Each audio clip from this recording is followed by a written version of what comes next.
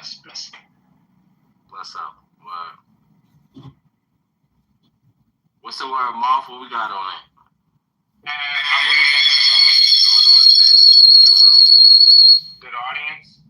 I want to open up a relationship room. I think I'm gonna let everybody, whoever wants to give their closing statements to the conflict, to the conversation, and I'm gonna open up a new room. The title's gonna be something around the lines of "Can you love your partner and not like them?" or something around that. Just think about that word. Nah, that's calm. While you get that, I'll get the cue going for the wrap up. I'll start in order. That's on the room. Mama, she said, okay, you said no to the relationship room. What you trying to talk about? Come up here, Mama. We ain't finna have the goo telling us what to do. Mama, what you talking about? Nothing.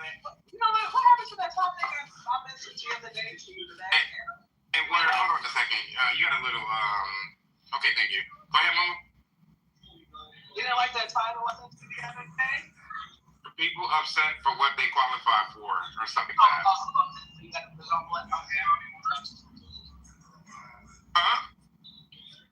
I'm at work, so it's kind of loud. I should never say it out loud or what? That ain't something. I don't know. I mean, if you ain't like it, that's cool. I don't know. I told you I like it, and I can definitely tweak it. I still like it, and I still can tweak it. Oh, okay. I didn't see that. Right. Come on, girl. People upset for what they qualify for. That's still a relationship room. You want to get that one started so we can shares because the room's dwindling down. We might not get no shares. Okay, let's get people over to the new room. We'll figure it out. Get that started. I'll get it going. So yeah, let's get the final shares. If we could go in order on my screen, it looked like I got Dorian first. What you got on Dorian? Yeah, all in all, I think it was a solid room. But I think when we hear these conversations with people who are not in the United States, we see, I don't want to say how far left they think, but we see how far off they think from us. And a lot of stuff that they say in regards to like U.S. history, they don't really know U.S. history. It's like they really just kind of be talking, you know. But nevertheless, I think it's interesting to get everybody's perspective on politics, world politics, and you know, and why things happen the way it do, you know. But the same way that it was so many different opinions, and on just this topic right here, you can imagine, like, when it comes to world leaders, when they in rooms and they talking to one another, it's probably the same way. And that's why we have cases like this where people going to war now. You know, I would just say, you know, I hope, you know, the troops is okay. You know what I'm saying? Like, I hope the United States is okay, because that's my country. And you know, I hate that, you know, some lives have been claimed. But nevertheless, I mean, I feel like the opinions that were shared in regards to it being about, when it comes to war, to it being about supremacy, it's true. You know, I'm not saying it's right, but it is about true. It's about showing strength and force, unfortunately. You know, that's what politics comes down to. It's not about, and I think that people oftentimes they get these kind of things conflicted together when it comes to like war and just world politics, to what they think it's about right or wrong. And it's really not. It's about who's the strongest, you know. And when we say these kind of things, a lot of times if you say that in a room, people, they attack the message for you saying how it is. You ain't saying that it should be this way. You just telling them reality, you know. But this was all in all was a good room, you know. And I'm gonna land my mic on that. Hey, Dory, human race. We're gonna get to you, Hank. What's good, Holly? Are you on the phone? Looks like you're on the phone, maybe. I'm gonna come back to you. All right, Race, what you got on it? Going once, going twice. All right. All right, Mona Lisa, you got anything on the conversation you heard so far? Any closing arguments, shares? All right. Going once, going twice. All right.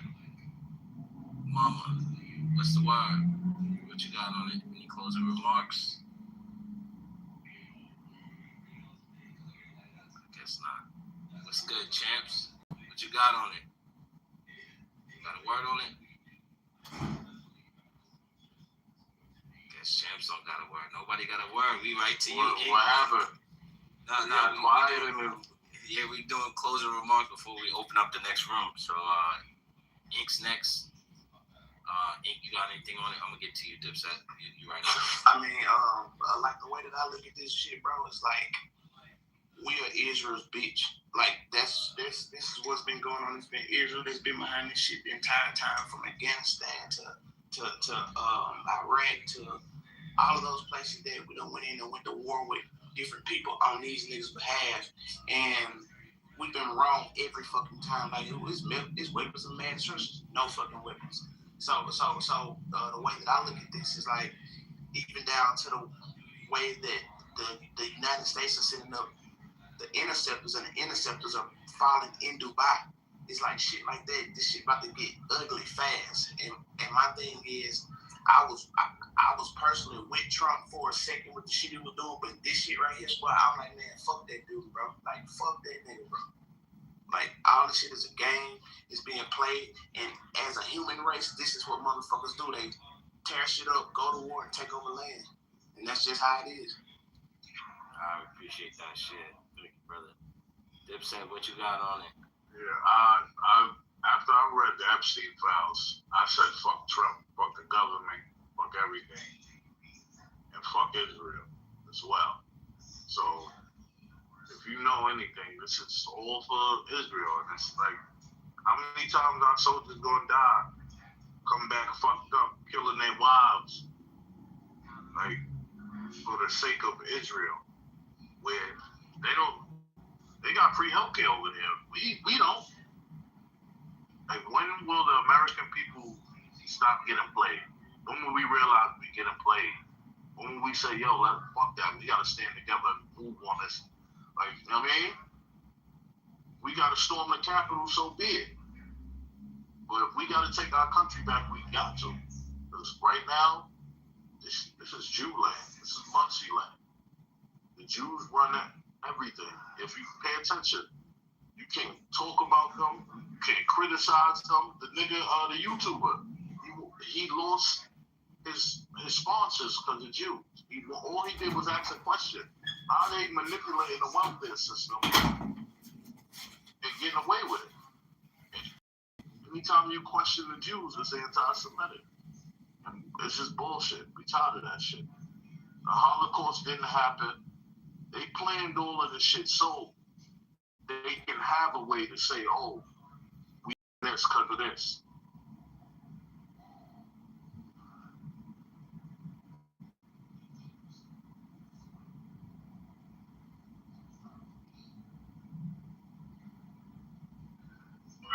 To the next man. Rich.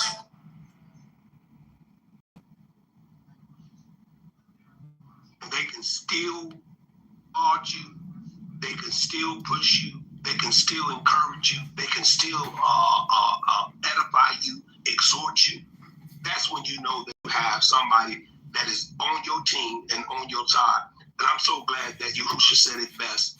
He's a friend that sticks closer than a brother, because there's nothing like, you know, it's easy to have people, admonish you when you have same things as they do. But when you have nothing and they can still push you towards the goal, as Apostle Paul says, I forget those things which are behind, I press towards the mark of the prize of the high calling that is in Christ Yahushua. And so I thank you for this word of Mr. Cultivator. But I just tell you, you just made me contemplate and think about a whole lot of things that I have even witnessed in my own life. You know, again, a whole lot of stuff just made me think about, you know, when my father passed. You know, a whole lot of stuff. You know, but one thing that I heard out of what you said is that when you believe the report, you know, it said in Isaiah 6, whose report will you believe? I choose to believe the report of the Lord. God bless you, and God bless you, Mr. Cultivator, and everyone in the room. God bless you. Back in your hands, Dr. Valor. Thank you so much, sir. Thank you. Blessings. Amen. Amen. I'm glad your mic. That was awesome. Thank you so much, Underwood. Appreciate it. Amen. Will there be another comment this morning? Amen. Well, we have truly been blessed on this morning. We have been well fed in this space, in this place. We thank you, Mr. Cultivator. We thank you for your obedience. We thank you for saying yes, Father, when he presented the opportunity for you to share the word of the Lord with his people on this morning. And so we just pray that God will restore back to you all the virtue that you poured out onto us today. Everyone, the sewing information details, they are in the chat. And Mr. Cultivator, he says we're naming our seed renewal. Renewal. That's the name of our seed on this morning. So if you're paying your tithes or you're just seeding, make sure you label your seed. Praise God. Let me see. If there are any prayer requests, Teresa, Prophetess Teresa. Yes, ma'am. Would you do me a favor? I wanna pray. I want to say a special prayer this morning, but when I'm done, could you pray over our seed and cover the prayer of salvation and any prayer requests that are in the chat for me? Yes, I can. Okay, I'm going to pray first. I don't know if everyone knows it. I mean, everybody I think knows that Pastor Yvette and I, we spent most of our adult life in the military. And we know that there's been a lot of prophetic word coming about the things that are happening in this nation and in this world. And I know if some may not realize it, but this morning there was America, us in league with Israel. They took military maneuvers against Iran a couple days ago. And so there was a retaliation today at a military base, a place where Pastor Yvette and I both were stationed for a number of years. And so I just want to say a prayer. I just feel led to pray this morning for this nation, pray for our military, and for peace. I know there are some things that the Bible says that there are wars and rumors of wars, and we know that there are some things that are inevitable and they have to come to pass. But there are some things that God has given us the ability to pray and to pray for mercy. Even if it's something that can't be avoided, we can intercede and we can still pray for mercy. And so I just want to pray this morning. So Father, we come before you in a time of great uncertainty, time of conflict and fear. Father, you are our refuge and our strength, a very present help in times of trouble. So Father, we lift up to you the brave men and women of the United States Armed Forces who stand on the front lines, God, in this time of escalating crisis. Father, we ask that you would surround them with your protection. Grant them discernment, grant them courage and peace that surpasses all understanding. Father, guard their hearts from fear and anxiety and watch over their families who wait and pray for their safe return, God, or safe word of their continued life, Father. Lord, we also pray for our nation. We pray for its leaders and decision makers. Grant them wisdom from above, wisdom that is pure, peaceable, gentle, considerate, full of mercy and good fruits, unwavering and without hypocrisy. Father, direct them in paths of justice, righteousness, and peace. Let decisions made would seek resolution and not deepen divisions. Father, where there is loss and suffering as a result of these attacks, but in healing. Where there is anger and bitterness, sow seeds of mercy and reconciliation. Father, where tensions are high and fear grips nations, flood the world with your peace that breaks every chain of hostility. Father, we especially lift up today's events, the retaliatory strikes on the U.S. military installations in the Middle East and the threat of conflict. Father, we ask for your sovereign hand to intervene, protect all who serve, calm every storm, and guide all nations toward de-escalation, Father, and dialogues of peace. May your will be done on earth as it is in heaven. In the mighty name of Jesus Christ, we do pray. Amen. Amen. Go ahead, Prophetess Teresa. Valerie, I would like to Go ahead. And Father, for those who have given the ultimate sacrifice, in service to their country, we thank you for their yes. And we pray that you will continue to keep their families as they are informed of their demise. So Lord, you don't make any mistakes. So we charge you not foolishly, but we still continue to lift up your name and say thank you. We give you all the praise, the honor, and the glory. Amen. Amen. Go ahead, Prophetess Teresa. No, I'm glad y'all did that because that was another thing that I'm sitting over here just in awe about as well. So thank you all because, if this keeps going, there could be drafts and things coming along with this. So thank you both for praying for the United States today. All right. May I say something? Sure, go ahead.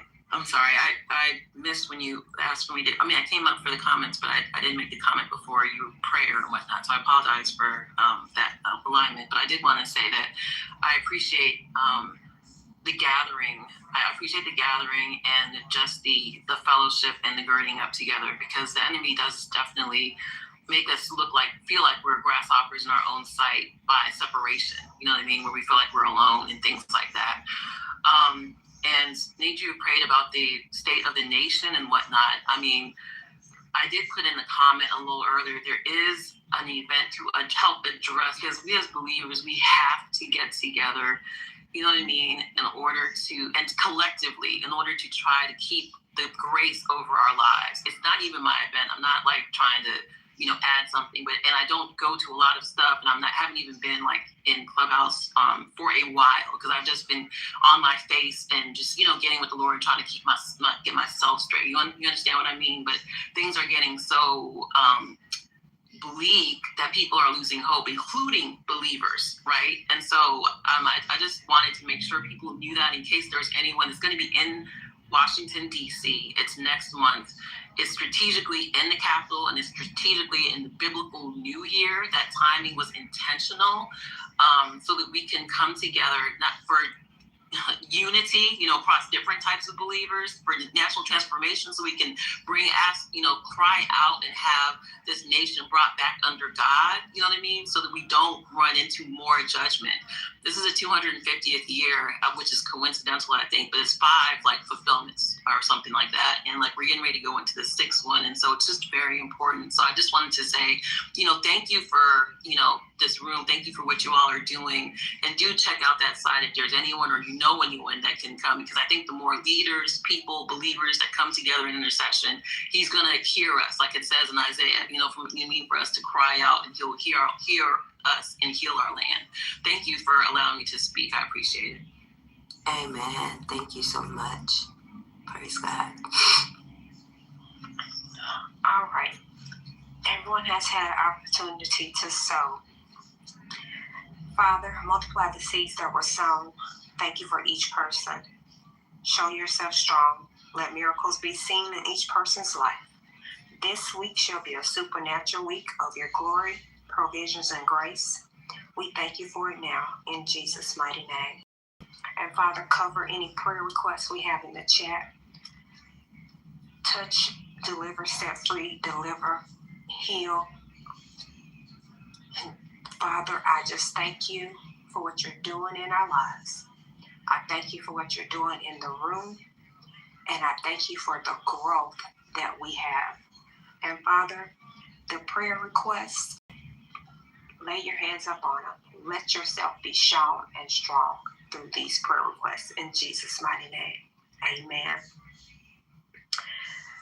And the salvation prayer, maybe you've come in here today and you've never given your life to Jesus. We want to give you an opportunity to accept him as your Lord and Savior. Maybe a friend just invited you in. And if you're never giving your life to Jesus, we want to give you the opportunity to ask him to come into your life and surrender your heart. And if you're not born again, I want to give you the opportunity to give your life to Jesus. And lastly, you say you love the Lord, but don't have the assurance that if you died right now, that you'll go to heaven. We're going to pray a simple prayer. One prayer fits all. And just repeat after me. Father, I come to you in the precious name of your Son, Jesus. Lord, you said in your word, if I confess with my mouth that Jesus Christ is my Lord and my Savior, and I believe in my heart that God has raised Jesus from the dead, I will be saved. So, Father, right now, I confess Jesus is my Lord and my Savior. Come into my heart right now. Take out the stony heart. Put in a heart of flesh. Wash me. Cleanse me. Change me. Fill me. Use me. Let me never be the same again. I turn my back on the world. I turn my back on sin. And I follow you, Lord Jesus. Thank you for dying for me. Thank you for shedding your blood for me. Thank you that on the third day you rose for me. And thank you that you are coming back again for me. And from this day on, I will never be the same again. This day, my life is surrendered. This day, Jesus is my Lord and my Savior. Thank you, Lord. I receive this now by faith. Father, I thank you that you will seal them now by your blood and by your spirit, that on that day, not one will be missing. Raise them up to be mighty men and women of God and use them to impact their family, their friends, their loved ones, and everyone around them. I thank you for it now. In Jesus' mighty name, amen. Amen. Amen. Thank you so much. Is there a prophetic word in the house? Is there a prophetic word in the house?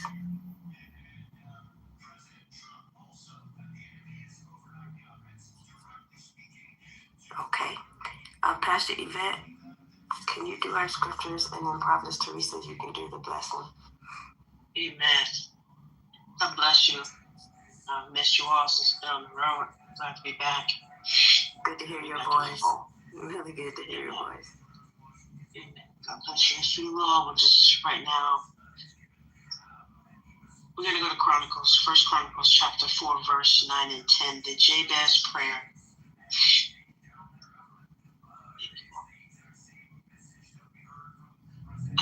We're going to make this personal. And it's for the entire room. But for those who are mic'd, if you would please indicate when you have the scripture by saying, Jesus is Lord. Jesus is Lord. Jesus is Lord. Jesus is Lord. Jesus is Lord. Jesus is Lord. Okay. Hallelujah. Thank you, Jesus. Thank you. And this is going to tie into what the cultivator was speaking about, because God comes to increase us, and He comes to enlarge our coast, everything that concerns it. So we're going to read it in concert. Where you see the name Jabez, place your name there, and whatever pronoun you were assigned at birth. Nothing about what pronoun you were assigned at birth. Please use that pronoun as we are reading the word. Read. And I need to mention, God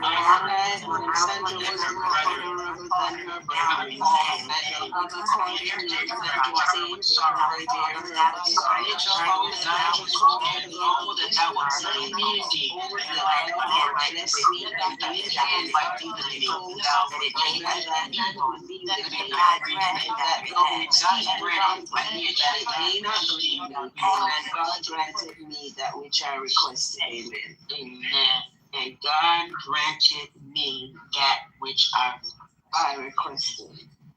God granted. Thank you, Father. Amen. Thank you, Lord. God granted. Thank you, Jesus. On this one we pray. Deuteronomy 8 and 18, chapter 8, verse 18. Deuteronomy chapter 8, verse 18. Make it personal. When you have it, please say, Amen. Abba Father. Abba Father. Thank you. Woo. We were reading in 3, 1, 2, 3. Ready, read. That I, Senator Lord, my God, for it is He that giveth me power to get wealth, that He may establish His covenant of my fathers, as it is this day. Amen. This day.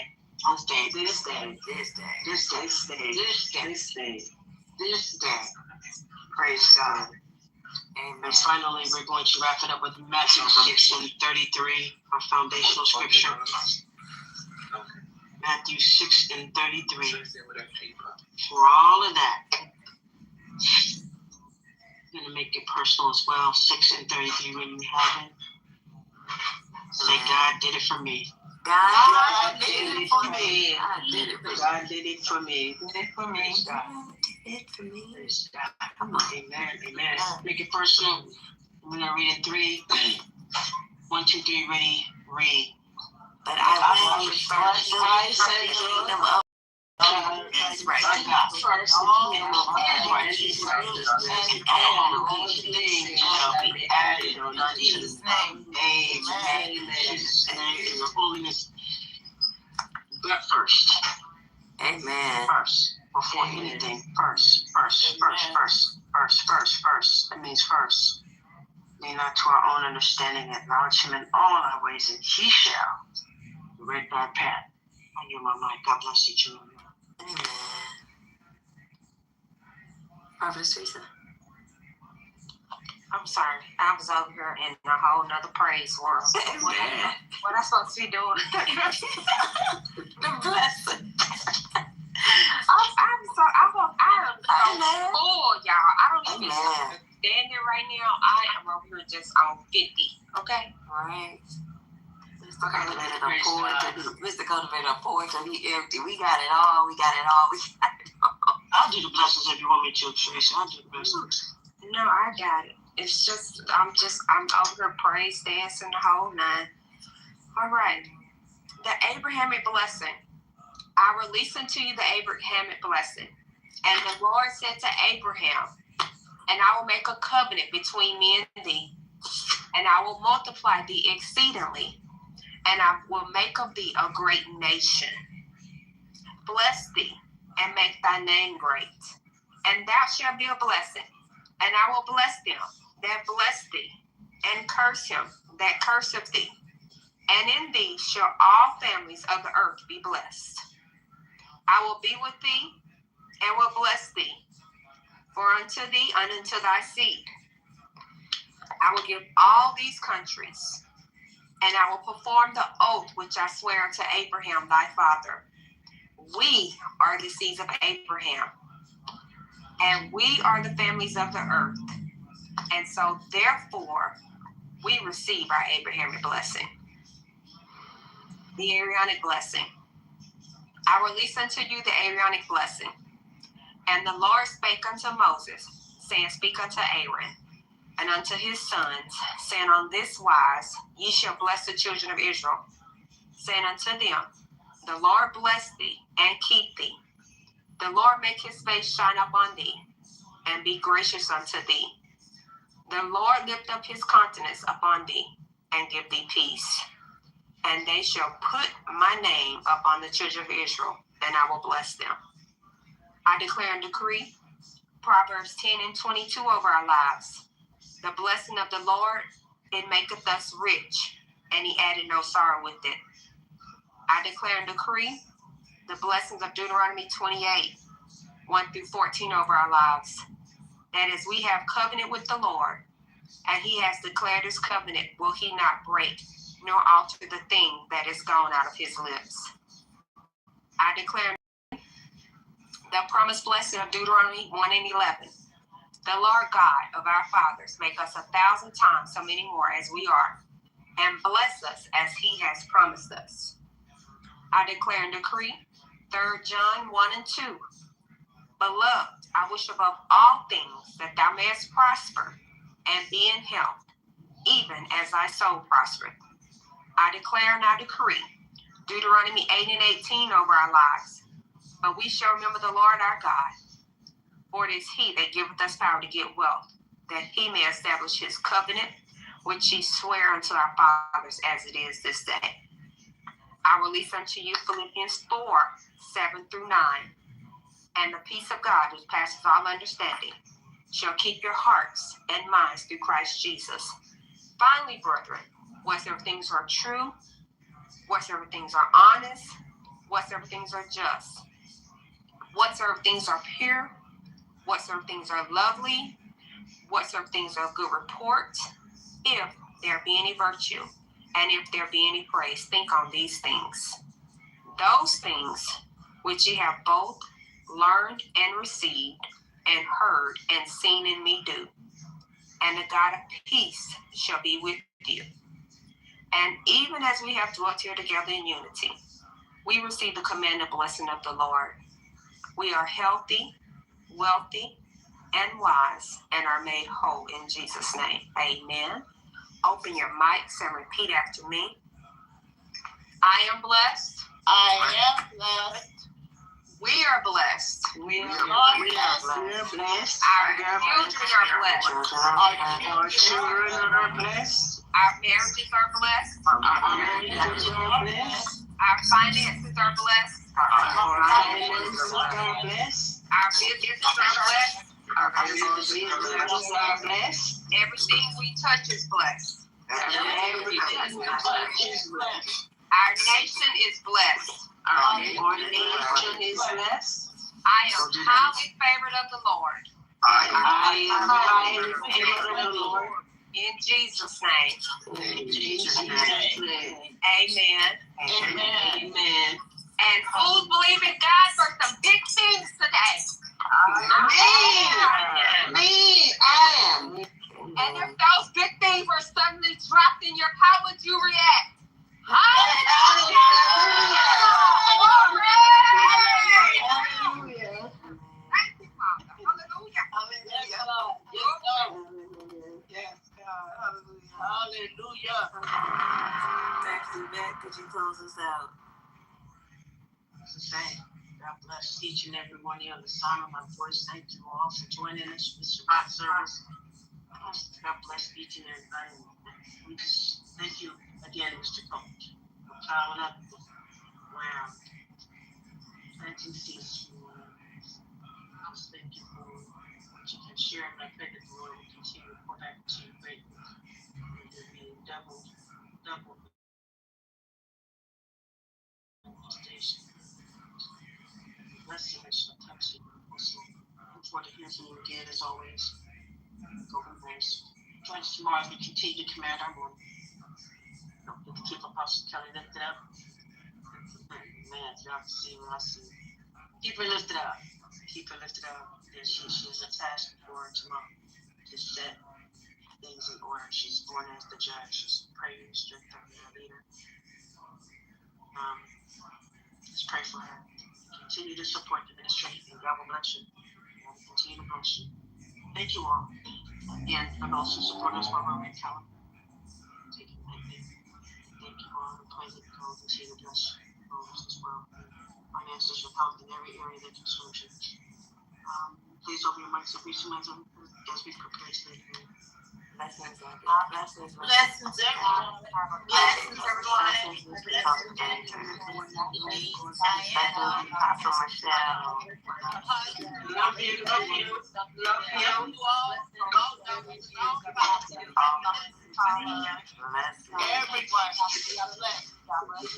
Blessings. God bless you, Dr. Beth. God blesses everyone. Have a God bless day. Amen. Apostle Kelly.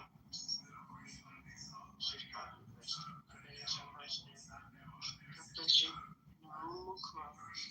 3, 2, 1. Shalom. Shalom.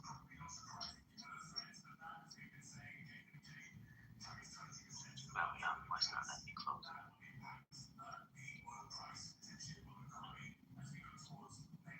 You're gonna have to close it.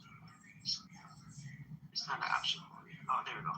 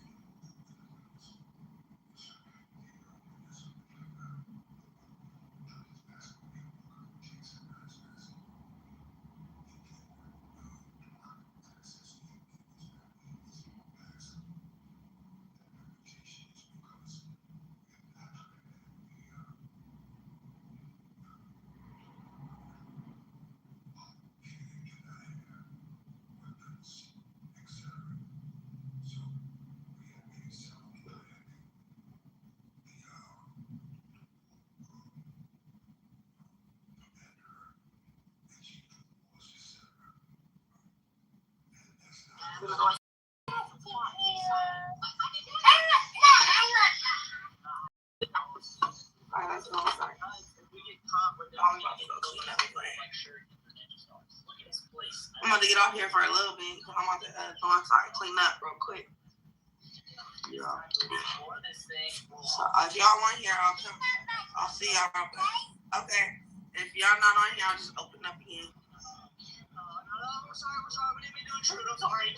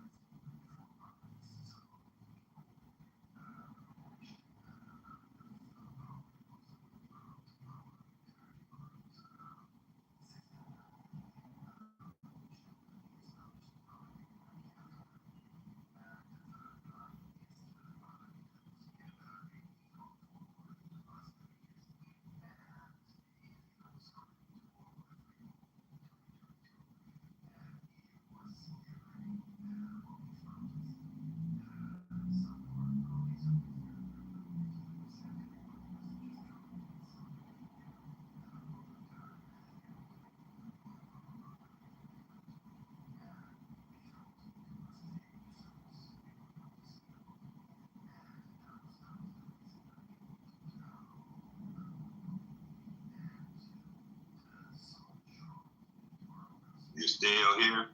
Sticky?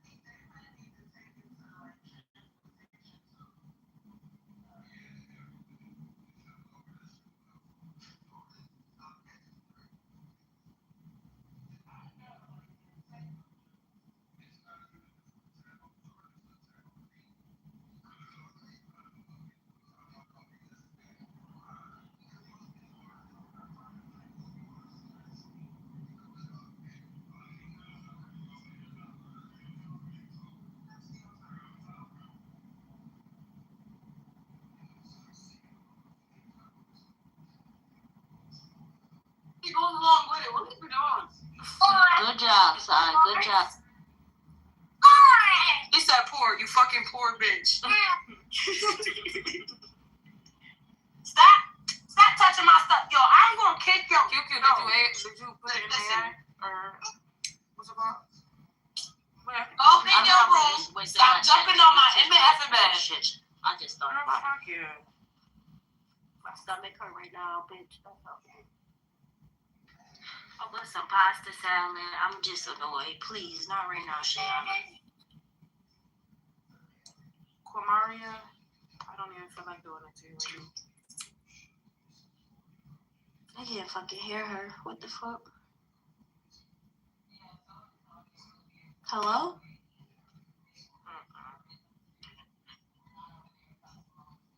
QQK, I want him out of here. Hello?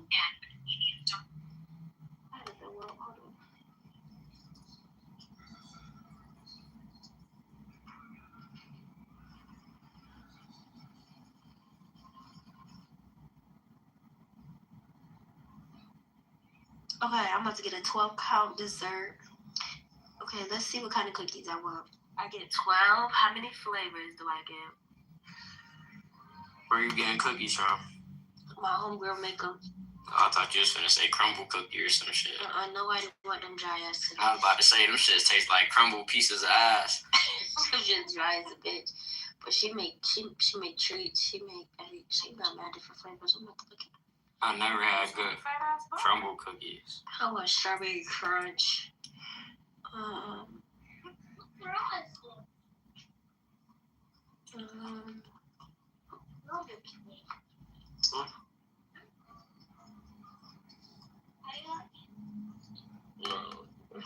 Cookie Monster.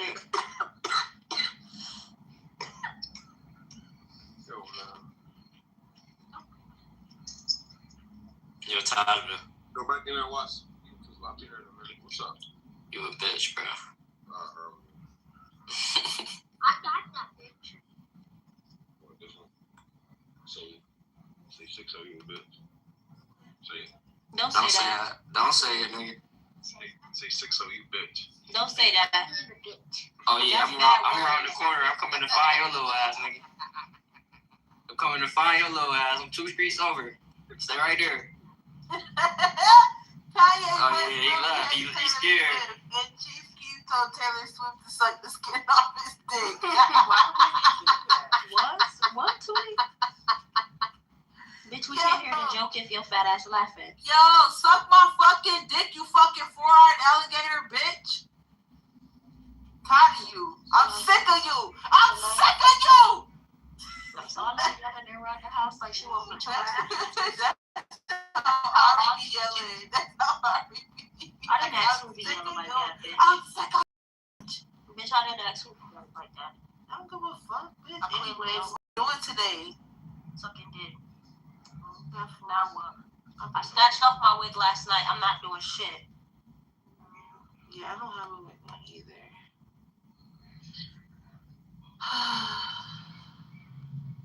I thought about grilling, but I'm about to just sleep my life away. I'll be around if I need something. It don't even matter what you want to do, honestly. Okay. I'll smell it. I'll smell it. It says it. I can't go out of somebody's establishment and beating somebody. I don't know. Maybe 3 little bitches didn't catch me a bitch.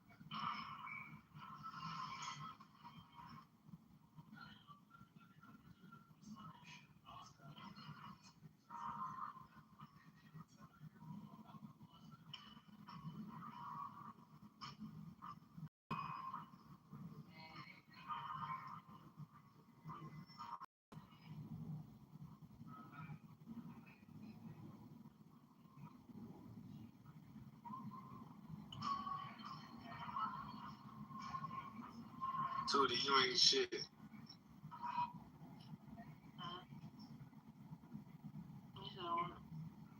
Yo, I'm fucking crying. I never seen this.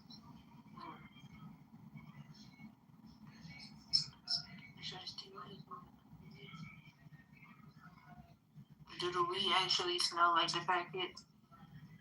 I can't really say it smell like the packet. More like taste like the packet. Okay, good.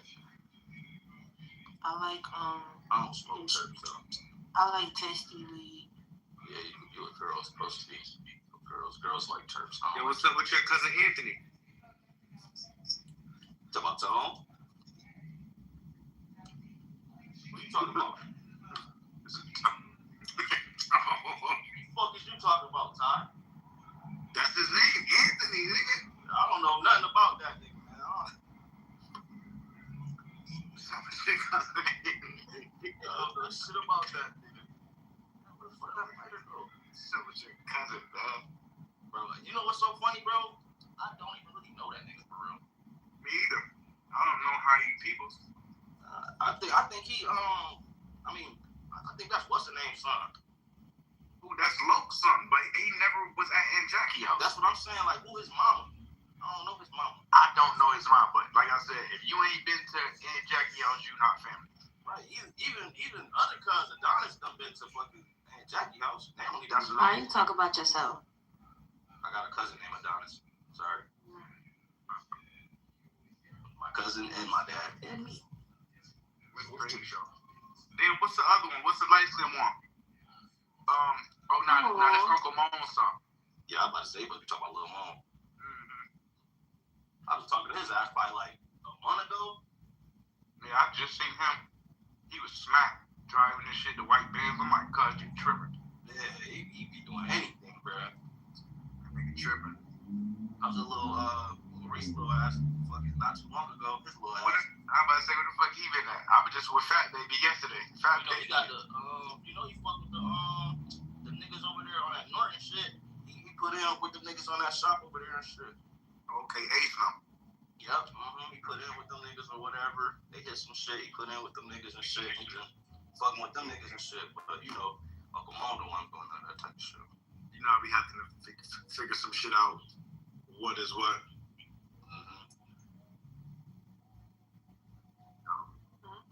This is crazy. Yellow and green around too. If anybody sick, leave. Huh? How much the yellow going for? Yellow going Look around. at him. Look at him. I didn't even know that nigga was You still want a whole bottle or like wine? Well, I don't sell a lot of wine. I hate that yellow. That shit nasty. I like yellow. That shit nasty as fuck and get you high as a bitch. I don't like this. Nah, I like shit that tastes like medicine though. That yellow really tastes like medicine, like the green and shit. That should be Yo, tasting what like if candy. you would have said that? What if you would have said that right? And somebody was in the room like, nigga, these bullets taste like medicine. Yo, I got a new piece. I'm itching to use right now. I feel bad for somebody that really beef with us, bro. Nah, yo, you know what's crazy? A nigga just tried to sell me a fully for $105, gang. But like it was some big shit though. Like, nah, I ain't gonna lie, it was some big shit though. Like it was like a real AR, like AR-15 type shit. yeah, like some military shit, gang. I'm like, hell nah, bitch. Nigga tried to sell that shit for $105 though. That's an odd ass number. Drake. Swear to God. Yeah, it's about to be a crazy summer. I can't wait. Drake. I can't wait to show my ass like a baboon. I just got this new Jeep Boy for $400 though. While I was out there. Yeah, fucking gun show gonna come up too, bro. But I think I'm about to sell this and go get another one next week though, cause this shit ass. I don't like this shit. I would. What is it? Which one it is? 43, the little dumbass shit. Little shit? Nah, that's the regular one. You might as well keep that. Alright, you might as well keep that. What Bro, that shit holds 6 shots, 7 shots, don't bro. matter, bruh. Nah, it is a nice little pocket. It is. But me, I know myself, bro. I'm trigger happy. I be 50 and 30, nigga. I be going Scotty, nigga. What I want to do is 6, 7 shots. Don't hit nothing. Shit is crazy. I'm on the phone. I'm on the phone, Brady. Out them bitches. When you let off 3, they might as well start running out. I swear to God, though. Now that you let your 3 count. That's what I'm saying. If you don't let your 3 count. Yeah, bro, that's right there. That's just you pop up out the cut, get up on your target. Close. Yeah, that's a fact. A lot of these niggas don't know how to do that, bro. They far back. See me, I'm a summertime camper though. I like to come on the block when there's 16 niggas. Yo, you funny as a bitch. But I'm about to make everybody scatter. You pull up on our block. Niggas jumping fences, rolling cars, all that shit. That's why you gotta get up on your target. And there's always that one dumb nigga that nigga running away from the crowd. Yo, I swear to God. His ass. 3 buckets.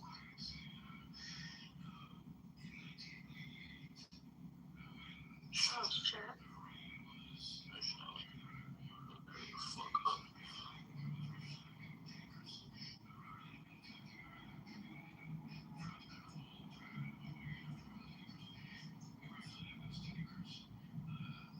I might keep this shit though.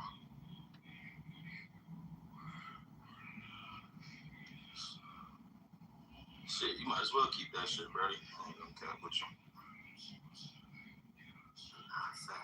I really need the 43X though. Yeah, because you can put a different clip in that bitch. Yeah, bro.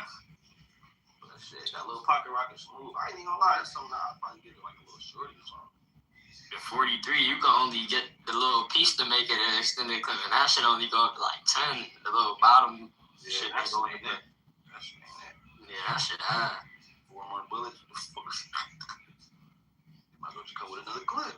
That's what I'm saying. I might have to get a whole new clip for this shit. I'm gonna have to come 2 clips on some Punisher shit. 2 clips as well. Well, nah, really. That'll make it 14. Yeah, 14. One up top. That'll make it 14. That's a dangerous 14, though, I'll tell you that. Word. Get them 6 off. Bang, bang, bang, bang, bang, bang, bang. You gotta drop the clip. Put it down. Thank you. Niggas outside on the dirt bikes already. Okay. Yeah, they going crazy. God damn, this bitch said on my way 3 times. I'm starving. This been on her way since 11. I could have been got food. I was going to order DoorDash and shit.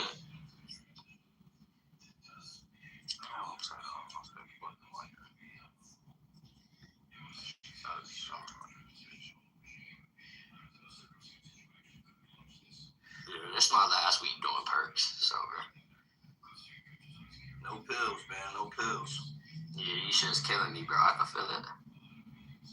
No pills, man. I think gotta kick the cup again, man.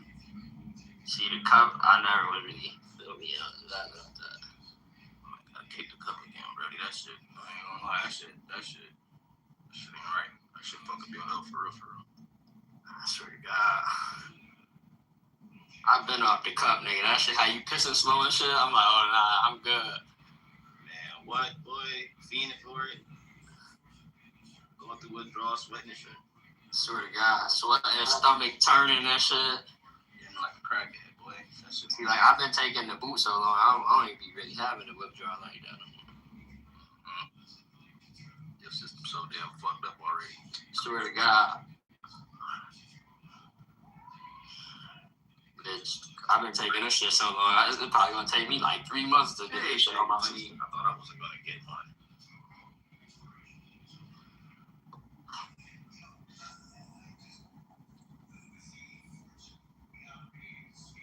Okay, smoke terps.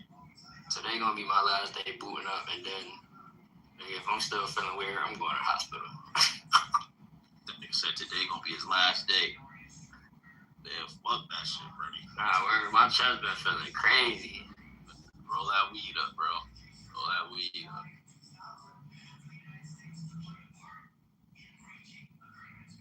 Weed, it be valid, but I don't know. I ain't been even, that's the crazy thing. I ain't even been smoking like that no more. Yeah, see, ready for coke. You went through the gateways. You went through the gateway now, nigga. Oh, no. Word, bro. I've been copping 50s. I've been smoking 50s too much. Now, nigga, I smoke anything else to be ass. I be like, damn. Your tolerance too fucked up. You gotta just slow, cut back. Just cut back. I ain't gonna say stop. Just cut back. Cut back. But that's the crazy thing. The 50s been having me cut back. Cause like now, like when I run out of 50, I don't even be wanting to smoke regular weed no more. Then when I do smoke the 50s, it's like I don't be needing to smoke back to back like I usually do.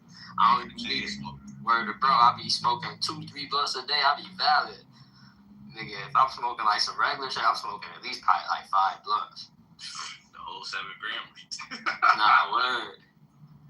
Whole quarter gone. Probably like 3 hours. Bro, I just went to South Carolina. Nigga, I was just out there week. Bro, I think I had my 7 grams. I don't know if I went out there with 7 or 9 grams. But I had that shit damn near the whole time I was out there. Nigga, I came back with some weed still. I still got like a gram or 2. Cause you doing other shit. Hell yeah, and you know in the South that shit illegal and shit. I ain't even smoking in the car and shit, nigga. Hell nah. I mean, well shit. It depends on who you riding around with. Yeah, it be like when I be with my cousins and shit, we be smoking, but I was just like with my mans out there. I ain't like niggas that's like homies, like nah. Yeah, and my bro, he on some like professional shit. That nigga got a bar and shit. Yeah, I ain't about to. He got shit going on, so I'm like, yeah. Fuck bro, I start smoking in the car with him, fuck up his whole business and some shit. Word to God. That'll be the one day niggas get pulled over on some weird shit. God damn, bro. I told you about to smoke a car, bro. And they run down as soon as they smell weed. Smell like weed. Everybody get out. Yeah, everybody got word to bro. And they might beat your ass anything just cause, nigga. But if you got the right cop though, cause I ain't gonna lie, one time I got pulled down there, I got like 3 of the bitches, 3 whole things in the car. And I'm smoking, I'm coming from work. And nigga, they pulled me and shit. I'm driving fast as a bitch, mind you. They pulled me and shit. I'm still smoking. He come up to the window and shit. I'm like, damn. The window rolled down and shit. Smoke coming out the window. He like, step out the V. But I had just got paid. I'm like, bitch, I'm finna just bribe your stupid ass. Because I done seen my mans do it so many times. So I'm like, man, fuck it. I'm finna just try to see what I can do. I gave that nigga $200, nigga. He let me pull off. I'm like, yo, I'm so glad this nigga ain't checked the V. You'd have some shit in this motherfucker. Oh, yeah, that's lit. And they don't even be wearing the body cams and shit like that out there either. Turn it off. Word to bro. I was lucky it wasn't no live PD. It was right down the street on Fairfield. I was lucky as a bitch it wasn't no live PD. They'd walk up with that big ass camera. You'd have been on TV. Swear to God. They'd have put your ass on TV. Then in the South, they really be riding around with the dog and everything in the car. Like, chill, man. Fuck you riding with a K94 in the car, nigga. Barking at anything. Word to bro, as soon as you get pulled over, fucking dog barking and shit, nigga, ain't shit in here. Ain't nothing even in this bitch. We tweaked it already. That shit's just ready to bite a nigga. I like the gun laws down there though. That's facts. Ooh, you reminded me. Let me get some shit sent to my aunt's house. So when I go back. Open carry down there now, boy. Facts. I'm about to get some mail sent to my aunt's house right now so I can get a new ID out there. Yeah, you gotta walking straight in the pawn shop. Get that palmetto armor. You know the palmetto armory shit, bro. You can order shit online, bro, and send that shit to your people shit down here. You go order grips, all types of stuff. That's what I used to do. This bitch is $350, clean, out the box. My God. Word. I ain't never paid over a band for a grip. And then down there, I ain't never been paid over $500 for a grip. Nah, here I paid. Did I pay a band? Yeah, here I paid a band for a grip. I had shit going on. I'm like, nah, fuck it. I paid a band. You know what niggas' favorite line was? When niggas was buying grips for like $1,500? His favorite line was, how much is your life worth? Yo, swear to God, fuck out of here. Like, bitch, you know I ain't trying to spend this 15, but man, fuck it. Yeah, you know I was desperate. I bought a Smith & Wesson for a band. But you know I was fucked up, nigga. I had to trade G2 for a Beretta. I'm like, bitch, I can't keep walking around this dirty motherfucker, bitch. Let me train up here. I'm getting a fucking Beretta. That bitch Yeah, that's the only time I paid a band for a gun. I paid a band for a Smith & Wesson, bro. 40. That shit was a kicker, though, I bet. What, boy? That bitch was barking. Somebody give you one for 900. I ain't gonna lie. This shit that I just got, this is the cheapest shit I ever grabbed in my life. What you got? A Glock 43. How much? 400. It was clean. Yeah, That's some Muslim shit. it wasn't out the box though, but it was clean. It's clean. How you know it's clean? Shit, I really don't, but it's down south. Them niggas be grabbing shit, don't even be using it. Nah, that's a fact. That's what you supposed to be. Nah, facts, bro. Them niggas be, they be having so many guns out there, J Money, just cause it's legal. Like they had, like this shit probably been sitting in this nigga crib for months. That's why he probably sold it for 400. That's probably his bitch gun. She ain't never. Right. This shit is like, bro. I walked in my aunt crib, bro. She got mad guns in her shit. I would have asked her for one of hers or bought one of hers off her, but niggas been trying to kick my aunt shit in, cause she fuck with this young nigga. My aunt probably like 38 or some shit. She fuck with a young nigga. I think he like 25, 26 or something. Bro, this nigga the plug out there crazy. Like he, bro, this nigga was keeping like 100 bowls in my aunt crib, but I wasn't there at the time. So nigga, they done tried to kick her crib in twice. Nigga, I go to her house the other day. She got like a fake mini mansion. Nigga, I go in her shit. It's mad bullet holes in her wall, all type of shit. I'm like, oh nah, they was trying to get crazy. Nigga, they couldn't kick the door in. Them niggas started trying to shoot through that bitch. Boy, I ain't gonna lie, robberies down there, boy. Yeah, they be coming 3 deep with drinks and ARs, boy. I ain't gonna lie, they lay shit down, bro. Cause like down here, up here, everything's so kind of like fake close. Like, feel me, one phone call, like you might get like an officer to pull up like real quick. Down there, but that's just gonna take man. Word God, you really gotta stand your ground there, nigga. Like You gotta start. you will fuck around and die, nigga. Fuck around, check out. Oh. Nigga, they said 3 niggas hopped out the whip with fucking drinks and ARPs and shit. Nigga tried to kick my aunt shit in. Y'all niggas, bro. They said the first time they tried to come through the garage, I think she opened the shit and started shooting and they just left. Then the second time, I don't think nobody was there. They tried to kick the door in, but that shit wasn't, oh no, I'm lying. The first time they tried to come through the garage, but she scared them off or some shit. They left. Then they came back the next week. That's when they tried to come through the door and she shot. And then they started shooting through the crib crazy, nigga. That bitch ripped. It's like, I ain't see, it wasn't mad bullet holes. It was probably like 4, but you could tell it was some big shit, like some 7.62s or some shit. 5.56. 5.56, nigga. Or, little bitches go through cribs, boy. She like, yeah, I'm finna move from here, boy. She only been at that crib for like 3 years, and she paying mortgage on that shit, and she not even renting it. So it's like, yeah, that's pain. Yeah. You know, picked out this crib for you to live and shit. Now you gotta leave. This shit getting blicked out. And it was not even like she live in the hood or nothing, nigga. She live in a fucking one of them circle village community shits where it's all big houses. Yeah, you talking about like a cul-de-sac. Yeah. You know, none of that shit matter because that's where most of that shit be going on at. Nah, that's a fact, because that's where niggas be having shit at. You be all the way in the back of one of them bitches, get your ass smoked. Bro, her shit is in the middle of the street though, gang. Like, that's why I'm like, they bold as a bitch. Bro, they don't be giving a fuck down there. And you know how we got cameras and shit, bro. Hella cameras and shit, bro. Yeah, facts. Ain't no cameras out there. They Unless somebody got a ring on their shit. Shot spotter. Feel me? They got that.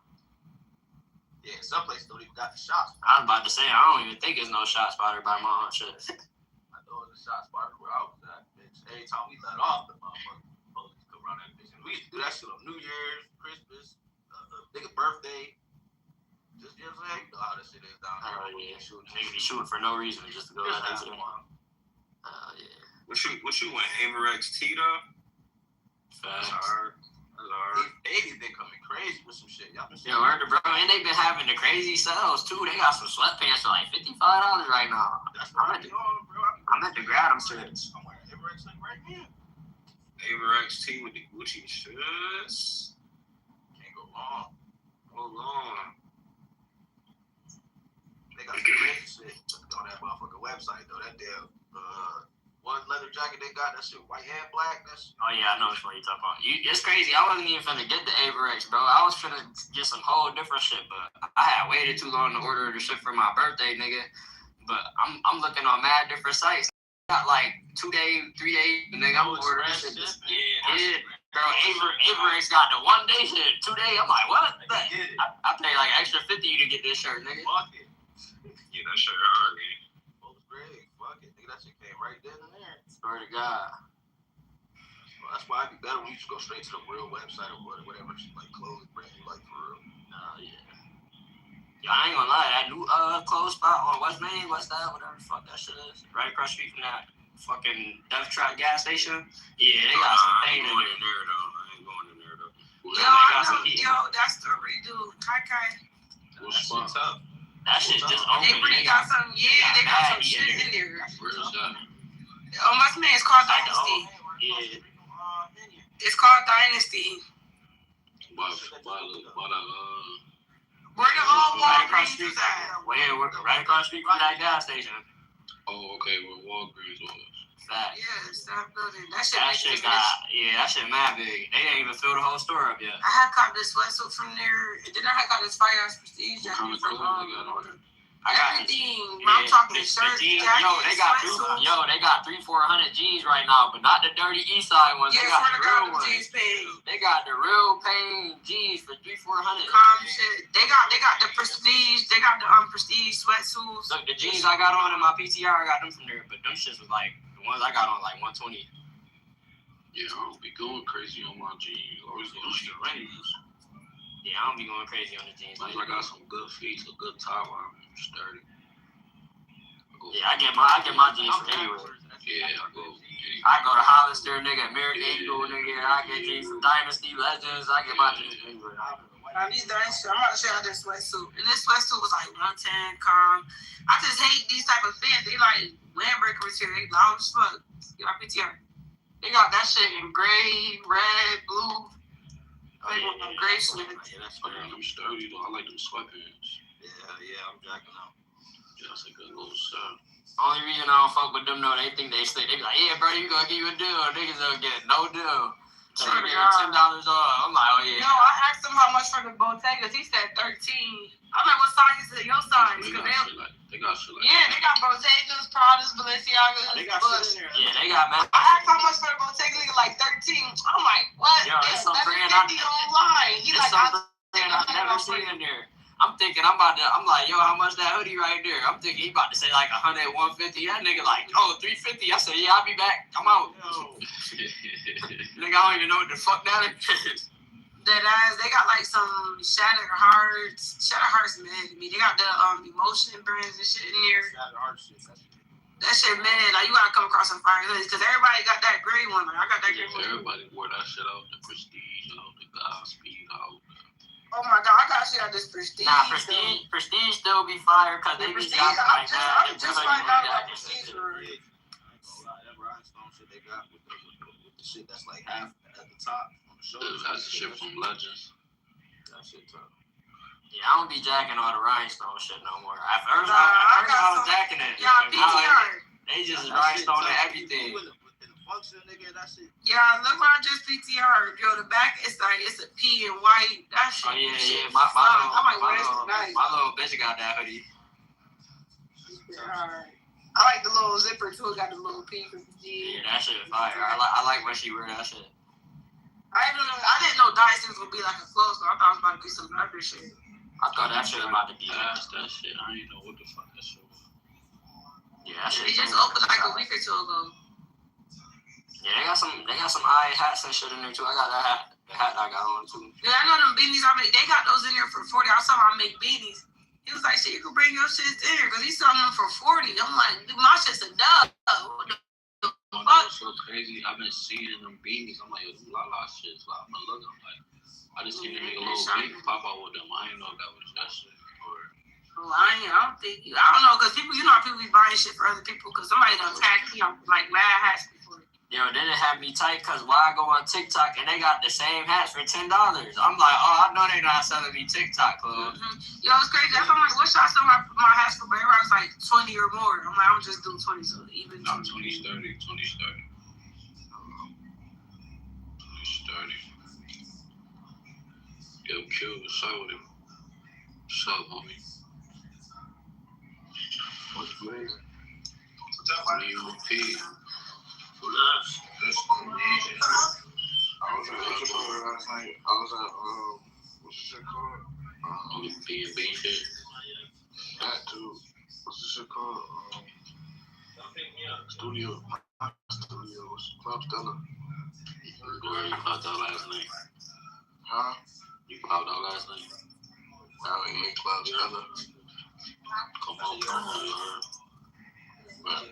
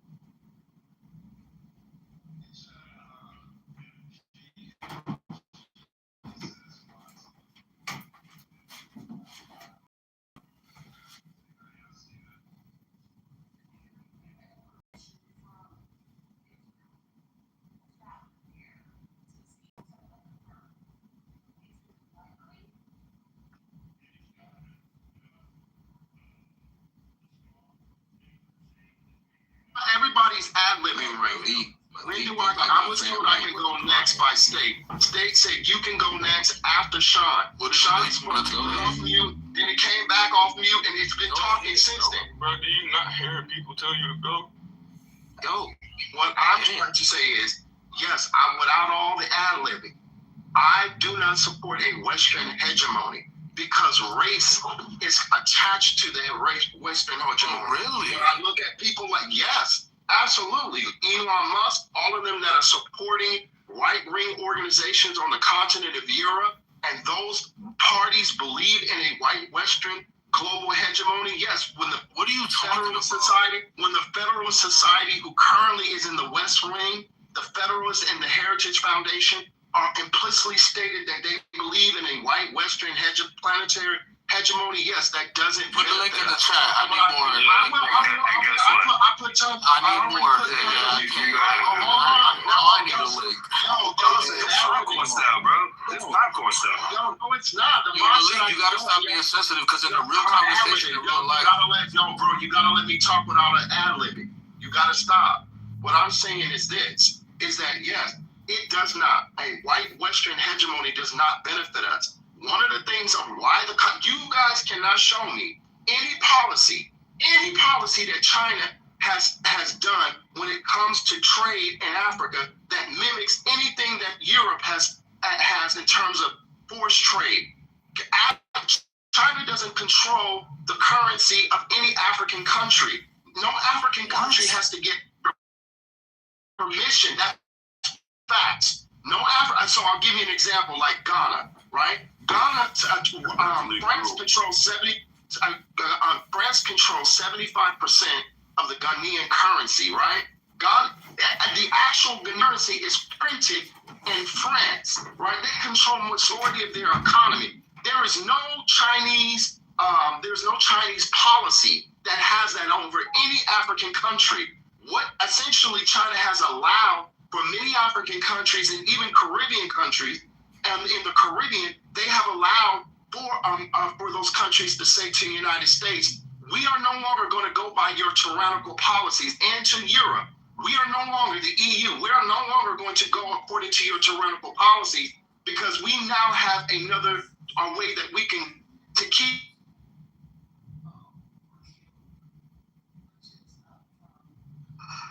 Where do we go from here? Well, did he cut out? Did he finish? Or was that, did he go into the Matrix or something?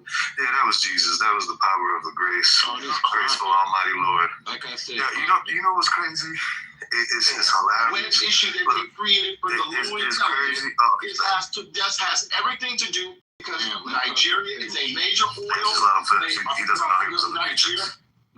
Nigeria is a major oil processing. They have a lot of oil. They're a major oil reserve, and essentially, Sean, you talked for 45 minutes. Oh my God! Finish it, Nigeria is a major oil producer, and the United States went in and bombed Nigeria to basically threaten them and let them know that we're no longer going to tolerate you being in tandem with China. This is about repositioning the global Western hegemony, and I'm not for that. I'm for a more equitable hegemony on this planet. That's what I support. So when are you going to relinquish and move to China? Because it sounds like you just want the Chinks to be the overlord. I'm saying, I don't want you. I don't. It was a rhetorical question. It was a rhetorical. I don't need a response. I don't need a response. I don't need a response. I don't need a response. I don't need a response because it was a rhetorical. You live in a Western homogeny. It's not hegemony. It's homogeny. So not only do you live in a Western homogeny, you as the individual, you have in so many ways prospered because of this bullshit homogeny that you claim is oppressing people. Now let's talk about how oppressive China is when they roll in and they start with the local governments. You know what they do? For those of you in the back that don't know, that read is spewing intelligible shit, let me just tell you that when China rolls around, they take over your government. They buy everybody out. You can give me all the thumbs up, thumbs down that you want. It's the fact. They buy everybody out in your government, okay? They buy the dirty ones. They buy the maybe good ones that you'll have in your government, and then MAGA, go fuck yourself. Not only does China buy everybody out in your government, they also put loans. They hand you that you're never gonna get out of as a country. You want to know why? Because the way the loans are structured, you fuck up, China takes over, and even if you don't fuck up, China still takes over. Let's talk about the cobalt mines in Africa. Let's talk about how it comes in and buys out big swaths of land. And then they are local guerrilla members to run the mines. And you know who typically works in those open pit mines? Little kids. Okay, little can turn around and send that cobalt to a Chinese factory. A Chinese factory, which, you know, they process the cobalt and then they turn it into a pretty battery. Then in turn sell to you, Americans, you know, like Creed, who wants to roll around in his little electric car. And then you know what happens? That battery comes over to America overpriced because the Chinese are also manipulating their currency, and by thus manipulating the currency, they keep all of their goods way below everybody else's prices. So it's not just Europe, it's not just America, it's everybody that gets fucked over with this system that the Chinese have. Lastly, I'll leave it at this. It's funny how these people who have been, you know, splurging, if you will, off of the American wealth for the last, 100 years, okay?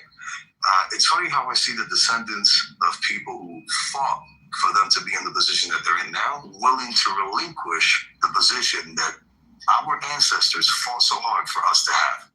It's obvious how, from the comfort of your American home and the comfort of your American internet service provider and the comfort of your American meal and all of the other things that America affords you, you want to succumb to a regime that is willing to put you in a camp and, just like the Uyghurs, have you put cell phones together. You know, like the same cell phone that you have in your hand right now. What are you talking about? So when you want to pound your chest and think that, you know, everybody but America is just the only evildoer in the world, let me explain something to you. Everyone is equally chasing after power. There are some that are lesser evils, but we all know that evil exists. And wherever there's power, absolute power corrupts. And the only thing that corrupts absolute power is the evil that comes right behind it, dressed as a lamb. I'll leave it at. I agree with you, brother. I just didn't hear your position, honestly. So I apologize for that thumbs down on you. You said some real shit. I do want to say this, though. That's some real man shit. I didn't hear you mention anything about, because you say, you know, man, you know, your ancestors fought for this. You know what I'm saying? They fought for you to live like this because before they fought, they weren't living well. Right. So, and it's not perfect either, Next. I didn't interrupt you. You're right. Because you never once mentioned how rich white men is the reason why China became industrialized the way it is today. So you so indoctrinated and engulfed in their ideology and their talking points, you're like, we gotta do this, and this is what, bro. They said the same thing back in the 40s and 50s and 60s when they sent the jobs over there.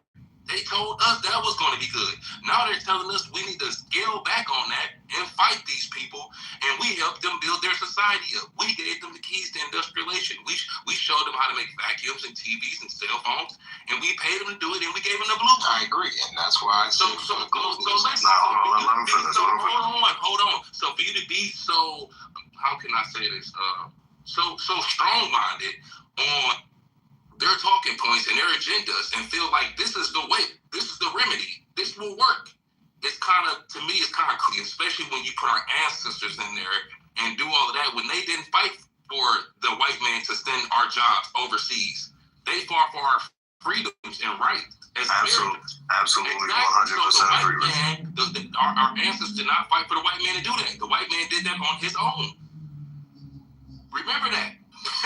Right. But that doesn't mean that just because the white man fucked up, we can't just sit around and let the motherfuckers just continue to fuck shit up. So now we gotta fix what old white man from the past did. That's all it is. That's why I didn't say that what they did was right. Listen, at no point in time next did you hear me say that any of the stuff that was done, all this thuggery that was perpetrated previously was right. Our ancestors fought for us to be in the position that we're in now. As a black Americans, but that has you got in the industrialization. But it doesn't matter because they knew that at some point in time this was going to happen. We were going to have to be entrusted with these kinds of decisions. So for us to now sit around and act like, well, this ain't our problem, this is the white man's problem, then what the fuck did they fight for? That's not the point. My point is you're going to look at the person that caused the problem, try to fix it, instead of you saying, no, motherfucker, how about we just get you out the way and we come up with our own solution? Because you fucked it up. Donald Trump ain't 50. He's not 40. He's 80-something. He was alive when that shit was going on. His parents was a part of it too. All his family benefited from that shit. The Bushes, everybody, Trump's, Clintons, Biden. He offshore the jobs, though. All right, but listen, we're gonna sidetrack into Trump. And they offshored a lot of jobs that were in the inner city in the 80s and 90s, correct? In order to the 80s and 90s, correct? Yes. More to make, they wanted to intensify jobs. Right. They wanted to move us into a service. They wanted to move us into a service economy, and they figured, you know what? Why not just send the manufacturing economy to the developing world? And that's why the tariffs to us slapped. And that's the reason why the tariffs have been slapped, because we sent all of this manufacturing out to these developing countries to help them catch up to us, because we wanted everybody to be in an equitable world. As Malik goes by somebody else to have a different name. Malik has been around for a hot minute on this. Creed. There you go. Yeah, Creed. They thought Americans were going to take advantage of higher education, and if you look at the records, they literally did it. They provided crazy subsidies for niggas to get skills, so that 10, 20 years later, when the manufacturers were gone and they wanted to be a service industry, people were equipped with the proper skills to take advantage of it. And motherfuckers, I didn't know what they wanted. Was we there? No. Yeah, because you can see the policy. You can see the policies that were put in place, and exactly what Puff was saying happened. He sent manufacturing to the development world. They wanted Americans to have a higher standard of living, so they wanted to subsidize higher education, and there's a whole generation of Americans that dropped the ball on it. So can I just say this real quick? That is literally what happened. Y'all be so green, bro. Come on. Don't do that. Man, can I say this real quick? Yeah, go ahead. Sure, go ahead. I don't agree with your point of view. Then why such much pushback when it comes to trying to force manufacturing to come back? It's like we're taking on globalist, white liberal talking points. That's why I said, because if we're mad at the situation of and getting all the offshoring job, well, that's what the whole point and purpose of tariffs of that company that went to Mexico. That black man lost his job in Georgia because the plant that was in Gwinnett County, Georgia, then moved to Mexico. Like, that was literally the whole point and purpose of why the situation's happening, where I think we got Puff, and I'm just going to say it to Puff directly. I think people got such a beef with somebody so much that they don't give a fuck about the ramifications. They don't give a fuck if it's gonna literally bone saw literally domestic industries, workers, production, military. Want their people working. Sean, you've been talking. I ain't even say no names. I ain't even accused nobody. I'm just saying when it comes to the whole situation, when it comes from black men in the 70s and 80s, and I show you that we are spoiled children. Most of us don't even remember America when it was made in America, built in America. Baby boomers saw that generation. And Generation X, my generation, we saw the tail end of that. People that was born in the 80s and 90s, like me, we don't remember that shit. We came from the internet aspect where everything was all globalized.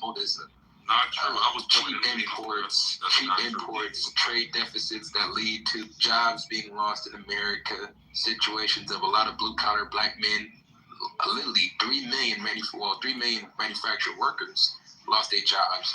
And out of 3 million, 1 million black men in the 80s and 90s, which led to a lot of the old adage when your uncle used to say when they offshore the jobs overseas and shit, I had to put in work. It's the same concept. Yeah, Sean, I'm Lancelot. You off the mic. I don't know if you or Ori want to say something. You can go, bro. Go ahead. À devoir. You're good. I have an external headset. You're good. À devoir. Je te parlais. Tu parlais? Nobody Francie. Nobody Francie.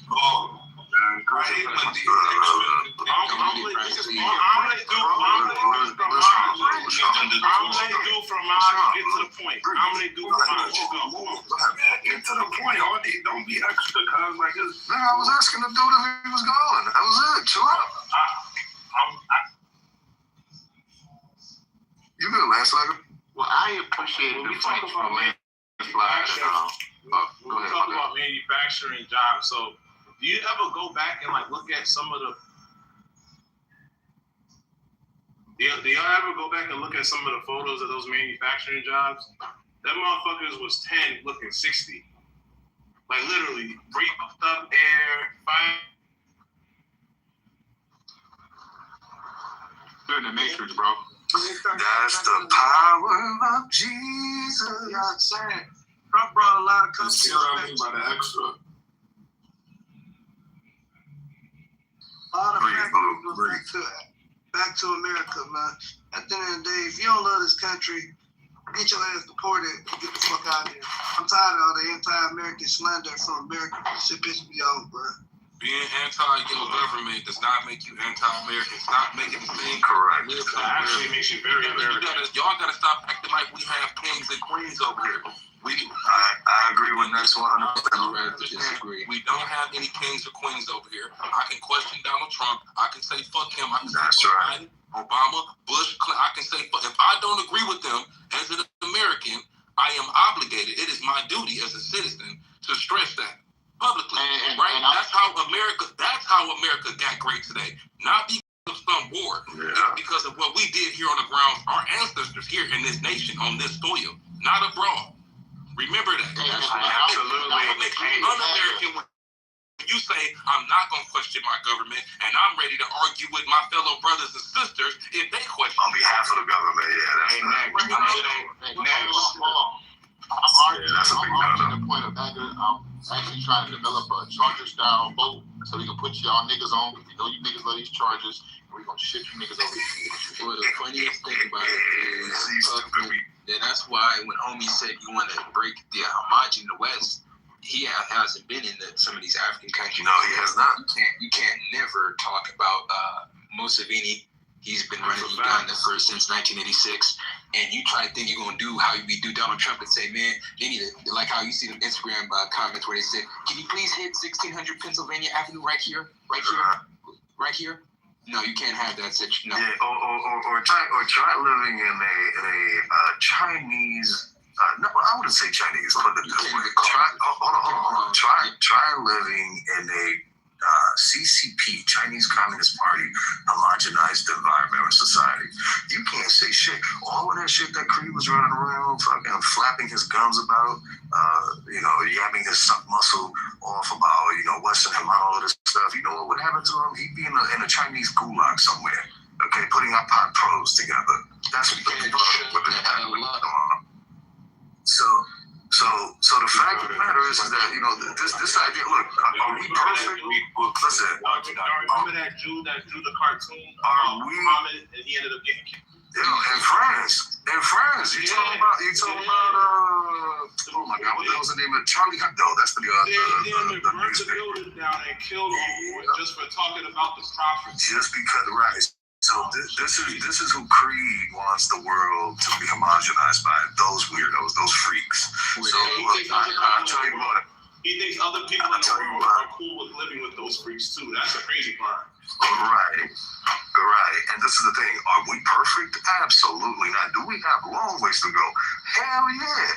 But what separates us from them is the fact that, even the waiting room itself is a prime example of how developed we are. We come here, we don't agree with everything we say, but we don't go off and try to, I don't want Blue to get locked up because you see what I'm saying? I don't want Blue to get put in a gulag. Blue, but stop, Blue, because you know right now what you're doing, and you know that the points that I'm making are a fact. If you say anything against the Chinese government right now in China, they are going to chase your ass down. You know exactly what I'm talking about. You've never been there. Have you been there? Chinese Have you been there? Come on, answer the question. Have you been there? Have you been there? Have you been there? Come on, man, bro. Of course it is. So listen.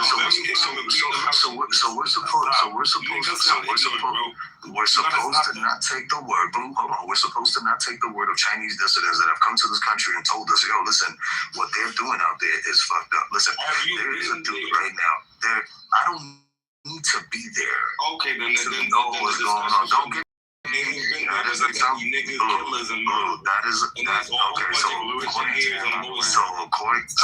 to you, hold on, Ari. So according to Blue, if you don't have a medical degree, then you should have no opinion on what they say to your body. That's how that works. That's how that works. So Blue, listen, whatever you caved onto it by yourself individually as an individual. What I'm pointing out is the fact that we have millions at this point over the last 20 years, millions of Chinese who have defected from China because of the simple fact that the Chinese Communist Party is literally a fist and sickle all over again. So the crazier part of it all is that we sit here and we buy their fucking products. Going through the Cold War with the Ruskies, with the Soviets, we weren't sending our factories out there. You know what we were doing? We were putting embargoes on them. So I don't get why Nixon thought in the 60s that it would be okay to open up China to the rest of the world. Yeah, you good. The main thing here is that we have a lot of people that have gotten so comfortable with living under the Western homogeny that they think that if a world-changing event takes that topples this Western homogeny comes in or takes over, you're going to have it good. But I assure you this, you're going to have a rude awakening when them motherfuckers take over. And now you're going to go on mute. I'm going to go on. If that's what you think, listen, I know this is going to sound corny to a lot of people. We know you about to go. I'm not flying, Blue. I'm not flying. I don't need to fly. I don't need to land no plane because I'm not flying. I'm talking. So, and I'll end it with this. Everybody wants to rule the world. I believe what you just said, Blue.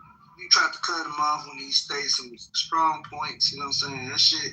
That shit uncalled for, man. These conspiracy theory got niggas really believing that the government, the United States, don't really be doing good shit. It's all evil. That shit cap. The bullshit. False news.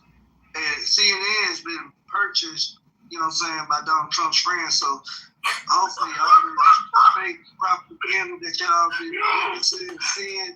I'm gonna just laugh for that. That's why I be laughing because I feel like God just can't be here. Just keep going, man. They have been bought out by Jared Kushner, right? Yep, and good strong. Yup, you going? Yup. All right, but Blue, instead of cutting people off, why don't about we just go on mute? Blue, you clearly have something on your chest you want to let off.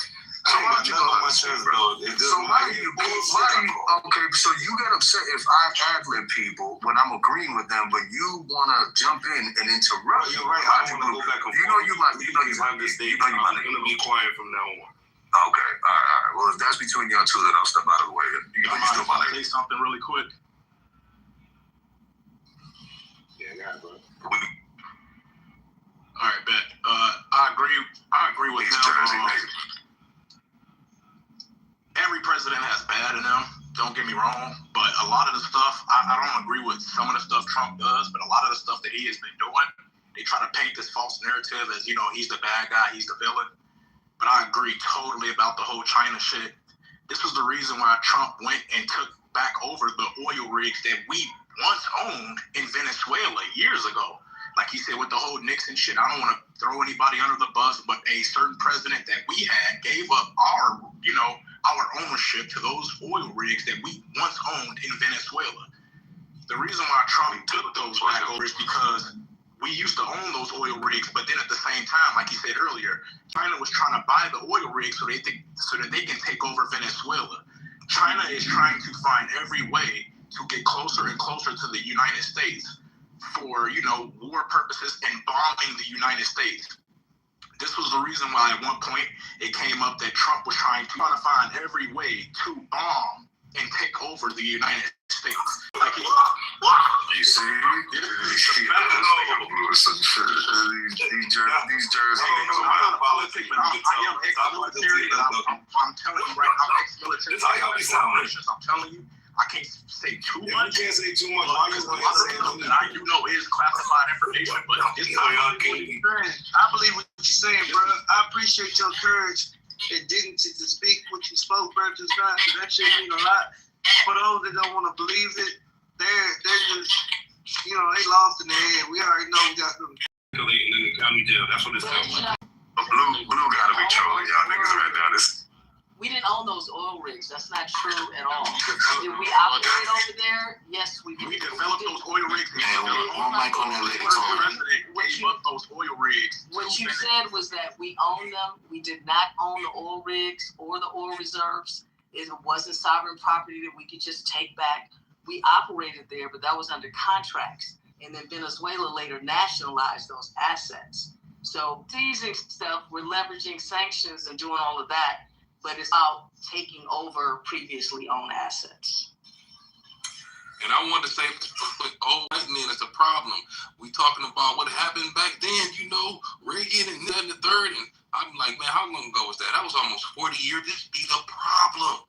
Niggas be old as fuck, give it all, trying to relive some shit that they done planned 50, 60, 70 years ago, or some shit that they regret doing because they wasn't thinking 50, 60 years ahead in the future. They was thinking short term and profits. This is the problem right now. They're thinking short term and profits. And I just personally just want to say once again is that the issue we have as Americans is we check this system and saying, hey man, we don't even need y'all to guide us like that. We need some new leadership. We need to sit down as Americans and see what's best for us. Instead of taking their word on everything, because that's been the issue. If we can highlight that they offshored the jobs, industrialized China, built them up to what they are today. They created their own enemy. They shot themselves in the foot, and now they're asking us to be okay with risking everything that we used to. Right? Because they want to make a change on some shit that they fumbled and fucked up. Because they want to run the world. People talking about these globalists this and globalists that. Bro, the minute America defeats a country, they put corporations into it. Hold on. Which is still globalization. They still selling Fords in Europe and in the Middle East and other countries. That's globalization. If you're going to be completely against globalization, then that means nobody should be doing business with nobody else around the world unless that shit coming straight from your country. That means nobody from no other country should have businesses nowhere else. Because we have been living in a globalized setup for a long time. That's the reason why can I say this for the last 30 years? Can I say this real quick? Listen, man. Should the black man? Why, Sean? Why do you be so pressed to talk so much? You've been talking for like 8 hours, bro. Let's start going out. Next time he's asking you questions. I'm not letting him land. Let's keep the rotation going. I'm just gonna keep the I mean, you hear me cooking, and I get it. This is popcorn style, so I apologize for that reaction. But I'm just saying, bro, you hear me cooking, bro, and I know you want to refute what I'm saying, or you want to debate. But I'm really not in the mood for a debate, because at the end of the day, my problem is that right now we saying that this is good, but then the minute we have an issue, we gonna be like, man, our government be wilding. What is it? Brother, is our government doing the right thing for us? Or do we need to be looking forward to some type of change in the future ourselves? Brother, I'm not refuting. I'm just saying when it comes to globalism, you didn't even take a deep breath to even fucking take in what I said. But can I at least finish what I'm saying? I'm not disagreeing. I'm more or less saying when it comes to these rich white liberals, when they say that, well, we have to have globalism. But like Ross Perot said, that nigga, you hurting your own black constituents. And he said, all right, so is it cool to sacrifice your own black constituents to make cheap labor overseas while hurting black men, black families, black wealth, black home ownership, black unemployment, black employment, where that is literally where it happened in the 80s, 90s, and the 2000s with both sides of the administration. So I'm not even attacking your point or anything, because people 30, 40 years ago literally tried to say you're hurting the black community doing this situation of offshoring. Manufacturing, logistics, trucking. Yeah. So when it comes to this situation, people can put. I don't see how I can get X's and get disagreements when we're talking about other black men that actually live in this country. Because we got 2.6 million black men construction workers and 2 million black men truckers, and I care about them just as much as I care about anybody else. Well, let me ask you this: why didn't they take the time out to pay us reparations instead of sending us to war? If you're gonna spend a lot of money doing something and making something better, why do you want to tear the black community down, flood it with crack, and then 20, 30 years later send us to war to fight back something that you took from the nation without our permission anyway? How about you just pay us what you owe us? How about you just pay us what we owe us and we build our own infrastructure? I agree. You know what I agree, but we're gonna have to take it up with governments that people haven't been holding accountable, because we have a lot of black leadership that speak on the behalf of black communities, and they don't have nothing off but immigrants, immigrant funding, down payment assistance, where California, we done stole $50 billion off the tax coffers, and that could have went to right there. But and we spent $17 trillion on for reparations. Then you see of Los Angeles undocumented immigrants, $600 a week to be able to stay in the crib. You keep compartmentalizing it, bro. The government. What do you mean compartmentalizing, man? You said $150 billion. They owe us trillions, bro. Do you not know that the country lost out $16.2 trillion due to racism? We're talking about. You keep talking about California instead of the United States government that owes us reparations, and they removed the jobs from our communities. Pay us, and you won't have to go to war. We'll build the infrastructure ourselves. We ain't disagreeing here. Listen, pay us. We ain't disagreeing here. They could have spent that $17 trillion on black people, and nobody would have died. Hold on, you know what? I agree with you. One mic, please. Madison was trying to say. Yeah, I just wanted to say that, like, I lived during that time, especially being from Detroit, and I saw the manufacturing and where it was going. I think both of you have very salient points. The industry started declining. It wasn't a secret. Automation was coming, right? Global trade was shifting. All that was happening at the same time, and there was no strategic transition plan for us. Because Detroit, we were the industrial backbone of. I saw the plants in Flint close, and unfortunately, I know we're part of that. Dudes would literally get off their jobs and go take their entire check, and do something else with it. And it was a horrible decline. There should have been a massive tech incubator movement, right? Why weren't the public schools being retooled toward engineering and computing in the 80s? Why was there no capital in it? Silicon Valley could be incubated through defense contract, venture capital. Why couldn't that happen in Detroit and in our communities? And so when the factories left, the capital left too. So communities needed that foresight. And so when we talk about, governments pick and choose who they lift up and who they don't. And it's very strategic when they do. Exactly. Thank you, Madison. And everything you said is so true, right? But guess what? Same problem we had back then we have now. Why didn't we pick ourselves up?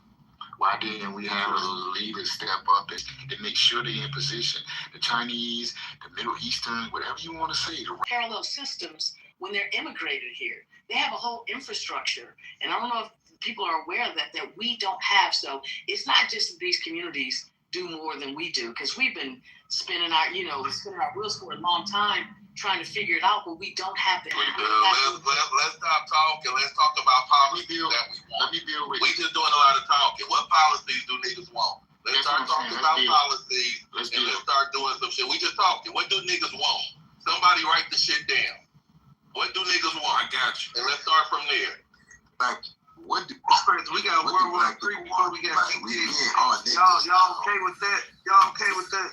Well, I mean, we want targeted reinvestment. We want targeted reinvestment. All right, right. Explain Taxation on corporations. I can explain what it is. All right, then write it down and let's vote on it. I can explain what it is. I'm not talking about random grants. I'm not talking permanent. I'm talking about permanent R&D hubs, right? Placed in cities like Detroit. With AI, with robotics, it's what David Stewart is doing right this $500 million facility. The same way Silicon Valley was fed through defense contracts and federal money. We also need public venture capital funds. If the government's picking back, like private banks and corporations, it can see community-owned tech funds. All of these things are happening already. They're just not happening for us. You know what I'm saying? So I'll make a list. You going too big for me. Let's start with the average. Let's start with the lower class folks. I don't want to say niggas that somebody gonna think. No, but the thing is, you're not understanding. What policy? That is lower class black people. I don't know. It's protecting went all over my people. No, let me break it down for you. At the base fundamental root, you need to financially back your communities. Does that make sense to you? And financially backing the community means that you need to install a financial safety net so that community has some room to grow, make mistakes, bounce back from it. But it's not currently, what she's talking about is Silicon Valley protected their tech hub, right? Financials with outside investments and people lending money so that they had a cushion. They had a barrier. And so she's saying, we need legislatively barriers put in underserved neighborhoods so that we have some room to actually work. Yeah, and see, and I have firsthand is what happened with the unions in Detroit, right? Detroit had the first black middle class, and that was for a reason. So if auto unions can do that, imagine unions in EV battery plants, right? AI hardware assembly, green infrastructure. Technology doesn't just have to mean gig work. And if you tax incentives to the community, if tech companies are moving right now, it's actually happening all over again there. It's sad that it took so long, but it's actually really happening. And if we have high-speed broadband as a public utility, places like Watts and, capital access reform, there are a lot of things that can happen, but somebody else was also right. Our representatives have to make sure that they look out for our interests, and it doesn't always happen. All right, can we start on the wall? Now, get the policies on housing. So, Jose, real quick, all of that. Yeah, there's already something on us making the right choice at a local level to elect either we know are just going to piggyback off of our vote and then go down to DC, become millionaires, and forget about who voted for it. That's really what it boils down to. And I don't mean to list on just one party. It just so happens to be that that's the party that's been in power in Michigan, in Detroit specifically, over the last 70 years, and that's the Democrat Party. Once again, I'm not hinging this on the party. Corporate culprits in this whole fiasco. If anybody remembers the Republicans of the late 80s and 90s. Turned around though, bro. Well, I'll tell you what. Detroit is definitely turning around now. It's turning back around now because of the fact that there's a lot of incentives, and obviously, I believe that y'all just now seeing it. This is over a 10-year process. No, I know that. It's actually been a little longer than that. It's actually been the last 15 years or so that they've been. It actually started during the Obama years when they tooled Detroit to do other things other than just manufacture cars. I could be wrong about that, but Madison can correct me if she's on the ground. But the whole thing is on the that. west side of Detroit. That's why I'm speaking so strongly about it. I'm literally driving at Michigan Avenue right now. So you know we just saying the same thing in different words. Okay, all right, say no more. So this is the thing though. It is interesting to see the dichotomy that's playing out in front of us today, considering that just 15 to 10 years ago, we were cool with the status quo that was going around globally. And now, and don't get me wrong, I completely 100% agree with Next. We should have stood up earlier and said something about the fuckery that was taking place at a global scale, realizing that our parents and great-grandparents were getting stripped out of the wealth that they had built that was supposed to get transferred over to us.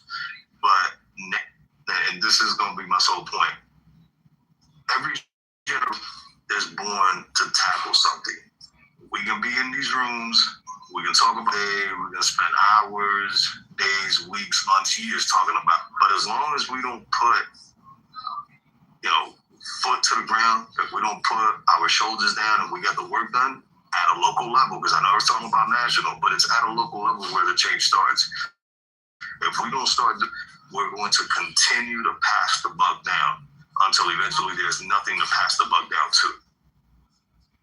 I think this is a big distraction because the world in the black community, we're suffering right now. We're getting everything in the world but Curtis Jackson jumping in the booth and responding. This is a tragedy.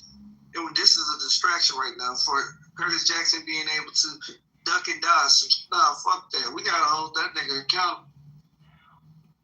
What? Yo, let's keep moving. Hey. I have no idea what that means. So I really good. Yeah, I have no idea what he's talking about. Shot at police defendants need to be held accountable. I need no politicians. But I think that we're focusing too much. The fact that we think that leaning on politics as that it's going to be the saving grace is the problem. Like every time this question is asked, we all go right to politics and nothing else. And two, because I don't know, I think we don't want to spend money like the Jewish people do, spend money to lobby, and we have it collectively. We have it. It's there. But we go to stuff that we go to the free shit first. Well, I just vote for this, vote for that. You think that's going to be it? Like politics is about money, and money is nothing without having politicians in your pocket. Yo, is that the beautiful? Is that the beautiful, the one and only Reverend speaking right now? The most beautiful. The most beautifulest of them all. Oh my goodness, yo, what's going on, Rev? I hate to hear it. I hate to say it also, but I want personally for there to be a separation of folks who think it's okay for black people to be called niggas and to say we are niggas and out loud in public in front of company, because I can't trust folks like that. Because is that what you think of me? Is that what you think I am? How are niggas gonna rise to respectability politics? They gonna call it respectability politics. How? Every time when you call it out, they always gonna say that. No. You just sit down and I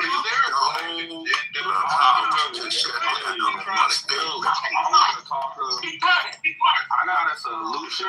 Hey, bro, I got a solution. The white man with the bag can come to you and just wait. Let a white man call you that and rub you on your head, and then it's just a word. Say it's just a word then. Hey, crackers know not to touch me. All right, I protect myself. So we shouldn't get bent out of shit when white people say it about to us then, when they say the word, if it's just a word. Y'all be so emotionally charged and you're standing about you, and that's why they keep on leveraging it. I'm still fucking speaking, bro. So hold on. You ain't talking about nothing. You not talking about nothing, because like I said, I have a solution. One of the things that motherfuckers can ask for is zero tax on any melanated business. Do you know how that will incentivize other people to JV and bring money into your community? All these melanated businesses. So y'all just want to keep on talking about problems, or you just want to talk about... I'm bad. Keep talking about that. Absolutely. Yeah, that's something that can absolutely help people no taxation on no melanated business. You want to know why I know? That in the tribal community, always coming up us to partner with us because of the tax breaks they get from dealing with us. There you go. I'm done. But on the strength, we have brother that kept asking this who was right. You sit down. Did you write that one down, brother? Yeah, put your notes in there. Look how kids are. As I said, you have to reverse the polarity. I promise you. Don't start. Oh, yeah. Oh, that's you have to reverse the polarity on whatever you see Donald Trump saying or doing, such as no more wars, no new wars. That means you're going to have some kind of new war, and there it is. It's manifest. But do we have the authority, the moral authority to actually bomb anybody, anywhere, at any time, and who died, and left us in charge of bombing anywhere in the world, leaving behind, of course, the cancer-producing agents that peels off of the uranium. There's DAC products that come out of that, leaves cancer in the soil, the air, and the water. Where is the Environmental Protection Agency? All we do is sit there hating that smoke. Look at it. Look at that bomb. And go to the next bombing. So how many bombs will it take to separate the real leaders from the fake? What's on the mind of these people, these generals? And, hey, I know what we can do. We can ease around there and pretend we're doing peace talks. And we can bomb Iran. You know what I'm saying?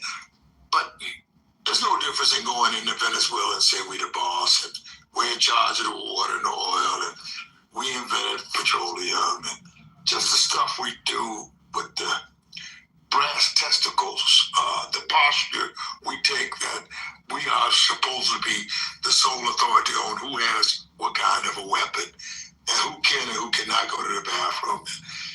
Are we the real official bullies on the playground in this thing, or are we official? Are we acting in the betterment of the humanity, or moving in self-ingrained purposes and so forth? This is something, man. We really, when you kill somebody, you don't know the kind of blood stains on your hand when you release a bomb, such as in Hiroshima or Nagasaki or any of those Pearl Harbor bombings in World War I, War II, and has accomplished us. Nothing has never been declared a victory in these wars. Just we're going to bomb and call it World War III. But nobody stepped forward when I said, what can we do to stop the war on us, on we the people? What can we do to stop the heinous crimes? What can we do to stop the heinous? Yo, you wouldn't be saying that if it were the other way around, though, buddy. Well, I'm the one that lied to you, so I'm going to take my hit. I told you that Thurgood Marshall and Martin Luther King stopped the hanging. I got 3 hangings this week that I'm still managing on my desk. One in Michigan, young brother hung, college student in the Delta in Mississippi, and another one at Marietta, Georgia, right there live in the face of Newt Gingrich, Donald Trump, etc. And nobody's saying hate crime yet.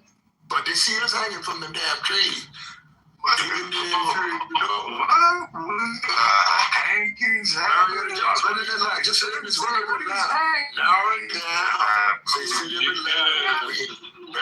big hanging. Welcome. Right, and all of that. But I'm just saying, we're the only ones committing suicide by hanging. So a strange fruit hanging from a strange tree, according to Maya Angelou, even with the hangings, still our lives. Bad food, bad mouths, and still. Yeah, but you gotta say thank you. Oh, praise to. But we need. I land on the fact that we are the only one living delusional in 2020. But the question asked, just like you asked, what you gonna do when they come? They're gonna run out of Iranians and Iraqis and El Salvadorians and whatever else they're going, Mexicans and Canadians and Greenlands. And then what you gonna do when they come for you? Oh my. Nah, same thing that we always done, just dominate.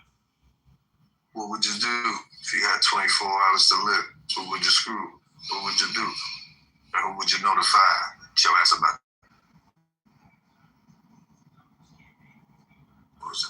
Ladies, we are in trouble. This is our leadership. Nah, we're chilling. You guys are chilling. Just go to your Starbucks. Why not say we in trouble?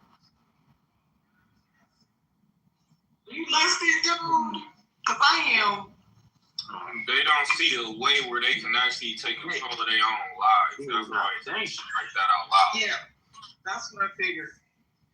And it's scary as fuck. Don't be scared. Please.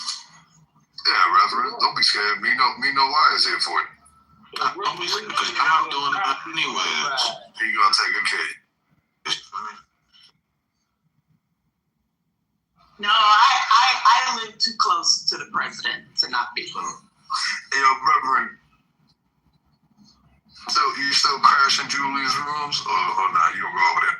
Julius? What's that? Julian. You remember Julian? That's how we met. We met him by any means necessary. It's been a while. Yeah, it's been a hot minute. What's his other name? What, he has another name? Oh my God, yeah, he's got a channel. So allow me to reintroduce. No, you can click my name. The original one's just on the ad.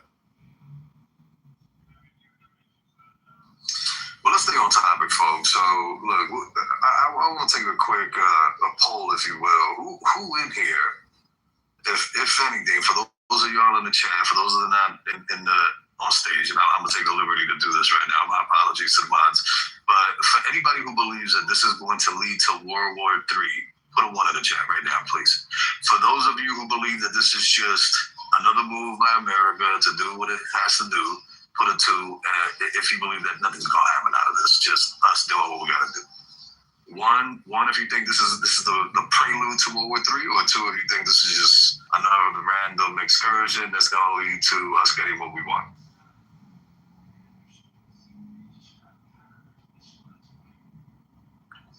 The reason I put a 1 in the chat because the mentality has to have a villain or somebody, Ghostbusters, to chase down some type of Frankenstein or Dracula.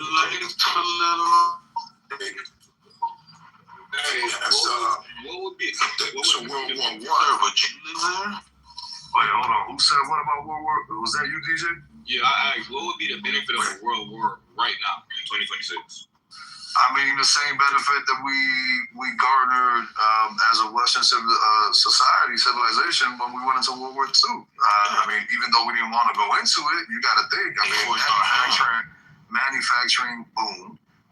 We had, all kinds of pluses on percentages in terms of output. And I'm talking about manufacturing, that is. And then you got to think after that, look at all the territories that we ended up taking over. Look at all the areas that we ended up populating with military bases that ultimately throughout the last, 80, almost 90, maybe almost 100 years, we've benefited from of having those locations as pivotal asset points, militarily speaking.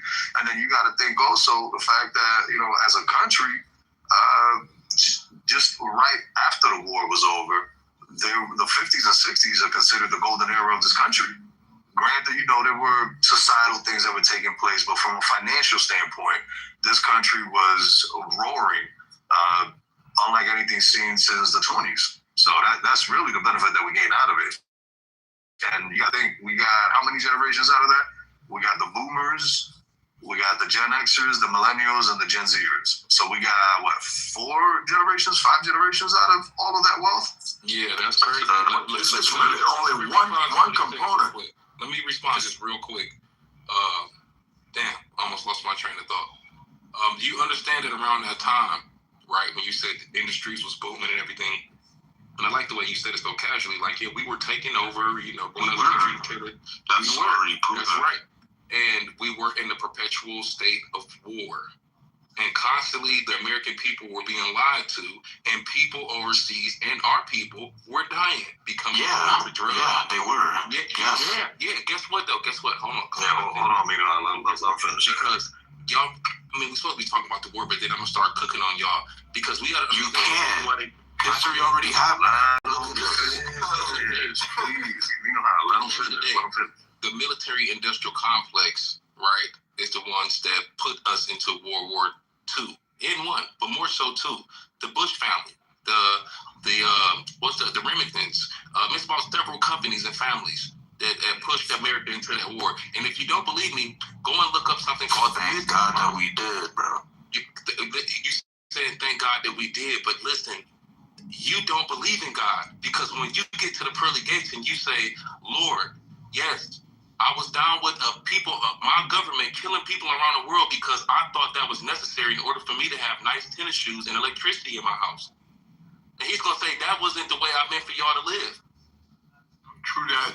So when you sit up here trying to justify this way of life as if this is destined by God, as if this is the way he wants things to go, and you thank God, bro, you should really be careful about what you're saying. And just think. I understand you want to respond and you want to sound clever because we're on the internet, and it's cool. But really think about what you're saying. We have other nations around the world that have access to all of the resources, and their people are doing just fine, and they do not go to war. They don't send every generation of their children to war and convince them that this is the only way you can keep a flat screen on your wall. True, that's bullshit. And if you worship materialistic items more than you do life, you worship more than you do life, money than you do life, then Satan has completely corrupted you. That's a fact. There's only one component on the propaganda machine, and there's only one component of the propaganda and the cover-up. Just like when they killed one of our youngsters, mental health patients got killed. I remember that, and they did all these hooplas to cover up the fact that the lieutenant and the sheriff went on the cover-up and the killing and the whole nine. So these guys have gotten some crazy charges. All the pedophilia was at the height of the news or whatnot, and the forces were moving in on the Clintons and the Trumps and their buddy system and all the, I guess the Epstein files, etc. So they said, well, I know how to make some noise over there. They'll clear me, and yet now, Yahoo, quick, I'm going to set off a bomb. And it will not get you out of this. Your record remains the same with or without the bomb. The truth sheet, it only deters the righteous from checking the wicked for their underground, underhanded, dirty works that they do, the schemes that they practice against others, their humanities. You just don't go around here bombing nothing on 196 million, 940,000 square miles. And you exercise the right to bomb. And don't complain. Please don't have a complaint in your box. When the truth come and bite you in the mouth, we're going to be so well off. And that pit bull won't release until a righteous man tell you that the pit bull's teeth is in your ass right now. You will be speaking Japanese. Who's going to get the pit bull off you? When they're speaking Japanese or German right now. Hold on, you might not even have right here. You try here right now. Yeah, you know the dark on the table. Talking so big. I'm gonna get up this so quick. Yeah, go ahead. Why you arrogant, bro? You can't talk this a lot of arrogance in it. Come on. Yeah, I mean, it takes all. Come on, Blue. That ain't arrogance. So how many bombs will it take to separate the real leaders and the fake? How many bombs will it take to separate the real leaders and the fake? And I just land my plane and say, my, oh my. Damn, shit, you was flying? Okay. That's real talk. Why do we bomb Desert Storm? We must bomb Iraq. It's an absolute must to bomb in Syria. And why we always gotta be bombing on the Muslims anyhow? And I don't know who gave him that God. What God gave him the right to just bomb people who are living there? Now you isolate a bomb, user-friendly bomb. It'll bomb Fort Myer or Fort Belvoir or Fort Hood or somewhere, and then all the people outside of the fort, they won't be affected by the bomb. They're selling that type of propaganda package. We only hit the major nuclear spots. Just crazy talk all the time from this administration. It does not make sense to bomb people. To bomb innocent people, it is not a luxury that you have earned during this watch. And I'll land my plane just on the facts and say, my.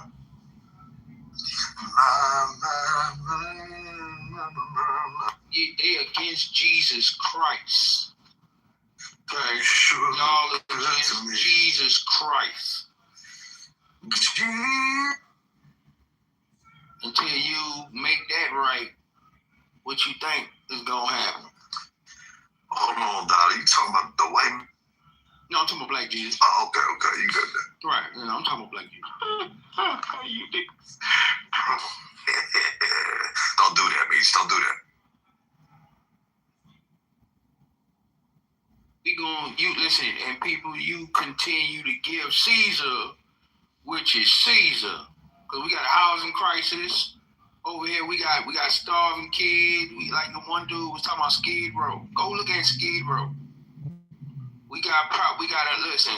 I'm not saying that's a distraction, but maybe it's a distraction. But we got to have a home base, man. We can't, But give Caesar, which is Caesar. I'm done speaking.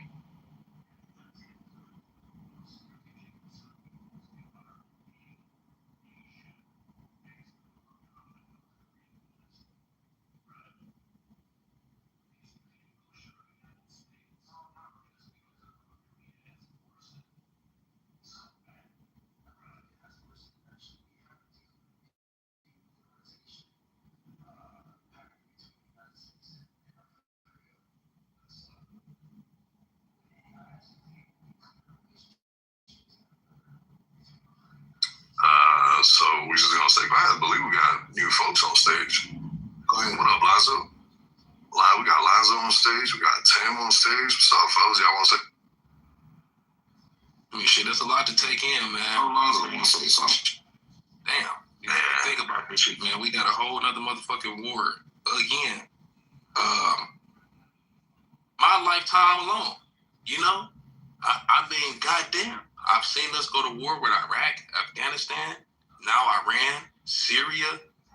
I think shit, we probably done seen more war than the previous generation. Because, they've been the last 25, well, I can't say the previous generation because they're still alive. It's not like, you know what I mean? So you're right about that. They witnessing the same thing we witnessing too. But hey, bro, but at least we got PlayStation and HVAC, you know what I'm saying? Like, yeah, that's right. We have those things. It might be a trade-off, bro. Okay, listen, that's true. Hold on, before you do that. We don't have the PlayStations because of war or anything like that. So I hope that's not what you meant by that. Because video games existed for a long time. The computing power that gave us all of this technology came from military investment into computers. Hey, no, this ain't no. You can correlate one with the other. Who's doing that? I got some breaking news. No troll shit. I swear to God. One of the mods is muting it. Let it out. Mod, what's up? Basically, I was in the Iranian room. Like, when I left out of here, I went to the Iranian room because it had a lot of weird looking suspect Iranians in there. So I said, you know what? I got this little new app, Yeah, thank God, man. Moving, man. All this ignorance. Niggas ain't talking about nothing. Y'all move, what the fuck, man? If you don't think he ignorant, you crazy with him. Off and MAGA did too. Yo, I don't understand how people control in these topics, man. These topics. Wow, that's crazy. Controlling them, y'all be sounding crazy. Yeah, that shit is not only weirdo but shit, y'all man. speaking of Yo, can y'all mute up? Hey, Nas, you trying to say something, bro? Damn, my mic really must not be working, man. It's Omar. It's Omar.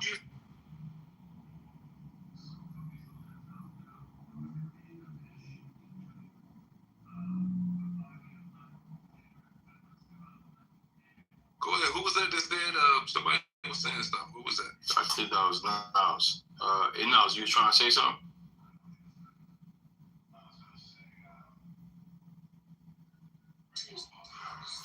All right, can y'all hear me? Yeah, I can hear you. All right, what might go next, man? Next, go ahead and finish, bro. Yeah. Shit, I don't even know what to say now, man. Look, man, hard to keep up sometime. But yeah, I'm just saying we've seen a lot of war, man, and it's unfortunate that, we have to see another one. And because these things don't end quickly, right? It's not like it's going to be over with by next week, even though it will still be a very bad thing. We're probably in for another 20-year run in the Middle East, fighting insurgent groups, spending trillions of dollars, which is going to make the debt go sky high even more. But I guess that's what we need as Americans, man. I I don't know, man. I'm fucking lost at this point, honestly, because shit is crazy. Yo, so what I was trying to explain when I said that, bro, is like, it wasn't about the PlayStation being directly attached to war, right? And then even though there might be some factual data behind that, what I'm saying is the technology inside society has advanced a lot. But I don't know what reference what time reference you were mentioning when you was talking next, because like there were times where the people always lived in constant fear of war, right? Or just an attack on your village. And so if we're back at a time where we are having more wars than we used to in a specific time, it just means things are changing. But nothing new. This is the human race. We've been doing this since the beginning of time. We got cooler toys. Go ahead. All right, look, this is what it read out. I had the translation on. It said, it said, division in America, the group are here, exporting division again into Britain, and group standing against equality. The popular army that has young ones gives them the big share, and the one that has ones gives them the small share, and outside they export again. And he discussed Muhammad. He makes people write the supervisions, and the lineage is a gift with the I guess. But after 15 years, the same group that acted against Allah Habana, yes, but after 15 years, the same group that acted against Al Habana is the same group that acted against Al Habana. Several segments are unclear, possibly. But yeah, so basically, some motherfucker Iranians not supporting what the hell's going on right now. My nigga, where the hell did you get that dumbass information? Of course, Mega. I gotta stop, man. They're speaking that language, and that's what. You sound, yo, bro. He telling the truth. He said the Iranians was in there saying they don't appreciate. This nigga's dumb, man. Stop. This nigga dumb. He don't even read. He can't even read.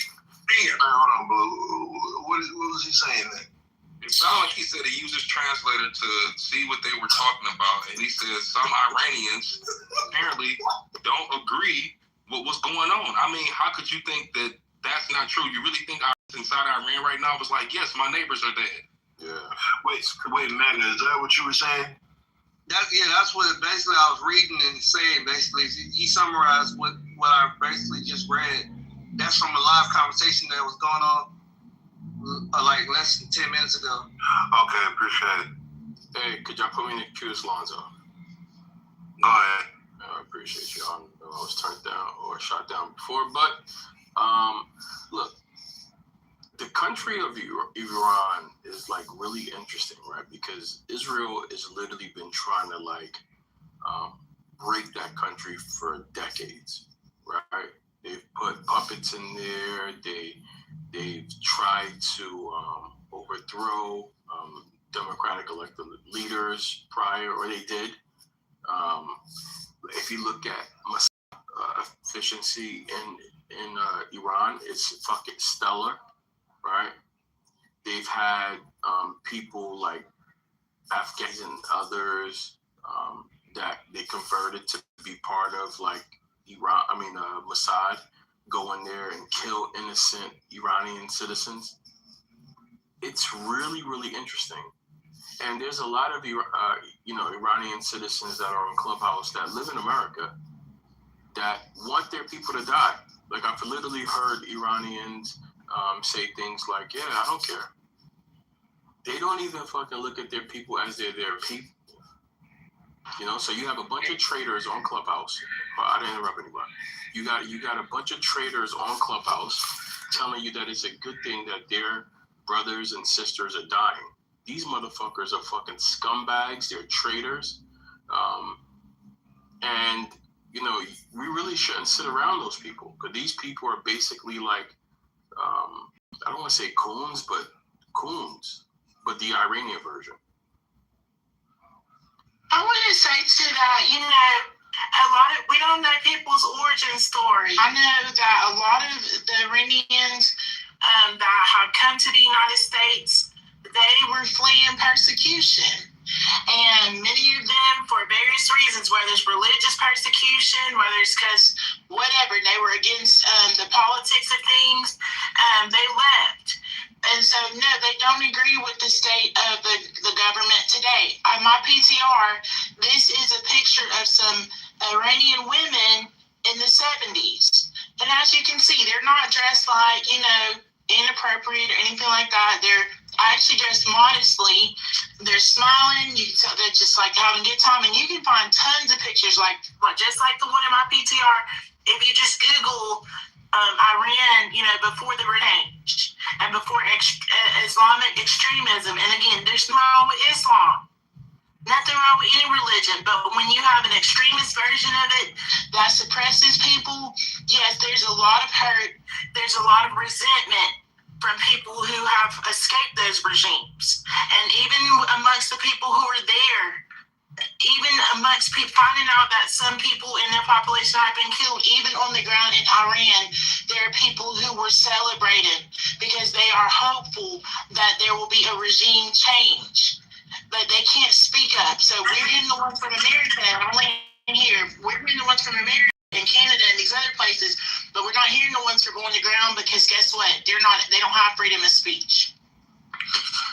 Can I say something really quick? I definitely agree with sister. Totally disagree with Lonzo. The shit that came out of your mouth, Lonzo, is straight up just malarkey and garbage. Because, I agree with sister. It's the same thing that happened in Venezuela. It's the same thing that's been happening for years in Mexico. This is the reason why Mexico has a new president. Mexico was being ran by, just straight up garbage. Mexican cartels, Sinaloa, Martinez, everything. Venezuela was ran by pretty much a dictator, a fucking scumbag, a drug lord in Maduro.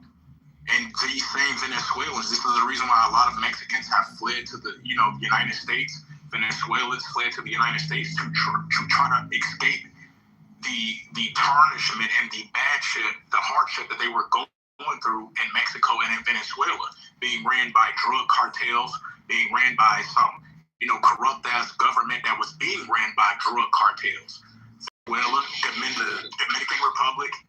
They were born there. That's the thing. They were born in Venezuela. They were born in Mexico. They can't control the government when it's being ran by cartels. Cartels run these type of countries. The government is scared of these people. Have you ever been to Mexico? Because I have. And okay, buddy, you're right. So I'm assuming Trump is gonna save it, right? Wait, hold on. Let me just. Trump is gonna save it, right? No, I'm not saying that Trump is gonna save these type of countries. No, because a lot of the talking points, it always comes down. Finish, bro. No, I'm not saying Trump is here to save these countries, but like what sister said, Iranians not approving of what's going on within their country. Same thing with Mexicans not approving of drug cartels running their government. Doesn't make them a fucking coon, like Lonzo said. That doesn't make them a coon. Answer my question, bro. After you're done, let me roast. Hold on. Because it's like at the end, like I said, that doesn't make them a coon because they don't agree with their government or their country being ran by corrupt, drug cartels. It's the same thing for like how whites or blacks try to call black people that don't agree with what a lot of stuff happens within black communities with black people, black on black crime, robberies, whatever the case may be. When black people don't agree with that type of shit, what do black people call him? Oh, he's a coon, he's a bootlicker. That's just the wrong mindset to have. Just because they don't agree with black on black crime or they don't agree with black people robbing each other, killing each other, that makes them a coon. Are you done? Are you done? All right, because he addressed me a lot of times. Real quick before we get back to the queue. Welcome y'all to the waiting room. Hey, Lonzo. Did y'all talk about the Iran Supreme Leader he was dead after the U.S. strike? It hasn't been confirmed. Yeah. It hasn't been. Okay. I just seen it on my AP 30 minutes. Yeah, it could be propaganda. They said they killed him last time too, so he was still alive. Yeah, in the 12-day war. But yeah, so it's super interesting, man. you know, and I get it, right? Somebody might have took a trip to Tulum one time with the John, or, you know, was a passport bro here and there. And because of that, they believe that they're experts in Mexican ribs. You know, I've been to I didn't interrupt you. I didn't interrupt you. Thanks, bud. Appreciate you. Yeah. And therefore, they believe that they understand the way that Mexicans live. Look, historically, there's been a lot of like coups. If you just Google how many coups have happened in Latin America by the CIA, you'd be surprised. Often those coups are taking out democratically elected presidents, assassinating them, and putting puppets that sometimes are dictators in their countries, while those dictators sell off the resources of those people to American U.S. companies, to the demise of the people. And then what ultimately happens is the people fight back, and then they have to be sometimes more strict because they understood how it got there. You know, the Iranians had leadership that the Americans and Israel replaced. Did you know that? Probably not, right? And, you know, within that leadership, they killed innocent Iranian citizens, men, women, and children. There were a group of people that were benefiting from the coup that the U.S. and Israel put in place. Those people's parents had to flee because they were working. Many times they were working with that dictatorship that killed innocent Iranian citizens. So a lot of them are in places like the U.S., Canada, all over Europe, and their kids are talking on Clubhouse. Right? I have Iranian friends, and they tell me how it is. Friends that actually live in my own Clubhouse, you know, and they say this, and you know, they tell me from their perspective, and I make my own decision. So I get it, bro. You know, you might not understand that, right? I mean, watching Fox News or CNN, like you think you probably have like the best landscape of how this goes. But there's other reasons why things happen. Look, Mossad is heavily in Iran right now. They've killed innocent women and children trying to start several uprisings. It just hasn't worked. It just hasn't worked. And yeah, you're gonna get a couple, you know, people that say, "Hey, this is good," but I just don't understand how anybody. And I do think you're a coon if your people are getting killed. Yes, you're a coon. If your people are getting murdered and you're smiling or you're making jokes about it, you're fucking disgusting. There's a place for you in hell. I don't think I'm being too strict with that. I don't think I'm, you know, like jumping the table, y'all. I think I'm being pretty fair with that. Is your people based off of just national alignment? Like your race? Yeah, absolutely. And I'm American. No. I mean, those are all different characteristics in which to draw the line. So let me know which characteristics you refer to as your people. You come from Persia, and Persians are getting killed by non-Persians, and you're supporting that, you're cool. Okay, the first time Persians have killed Persians. Well, yeah, that's like saying black people are killing black people, so it's okay. Not even that though. So I think like drawing the line on nationalism, ethnicity is all cool. Like you might have came from the same place, but we could go down two divergent roads, right?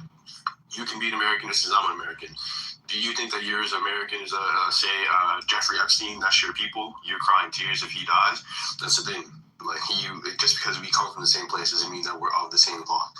And I hope that doesn't go over your head. Like, just don't think that people should support people because they came from the same place. So 161 or 62 girls got killed from an Israeli bomb this morning in an old group. Is that confirmed? Because I've seen the same thing. We got the same news cycle. It's good. No, I put it in the chat, but yeah, it's confirmed. The rubble. I'm not saying that I'm not talking about the girls dying. I'm talking about who sent that missile to action. Of course, it was Israel, right? Saying of course is crazy. That's not my point. Right. So again, it's not confirmed. So Israel struck today, and 160 something girls died. Maybe a crazy coincidence. I don't know. Maybe it's the Martians. Right? Maybe they struck at the same time. Right? So if it wasn't the Martians, right, it was Israel that was also striking. This is bad. This is not a good thing. And those innocent girls should be here. Well, whether I know them or not, whether I look like them or not, those girls should be here. Right, and I don't think people are cheering for you because girls died. No, some were not. There's clearly in a few. Great, all right, some were, but you talking about it as if it's a certainty or it's a. Either way, the point was brought up about the news cycle, and amidst all this shit going on, like, don't take your eye off of the mergers that are coming down the pipe. CNN was one of the only news medias that were not being held by a certain person's friends, and they had just been sold.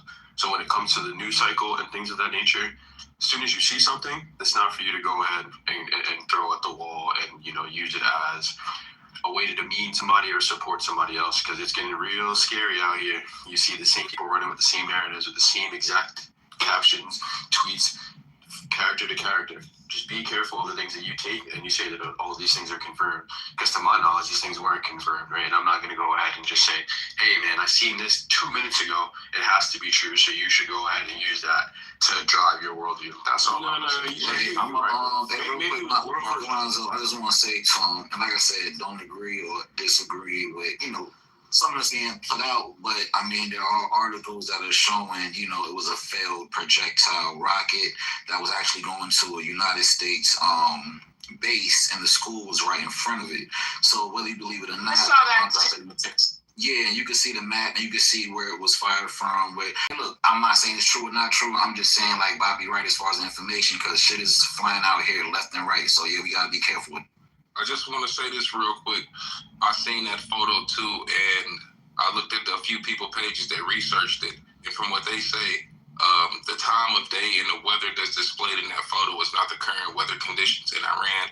Not only that, but Iran has been firing ballistic missiles and drones. They don't have a weapon system where they're firing ballistic missiles from by schools. I'm talking about a map. I'm talking about a map. I'm not talking about the photo. Hear me out. You need ballistic missile. A ballistic missile has to be fired from a silo or from like some form of truck, like a big ass truck. I'm talking about a big ass truck. But ICBMs are not fired from small little cannons or anything like that. I definitely researched that photo. When I get a chance, I'll find a few links, because I seen it at first when somebody brought it up. I believe that was Sean, and I looked it up, and that was not the case. They didn't fire ballistic missiles. If it was an Iranian ballistic missile that backfired, it would have did a lot more damage than that. But you can't fire ballistic missiles from them type of locations. If you was, the truck would still be out there that fired it, and yeah. But I'm saying, so we know the truck is gone if there was a truck, and how do we know that? Because you just can't. They don't fire ballistic missiles. Can I correct you real quick? Do you care if I correct you?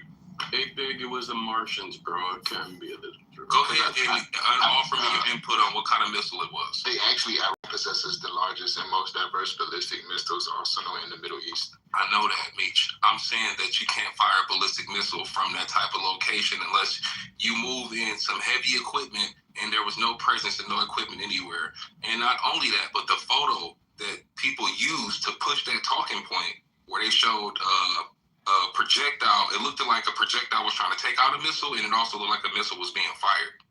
If you look at it, it's two different streaks of smoke in the sky. One is a missile taking off, one is something trying to knock that missile down. And not only that, but the weather conditions in that photo is what made the picture people debunked it. They're also using Grok. Yeah, no, I'm actually talking about a map too, but I'll put that in the chat for anyone want to see. And like I said, yeah, that's why we all just kind of gotta look both ways when we cross on the street, cause this shit is out here, and we know times like this is heavy propaganda time. Everybody trying to promote their political agenda. That's the other thing. So yeah, you're right. We got to research, double research, especially in a time like you said of AI, when it's just there was something, I think a plane that they said had crashed, and that thing had gone so viral, and it turned out to be AI. It was Grok. So just definitely let's do our research. Very correct, and that's why I totally agree with Big. What he was saying is very true. And just to piggyback off Lonzo, dude, I don't even fucking watch CNN. I am ex-military, ex-special operations. So I have people in other places that gives me secret information. So I don't watch none of that bullshit. Cause like Big, you know, understand a lot of the shit is usually false narratives. Literally what somebody else is telling you based on, you know, what they think that they feel or how they're acting. You have to go based off, you know, where these people are from. And, you know, have you ever been to Iran? If you've never been to Iran, you can't sit up here and dictate somebody being a fucking coon because they don't agree with the shit that's happening in their fucking country. You're not from fucking Iran. Hey, you know people from there. That word must have triggered you. You've been called a coon a lot of... No, I've never been called a coon, but it's just the principle of it. It's just like saying Mexicans, if they don't agree with cartels running their fucking government, you can't just sit up there and call them a fucking coon. Because why don't you go to Chihuahua or Tijuana and be ran by Mexican cartels where they can just kill your family at any given moment and not give a fuck with no remorse? You can't sit up here and dictate and call these people coons because they're not agreeing with what's happening within their countries or their communities. It's the same thing with like that's why I piggyback and I agree with Big or Bobby, like what he said, like what happens in black communities, you have black people that don't agree with black on black crime. They don't agree with black people robbing and killing each other and destroying their own neighborhoods. And you know, they get called coons. I don't think that shit is cool. Yo, Chef, just real quick, I don't mean to cut you off, but I think the reason why they said that is because when we mentioned that Iranians have been killed, innocent Iranians, right? Not just all military officials. The people that were posing as Iranians in here they basically like, so we don't care about like people being targeted. It's necessary. But mind you, they're all living in America in the comfort of their apartments. And so I think that's the reason why, because and in the chat, bro, one time the dude said, we welcome them aside. We love them. I screenshotted it. So it's like they were welcoming, you know, death on their people. And it's like, you know, it's kind of weird. Thank you, brother. And remember when I said earlier that Mossad has definitely infiltrated that country heavily, right? If we know about things like the 1800 and this is crazy. I know all about Mossad. Can you mute up, bro? Can you mute up? I didn't interrupt you. Can you mute up? Thanks.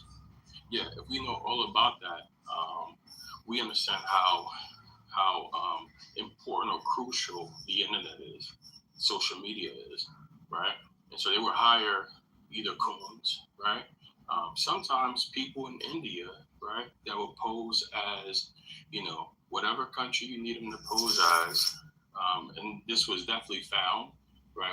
Give you another example, like in Twitter about a month ago, there's like a divestiture movement happening, right? And this is where you will find like both men and women saying craziest things about black men or black women, right? And Elon Musk unleashed, you know, where the IP addresses, you know, were coming from. And it was coming from like different warehouses in India. So these weren't even black men, these weren't even black women, but they were acting like black men and black women and saying the most vile things about each other. You could Google that if you need that. So at the end of the day, man, I'm saying this is how espionage works. This is how like social media is working, man.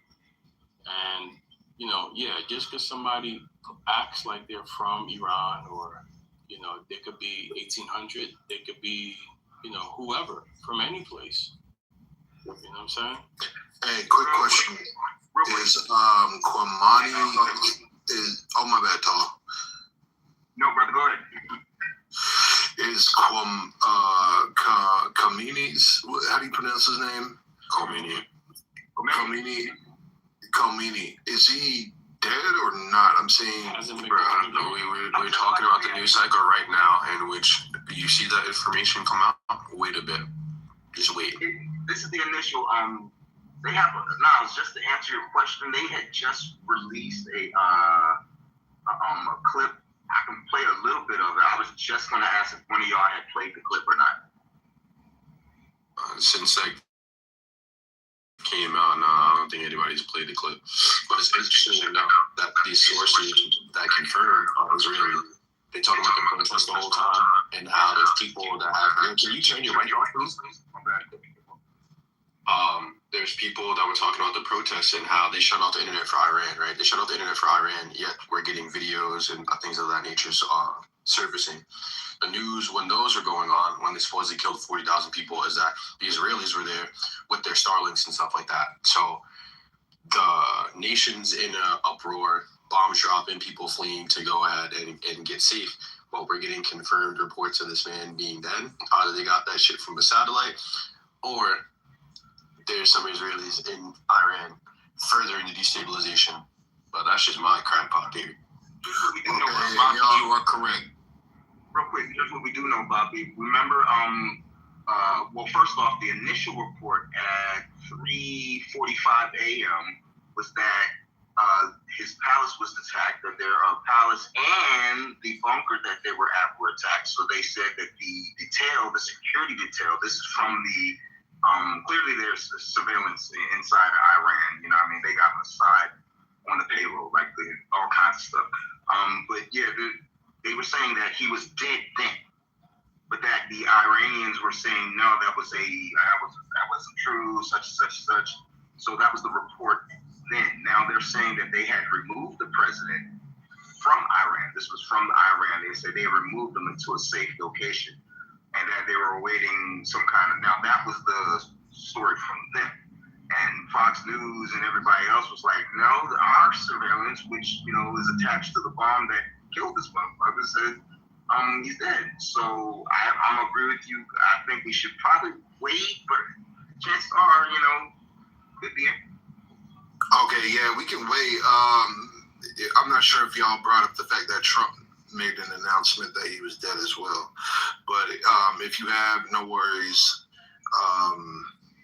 But yeah, it's the because according to Trump, their nuclear program was obliterated last year. So if he is dead as their nuclear program was last year, then he's still alive. My thing is, though, I seen a clip of this nigga Netanyahu talking about Iran and their capabilities and how they're weeks away from a fucking bomb for longer than I've been alive. How do you feel about being drugged into that? Like, I'm not a military serviceman. I'm not a vet. And I'm definitely not fucking enlisting. But for those of y'all that have served, how do y'all feel about things like that? Like the blatant disregard and the blatant disrespect of you and your service, and not only your country. Like, I really wonder if, just answer that question. I got way more, but just those questions. Well, if your vision for Iran is anything like the visions you look across Philadelphia and see zombies walking around it, these things, it does not leave a good look when you're bombing. It's whatever your vision is for Iraq. Is it worth the wholesale bombing of what they're doing right now? And what they have done in the Palestine, and the wholesale disregard for human life is crazy as fuck to me. Maybe you see things differently. And I'll land my plane just on the facts that the chaos is not worth my estimation of whatever I think Iran should be doing. Mama. Somebody translate that for me. The bomb is if there's not, I feel like it's valid. It's not worth killing all these people to get. What is your vision for Iran? If you, right, you got that vision. Are you going to bomb and kill all these people to fulfill vision in Iran right now? Is that your will?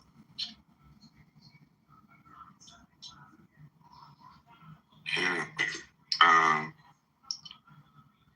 Honestly, fuck Iran. I don't care.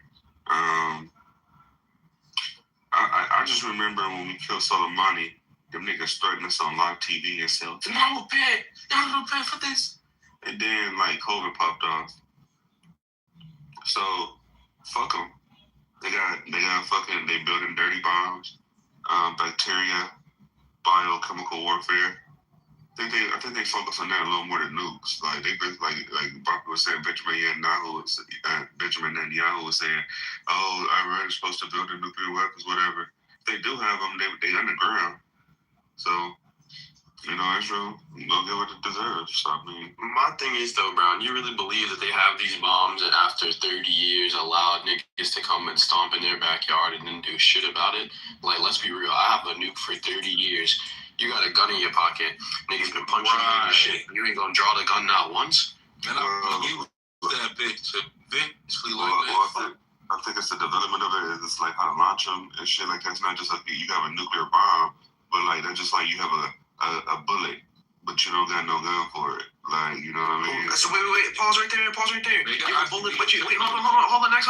You got a bullet, but don't got guns for it. Why the fuck are we over there fucking them up then? If it's such a threat, if it's such a non-threat, you would think that we wouldn't do that, right? No, I said at the time. We don't know if they bought the gun already, and they, you know, ready to let that motherfucker off. Like, you got neighboring countries that ally with Iran, and they probably built, like, Iran don't necessarily build their nukes in Iran, but they build them in surrounding countries and shit. When people are overrun by greed and the thirst for power, the thirst in Netanyahu and in Trump is for annexation. They want to take the property and say, we run this now, we run that now. And it's sick. My. Yo, but with that being said, with that perspective, if you will, that means that if you're saying at one point they did and now they do, and we're bombing on them, well, if they possess the weapon now in a way to transport that weapon, then that means pretty soon we should see that weapon being used, right? Because if we don't see that weapon being used at any point in this war, and there's no evidence supporting that they have one, which they've already said they don't have one. Trump said the nuclear program was obliterated. They never once shot off a nuke. They never held a nuclear test. They've never held a nuclear test. That's only what you propaganda. It's propaganda at the beginning, the middle, and the end. And I think it's never been about the bomb, never an axis of evil. It was never a threat from Saddam to, he's killing his own people. We got to go kill him. We got to go wipe it out. We got to do it right now because the boogeyman is going to get us if we don't hurry and get him. So let's go. And America just gets up saying, yeah, let's go. The same thing when there's a storm around, just bombing the cradles of civilization in Iraq is in no wise different than what they're doing right now, bombing out the Iranians for just, hey man, okay, we can bomb those folks. Look at us go. Look at our military. They make all these bombs, but they can't fire the bomb off America from Raytheon to Halliburton, from Bob Brown and Root and those guys that are going to clean up this mess. They make on all of that network. They have to have something to pop off, or they don't have a fucking job. And that's where, this defense program, these defense companies are betting. They're hoping it's got to pop off. And then what are they going to do with all of the unfired weapons that are now outdated? Man, like North Korea supplies Iran with weapons, like how we do, like with Ukraine and shit. Like, what if they start supplying them niggas with weapons that they didn't have before? And I think that's a possibility. You're gonna punish him for a future crime? Like, I don't get that. The what ifs, crazy. It's a certainty that we over there. So the what ifs is like you just kicking the can down the road, hoping niggas is trying to see if it crumples or not. This is a weird position to be in when you have actual human lives on the line. I just don't fuck with that. What if? What do you know now, and why are you taking action? That whole what if shit is crazy. So with me being ex-military, like I said, there is some information that I can't talk about because it is classified information. But yes, you have to bomb these type of countries. They do have nuclear weapons, like Big said. They do have ballistic weapons that can wipe out and devastate, kill a lot of people. And, these type of countries like Iran are threats to also U.S. allies like Israel. And, when they have these type of nuclear weapons and ballistic weapons, they also become a threat to the United States. This is the reason why they're trying to gain help from China.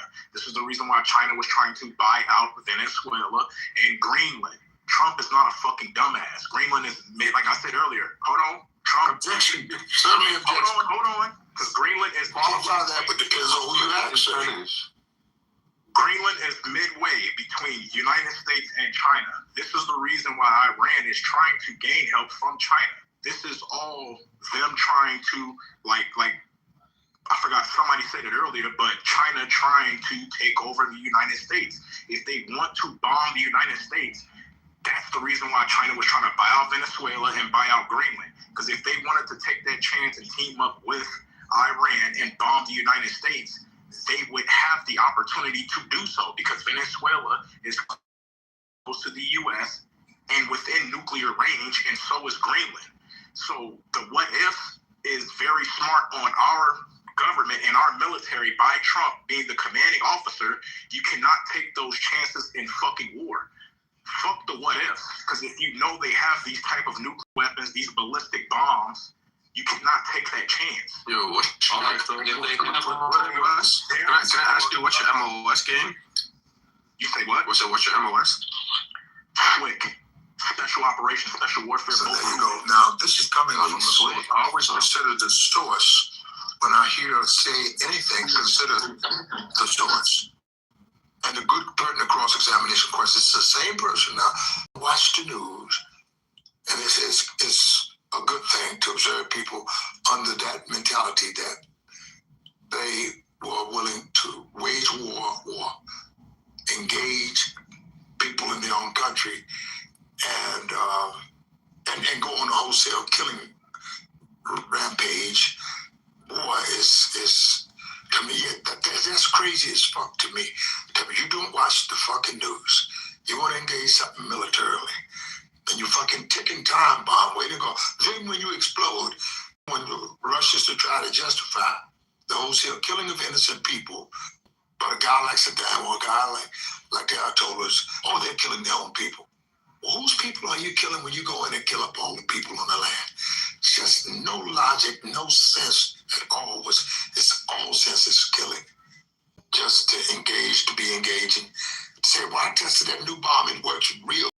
Wiped out everything, killed all the buildings, bombed them, left all the people alive. Oh, it's just as crazy as fuck, man. I'll tell you, right now, that insanity is being sold, and they are selling that type of Kool-Aid to the American public. And the crazier thing is that they're buying it and they're drinking it, and they're just as crazy as fuck. I did want to say something about how he was speaking about these nuclear weapons. Like, they have them, and we have to do this, and we have to do that. Or you said they have ballistic missiles. Yes, they do have ballistic missiles. But if you want to go based on a level of threats, right, and you want to scale your enemies, if we understand that Russia and China, right, because we heard him say China so many times, China's the enemy, right? Russia this and Russia that. They have nuclear weapons, chant death to America and put us in imminent danger. You would think that we would directly engage with those countries. But instead, we keep finding ourselves in situations where we're in the same regions for decades at a time, claiming we're stomping out a threat that we can never somehow get rid of. Isn't it funny that the former ISIS commander, right, a guy that was wanted by the U.S. military, the federal government, for $10 million for killing American soldiers? Isn't it funny how Trump greeted him last year and allowed him to come to the White House, called him a strong guy, and they backed him becoming the president of Syria after he allegedly killed American soldiers? So then y'all want to justify what Kamani did. You want to justify Trump's actions now, but you don't want to justify Trump's statement when he said that we should have never been in the Middle East. It was stupid. It was pointless. A waste of resources. We should not be in Iraq and Afghanistan. But then at the same time, he wants to kill people that's been trying to defend that area because we're not supposed to be there. Make it make sense, and you're falling for it all. It doesn't matter what talking point they give you. You're going to accept. Why didn't they engage in fucking Russia? Is going there, wiping their folks out all the time, right? So it's just, the argument makes no sense. It's just, we're going to bomb by convenience, bomb where we can shit it and get it and got away with it, and where we can take and steal some resources and leave the people, the people I don't like. Let's bomb the people I don't like. Just crazy, wholesale, stupid mentality. And I say what the war in Iran has nothing to do with the Ayatollah or getting rid of the threat to America. Iran is no threat to America. The issue in Iran has to do with oil and controlling the Middle East oil and blocking China from getting any more head against America.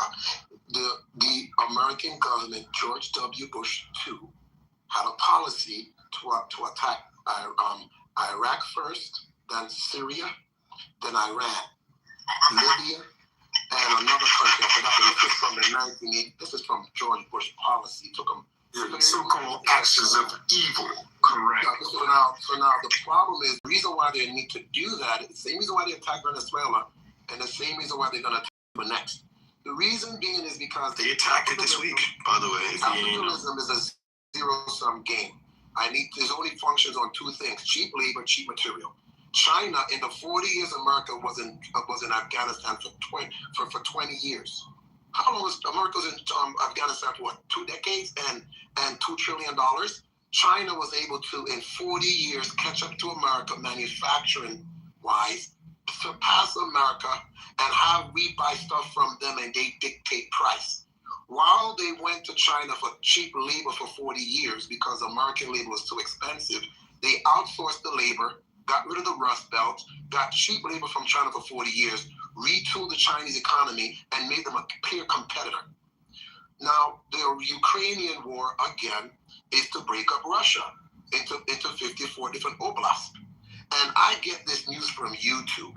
Now, I'm listening to John Mearsheimer, Professor John Mearsheimer, Professor Jeffrey Sachs, Professor Eason, Larry Johnson, Ray McGovernor. These people were either ex-government officials or worked with the presidents in different times and periods. These are all college professors or people that work with the government. And when they talk and they give you information and they tell you, they've been more accurate since 2022 when I started watching YouTube than regular mainstream news. And it's appalling that they're lying to the public. The Iranian war is to stop Russia and China from filling the belt around Asia, which is the longest landmass. Europe is a part of Asia. It's not freaking 7 continents, it's 6. Europe is not separate from Asia. They just don't want to be called Asians or on the Asian landmass because they think they're just better than everyone else. But that's another conversation. What's going on is the Russians are making a train track from the one side of Russia where they border China all the way through Russia to the Black Sea to put them on boats to get on trains from Iran to trade with Africa and India. And America is trying to block that because China is trying to get around the sea control that America controls all the seaports. And China does not have a blue ocean navy yet. So to subsidize that, they recreated a modern day Silk Road on the largest landmass in the world. And America realizes it's lost its political edge by sanctioning people. You can't control people's money. You can't do business with a banker that steals the money. You seize a Russian money that got nuclear bombs. And you start thinking they could seize Russian money, they got nuclear bombs. They could take my money because I don't have nuclear bombs. So there's no trust in the financial system. China is the manufacturing king of the world. They make more, China alone make more manufacturing output than all of the American industries combined. They make over 273 chips a year. America makes 2. And we used to make thousands in World War II. So this is an economic war, a realignment of global economic output, where we used to control 70% of the manufacturing in 1974. We now control about probably almost 10-12%, while the Chinese dominated. So what you're seeing is Russia and China are now peer competitors. 13%. 13. Yeah, I don't know. Thank you for that correction. Russia and China is taking market shares from the global market from the United States. So what they do when an empire is crumbling is they last shot. He takes out Venezuela to block China from getting oil from Venezuela, but China only had 5%. America and China had 50% traded before the Russian war. Now China has less than 5% of trading from the U.S., so the U.S. can't control them because they control all the rare earth. This is economics 101. Capitalism needs cheap labor and cheap material, and America has ran out of people to go take cheap stuff from. So what they should have done in 40 years was develop South America. trains from freaking Texas all the way down to the tip of Peru, and develop all of South America. We wouldn't have to think in Venezuela because we would have developed South America, got all those natural resources coming into Texas and propagating through the United States. But it's cheaper to take people's stuff for free or cheap and control their political systems. Where right now we're running out of run room because now China can come in and say, hey, we'll build you a port, just ship me your stuff. So now that they got choices, America's nervous because they realize colonialism and capitalist colonialism don't really work anymore because now people have choices. That's the problem. Do these professors you listen to talk about energy production and consumption?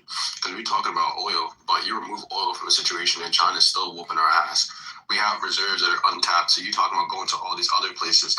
It's kind of the idea that, you don't get high on your own supply. We could just stop the bullshit and use the shit that we have, right? We don't have enough but oil. It's that biblical greed. What do you mean we don't have enough oil anymore? Let me clarify something. See, I work in the oil industry, so I can give you some clarity on oil. It takes about 10 years to build out the oil infrastructure. Even if we went to Venezuela today, it's going to take about 10 years to do the exploration and the building of the pipelines, which we call the vertical, and then get it to export into markets or develop refineries that take about 10 years. So you have oil and resources, but you have regulations that tell people stop digging oil and stop processing coal. And steel runs on coal for construction and shipbuilding. But you have the political parties that tell you in this country that we can't because it's destroying the environment. So you can't build ships, you can't build bridges and roads, and you can't put men to work to go into construction because you're told it's going to destroy the environment. While a Tesla car needs steel to make the frame, which you have to get from coal to pollute the environment to increase the manufacturing output. So yeah, oil can be produced in 10 years, but we will never have enough oil to run our economy because we have too much regulation and we have to destroy Alaska and go into Louisiana. So yeah, I'm not disagreeing with you. It takes 10 years to get there. Yeah, that's more of an infrastructure issue on our end. We like to all this foreign aid. We like to send all this foreign aid rather than addressing the crumbling infrastructure. Again, I made the idea about oil because I'm aware it takes a while for these refineries, these pipelines, things like that, and that's without the bureaucracy to go forward. They're whooping our ass with solar, wind, all that. They want to talk about how nobody's using that because they want to prop up their friends. I think that there's a lot of things going on, but the perspective is that we should go out and pillage and take and all these things. Like the conversation started with us not agreeing as a people to get into these conflicts because we don't really see why that we get into them. You talk about the Belt and Road Initiative, and we could do the same thing, but we can't export infrastructure if our infrastructure is crumbling. So they tell you on the plane all the time, put your mask on before you go ahead and put the mask on somebody else. And I think that is an analogy for the onus. The onus should be on us to be using the money that we send to people for all this bullshit and actually invest in our infrastructure rather than trying to strong arm people. That's just my take on it. But we've been fighting. You know, we've been at war since 1945 till the present time, and China hasn't fought any country. That's why the country look like that. So if we're fighting, it's a philosophy of economics 101 called guns and butter. You can't, if you're going to make war material, you cannot make stuff for peace, consumers, for citizens to consume. It's impossible. 1,000 cars or 1,000 tanks, or 500 cars and 500 tanks. But if the main capacity of the factory is to make 1,000 of anything, and some of them have to go to war, you can't feed all your citizens. So what you're seeing is 20 years in Afghanistan, we're still in Iraq. We've been fighting for 70 years. Look at the amount of money and resources you put into war for cheap labor from third world countries and cheap material from third world countries, and we could have done all that infrastructure in America, and everybody would have had jobs. Isn't that what I just said?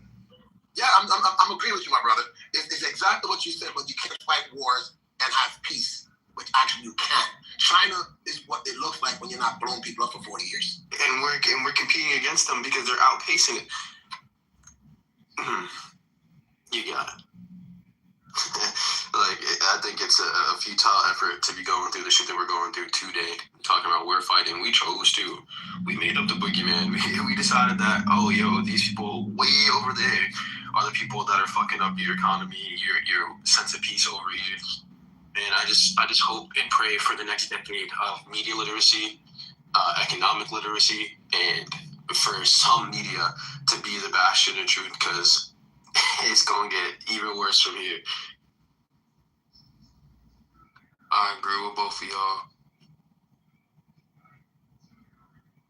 I've said to myself countless times, and not just China, but like I said earlier, there's plenty of nations around the world that show that you can progress and have a nice standard of living without being in a perpetual state of war. You don't have to go to war to eat unless you're lying about something, unless you told us something that was a lie. We don't really have the resources. You're saying we have them, but yet instead of you taking the money out to extract the resources we have, you rather spend tenfold that amount of money and put people's lives in danger, and go and kill other people to take their shit. When you could just simply use your profits to do business when it comes to import and export. Just buy it from them. You're the richest country in the world. Your money is worth 30 times their money. Whatever country you may speak, Venezuela, Mexico, whatever, you know what I mean? So why aren't you just using your money so much? You're the richest country to just do business. Why do you have to go in and kill? Why do you need societal change? Why do you need influence? All the way down to a cultural level. Why do you want that much interference in another nation? Why not just do business? Unfortunately, China is an example of that. Is it the best country in the world? No. But we see the trajectory. In 20, 30 years, if they stay on the path that they're on now, and we stay on this path of just endless wars, you're going to see the difference. Look how much money we have to, look at our debt. How much debt you think we about to be in now that this war has started? Look how much money the Iraq war cost. How much money you think the Iran war is going to cost when they have 100 million people in their country? Just let's take a guess. How many trillions of dollars? What it took? 17 or 18 trillion dollars for the war in the Middle East, which didn't stop, because guess where we at right now? In the Middle East. You know what I mean? So how does it take? How many lives do we have to lose on either side before? As much as they'll print, man. That's the answer. As much as they'll fucking print. And another angle to this that people don't mention and connect with is Zionism and the United Kingdom crusade that lasted 1,000 years that's still going on today. It's a crusade. It's a religious war on who controls the planet for ideology of who believes in what when you die and go to the next world. And no one is willing to die to get you to find out if you're right. To come back and say, hey guys, I was right, get on this side of the fence. But they all have an ideology, these people that control the world, where it went from the crusades, the Christian crusades, to the Zionist crusades, right? And as you mentioned, this is another dimension, and Zionism is not Judaism. It's a completely different thing. And then when you say that, if you realize who controls the media is who you can't criticize. And Netanyahu visited America, 7 times since Donald Trump been in office? 7 times. And every time he comes, he goes to another war. They just lost the war with Iran last year after 12 days. Why? If the person who's in the room that says he's in the military, there's only a finite amount of missiles you can carry on any battle group. And if Iran says I have 100,000 missiles to shoot at you, sooner or later you're going to run out of missiles to defend your battle cruisers against. And some of them are going to come through. Iran realized in 12 days how to get through the quote-unquote Iron Dome, which is really bullshit. All I got to do is overwhelm your missile system to get through. So no matter what you build, there's nothing, just like a bank robber. You cannot build a bank with a safe that a crook who's trying can't get into. So you can't build any system that the other party who's trying to get into that system can't get into it. And we have to stop with this delusion, spending all these trillions and trillions of dollars on more material that will never really defend you because no one is a threat to America. Every citizen has 10 guns, 6 guns on average, 368 million people. You would be crazy to roll up in America thinking you're going to overthrow us. That's just crazy. Not to mention 3,000 miles of ocean. It's economics, it's capitalism, and the Zionist system that went from Christian crusades to Zionism wanted to take over the world. And I'm going to land on this. America is a financial economy. And we pivoted in that right after Russia fell in 1989. We financialized the economy. If you don't believe me, look at the percentage of what we do in the United States as a gross GDP. Majority of that comes out of Wall Street. And what we do is take $1, lend it around the world. They give it back to us. We print $1 for a barrel of oil for 50 years. I give you paper, and you value that barrel of oil in Saudi Arabia at $55, $75 a barrel, and it takes me 12 cents to make the $1. That is an upside on economic output that no one could have manufactured. A piece of paper that I trade on the market for oil that's worth $75 in my currency, and it's coming from your land in your country and your resources that you produce in your local currency, and I price it in dollars, and I get the juice on top of that. And all I got to give you is a 12 piece of paper that says $1 on it, and I took me 15 cents to make the dollar, and I did that for 50 years. The gravy train is over. We make nothing, and we have the derivative market is 10 times the size of the stock market in regards to paper debt that we have. So it collapses. The next misdirection is Bitcoin. It is not real. It's Ponzi scheme made off. Couldn't think of a better system. You're going to take your money out of Bank of America, put it in the stock, put it in Bitcoin, and 10 other guys put $1,000 in, but you could take out $900, and you call it investment. Warren Buffett wouldn't even do it. But they're lying to you because they printed so much paper over COVID that they want to get rid of the paper in circulation because now other countries are not holding it. So the quickest way to do that is that the citizens voluntarily give up the paper in Bitcoin that the CIA made. The American government invented Bitcoin to prove the point. The American government kills countries for getting off the dollar. Why would they allow you to get in Bitcoin, bro? They would have killed every citizen not buy the damn thing. We don't let people touch our money. We have a financial system that we created a system, a parallel system, so to either shift the money into that system if everybody buys into it, and or destroy the dollar when it gets into Bitcoin so that you could take the money out of circulation and the price collapses on itself and you just give up your money and then it could reset the economy. That is the big picture no one is seeing.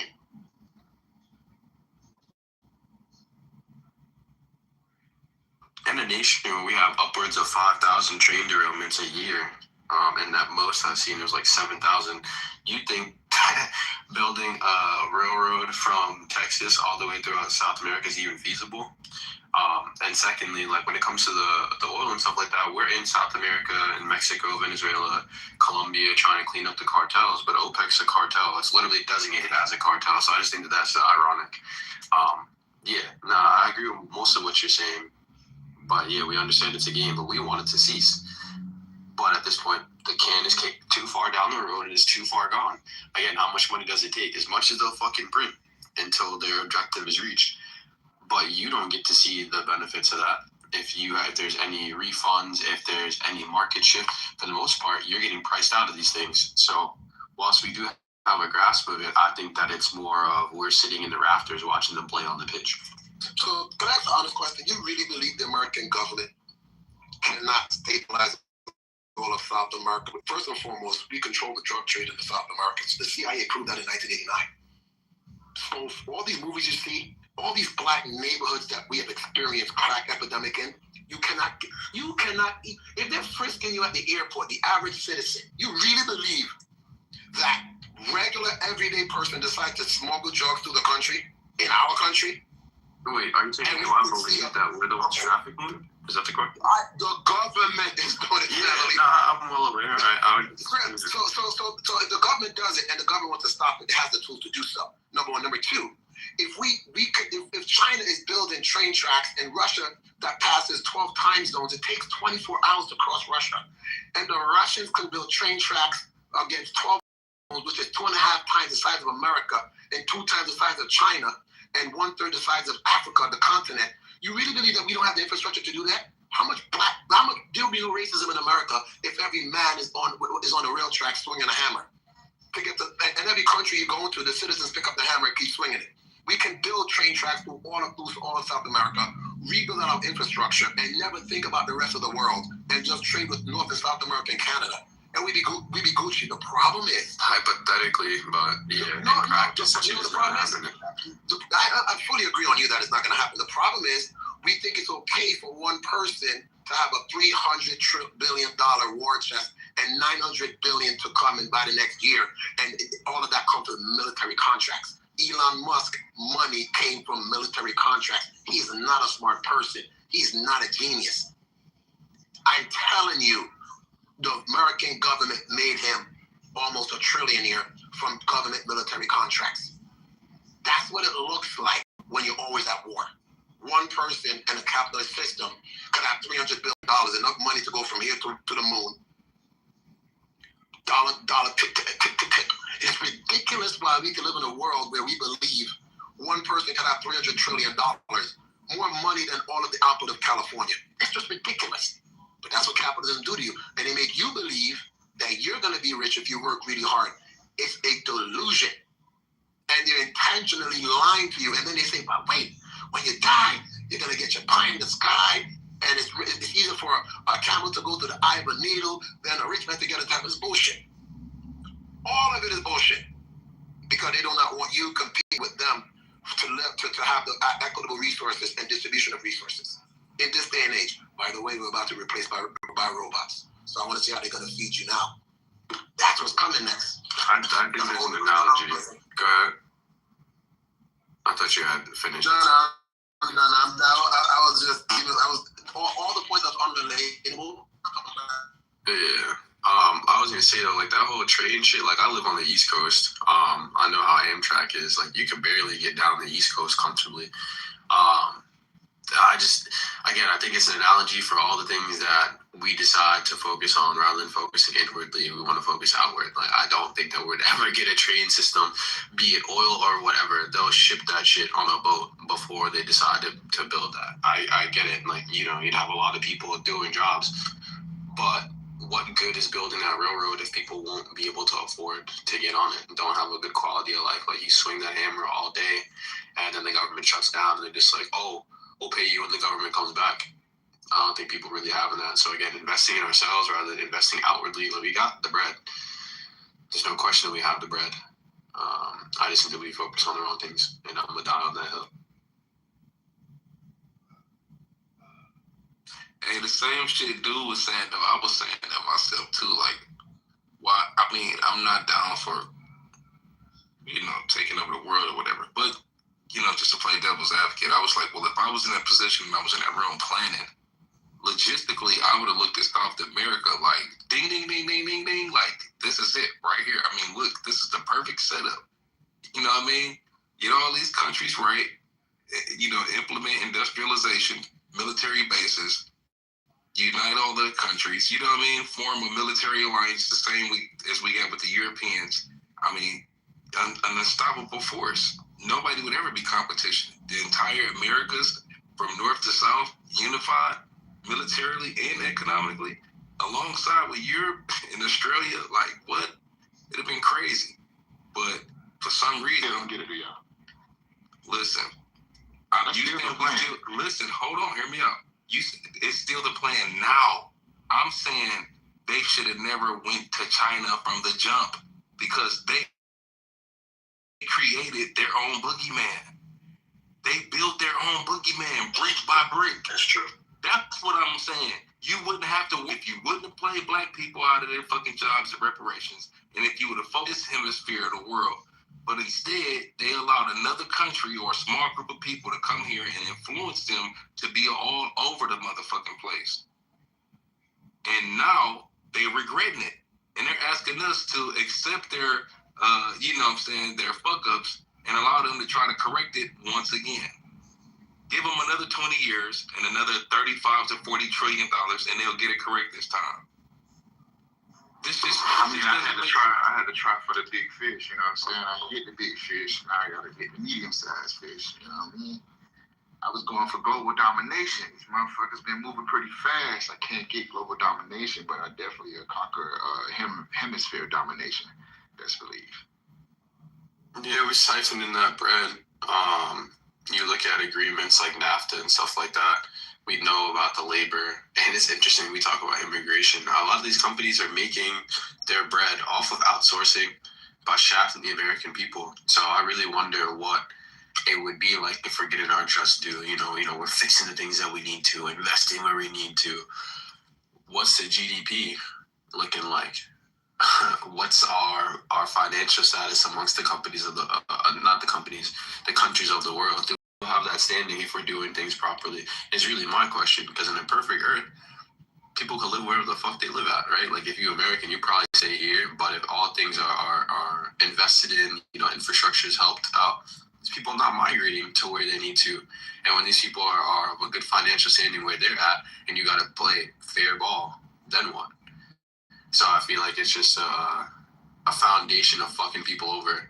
And again, we got to keep on doing it until there's a final solution. But I don't think we can really get there, man. Like, I want to be optimistic because, again, I don't want nothing to happen to me here personally. I think we've been very fortunate as Americans. So like, a lot of these problems don't really reach our soil, but how long? Hey, what's the update on this war, man? What's going on? There's hella updates. It really isn't like one to point to. What's going on? Supposedly it's confirmed, but the confirmation's coming from Israeli sources. And if the only Israelis are in the air, how are we confirming that that man is dead? Yeah, it's actually not confirmed. I was just watching CNN. They're saying he's all right, like the high rating. So, I mean, it's just, I guess it's an argument right now. America saying he's confirmed dead, but they're saying, nah, I think good. And it's propaganda. It affects the morale of people that are on the ground, people watching around the world. You definitely got to stay on your P's and Q's about it. They're saying that he's straight because, again, niggas are so sure of the information that they receive, and it's not trying to chastise anybody, but just wait a second, man. Just wait. Donald Trump will lose the midterm election. Khamenei is not dead. And Donald Trump has to start the war today, so he'll be out of the Middle East by June, so that they could have talking points for the elections in November. But Donald Trump just lost the Republican Party will not be in power for the next four cycles, about 18 years, for 16 years. Why? Majority of the time that the political parties are in power, they're most of them are Democratic years, right? Now, Donald Trump is an anomaly. Funny thing about it is he's doing more justice. Look, think about all the things that this party has been exposing in America that's been pent up for all these years. For the first time, they got the majority of Caucasian people now realizing that this system is effed up because they've used up the system to the point where it's affecting them now. And Donald Trump's party realizing that by going to war with the Iranians, which have enough missiles the Iranians are planning for a long war. Russia plans. There's a difference between war and battle.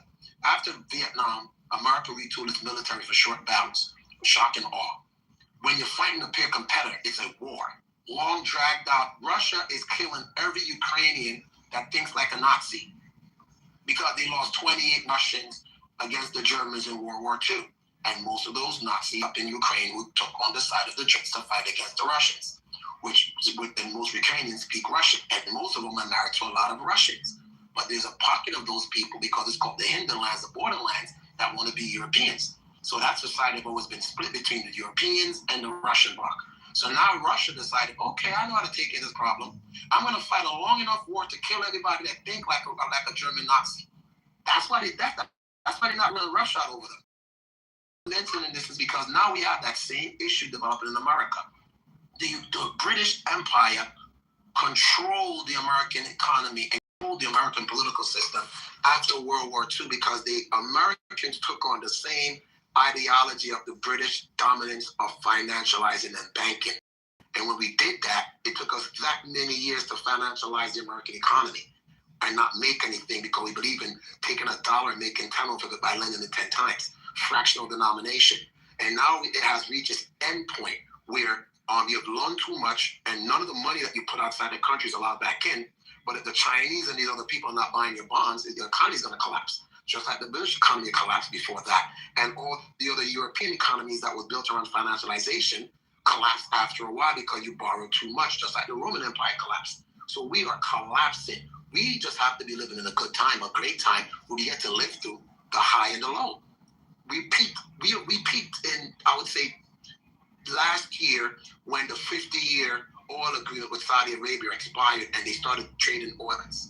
And the Russians, after 2022, took all of the and a basket of materials in their country called commodities. The Russian dollar is backed by gold and all the natural resources in the country. Our dollar was backed by oil after 74. Our dollar after 74 expired. I think it was last year or 2023 or I think it was last year. I think it was in the spring when the contract expired. So now we're starting to see inflation go up 40%. And we can't control the dollar because every 6 months it's almost $1 million with the interest we have to pay on our money, because we did what the British did. So now, in order to save that, we have to retool the economy and go back to old-fashioned making stuff. That's what a true economy look like. That's where we are.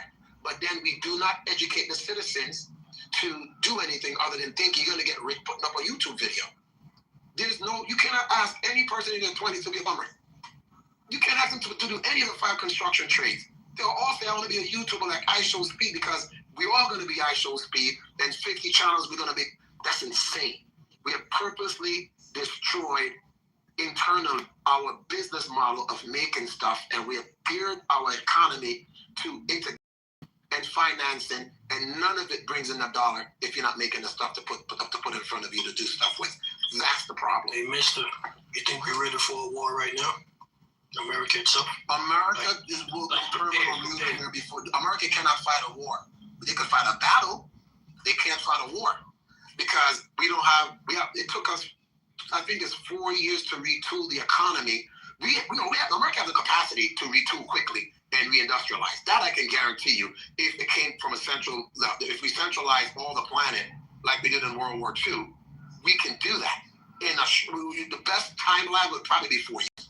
All resources go inward. We can retool the economy to start making stuff to go to war.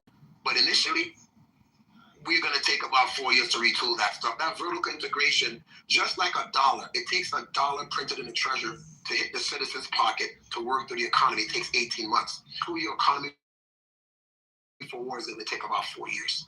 And the Russians did it from 2000 to 2012. Vladimir Putin made a speech, and he told them that do not go to Ukraine.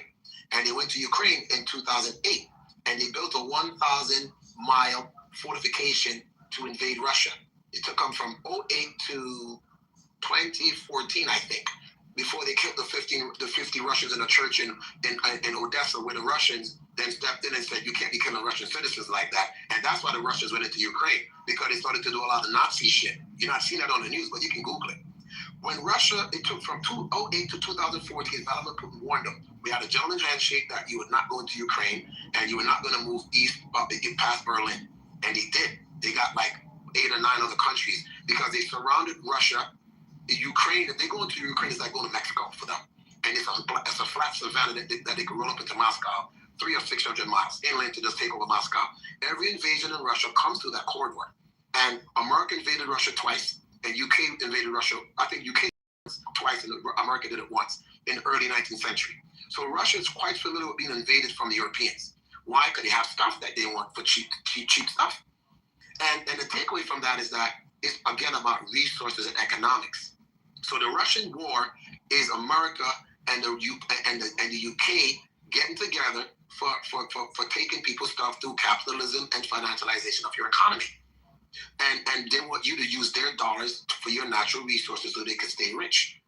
France was behind that. France had 18 colonies in Africa to this day until Ibn Toure, that guy in Burkina, fight the hell out.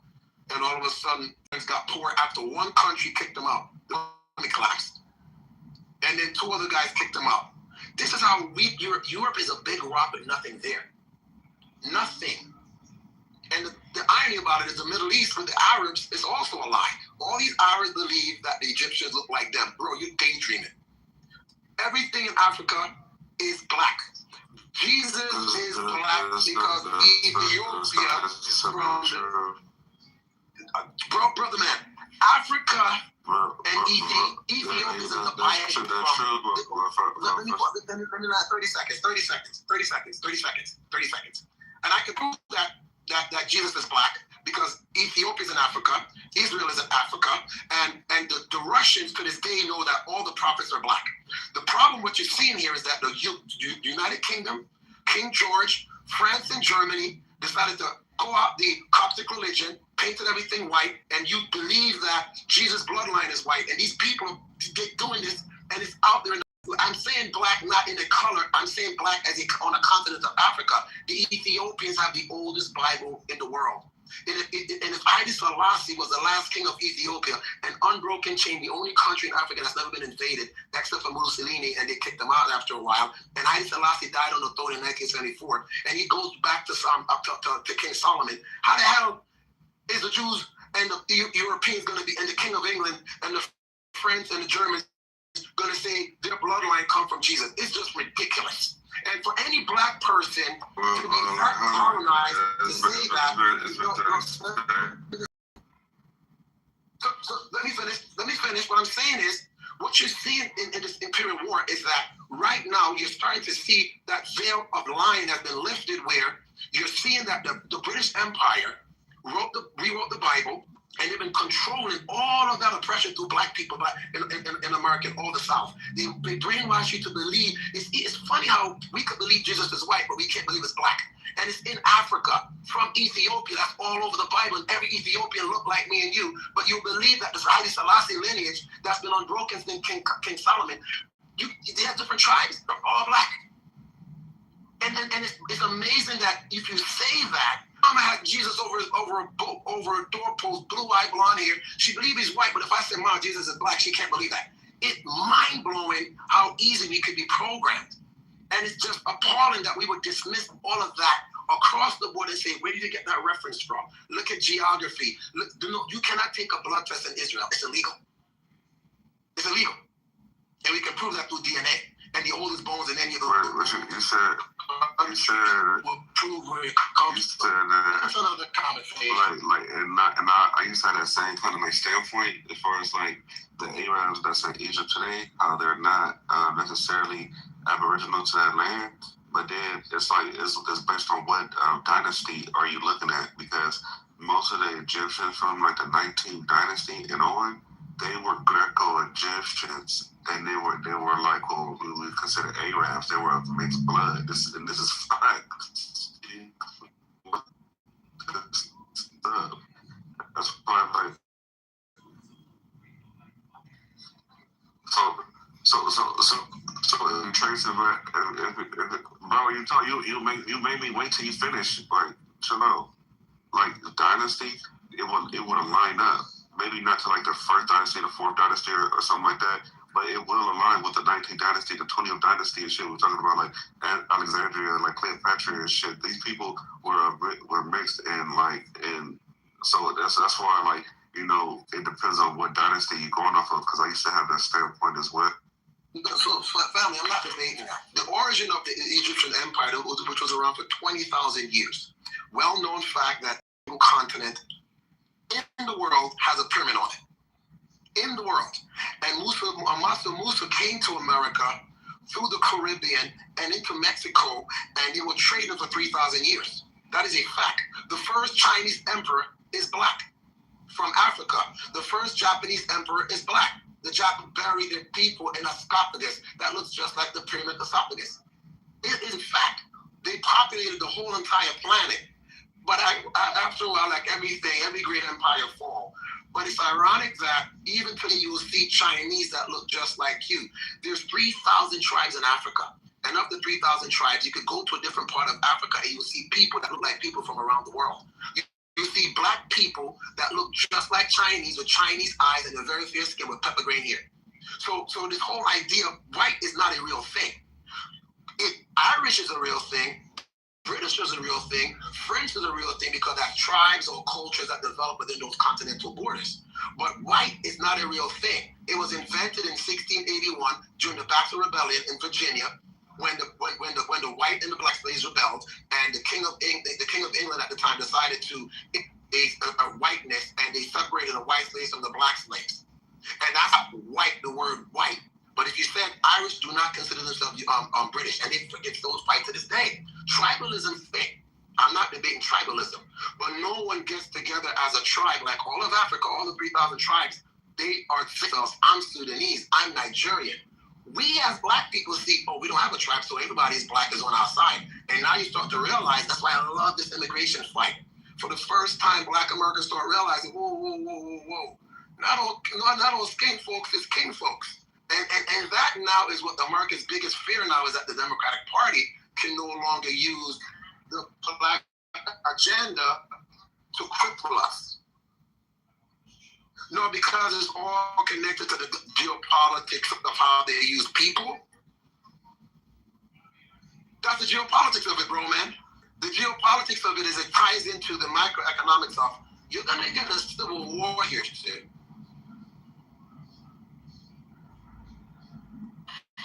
all the Jews have to come and like open their books and like, discern for everything that they have versus everything that they paid for.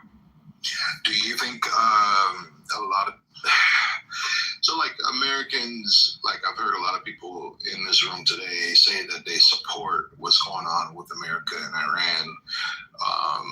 Do you think we should, bro, like, I don't know, it's kind of insane because Iran supported the Palestinians.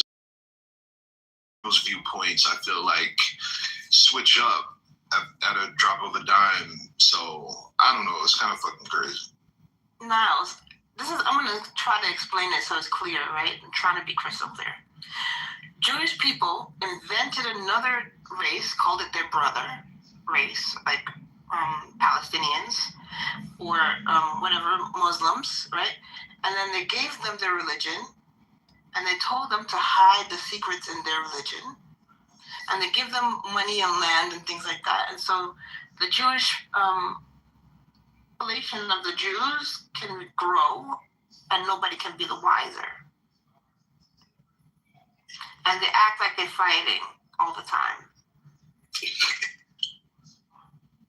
From Zionists. Zionism is linked with the American politics, and not all Jews support Israel, and not all Jews support the idea of the Zionist agenda. And the difference is that there are 12 tribes. Some of them converted into it, but they're making their religion into a color, which is a problem. They're making it into a color thing like the Europeans made people into colors. And people saw tribes first. I respect 1,000% a person's tribe. If any tribe wants to be Israelites or whatever, and you say that's my tribe, that's fine. But when you put because I know what category of the masses I would be in, but when it's based on color, it makes no sense because I have no problem discriminating against a fool.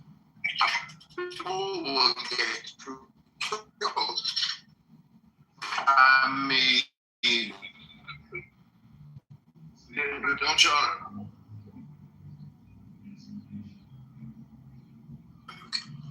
Because it's about the economics of the trade.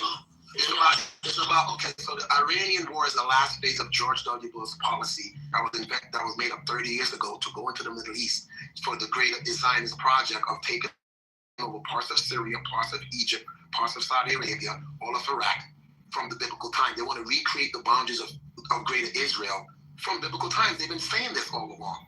It's a big economics, American system, control all the media to convince the Americans to go and create the greater Israel because the population there don't have enough men to fight the greater Israeli war.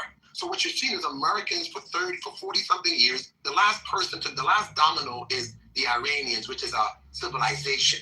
There's a difference between a civilization and a country.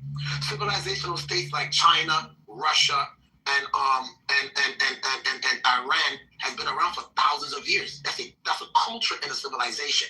They're not Arabs. They're Persians. They've been around since they've been in the Bible, bro. Yeah, and that's civilization that they're fighting. So the issue is that they have now gotten rid of all the other weak countries. And Iran is the last standing block because if they defeat Iran and they get into the economy and they control Iran, they can stop the Chinese Belt and Road Initiative, which blocks the Russians and the Chinese from connecting to India and Africa without going through the oceans. That's what all this is about. And then they get the greater Israel, where they have American satellite states, State 51, in the Middle East to control all the economic output of where the oil goes. And all the other Middle Eastern countries have already have been submissive to the American economy. Every single Middle Eastern country except for Iran has submitted to American dominance. That's all this is all about. But you know what's so crazy, bro? The people that's waging war and fight right now in this war, they're not on this app to give us all this information. So I'm trying to figure out like how everybody is doing themselves, and they're not even on this app to tell us what they got going on. We see it, but we don't want to see it. We see things that we don't want to admit is real. But don't y'all think the Goyim should unite? Like, aren't we tired of Jewish supremacy? Are you a Goyim is a question. You don't know who you are, then look. if you buy into that philosophy, then you're just becoming like everyone else, creating another layer of division, right? When you know who you are, you don't have to. I don't have to tell nobody I'm a man, but no more than a woman have to tell a man she's a woman. But the person who's trying to convince you, oh man, I don't even want to go into that gender war. You have to convince other people when you don't even yourself know who you are. I don't need to go and announce to anyone who I am and what I am, because when you do that, then you are not who you say you are. So forget into that goyim and all that. That's not what it's about. Zionism is not Judaism.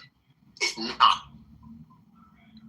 And that's the problem. It's the political class of people that want to control the world and motivate people around a zero-sum game of taking your stuff and think it's right for one person to have $300 billion and $1 trillion and think it's okay. That's all they do, right? It is already the time for them to like align with the planets. But they don't even know how to use the planetary system. You know, the system is in place for a reason. So now it's time to call the Federation and call the people that know what to do. And now there's there's things that are in place. I don't want to say what it is because it's like, you know, people get scared and then they go, oh, you don't know what you're talking about. But whatever. Let God decide what God wants to do with those people who have taken control of the minds of his children, all right, for 6,000 years and played with them and like made them into dreidels and all kinds of crazy, inhumane shit, okay? I made it out of clay. I made it out of humans. Why do we make this a God?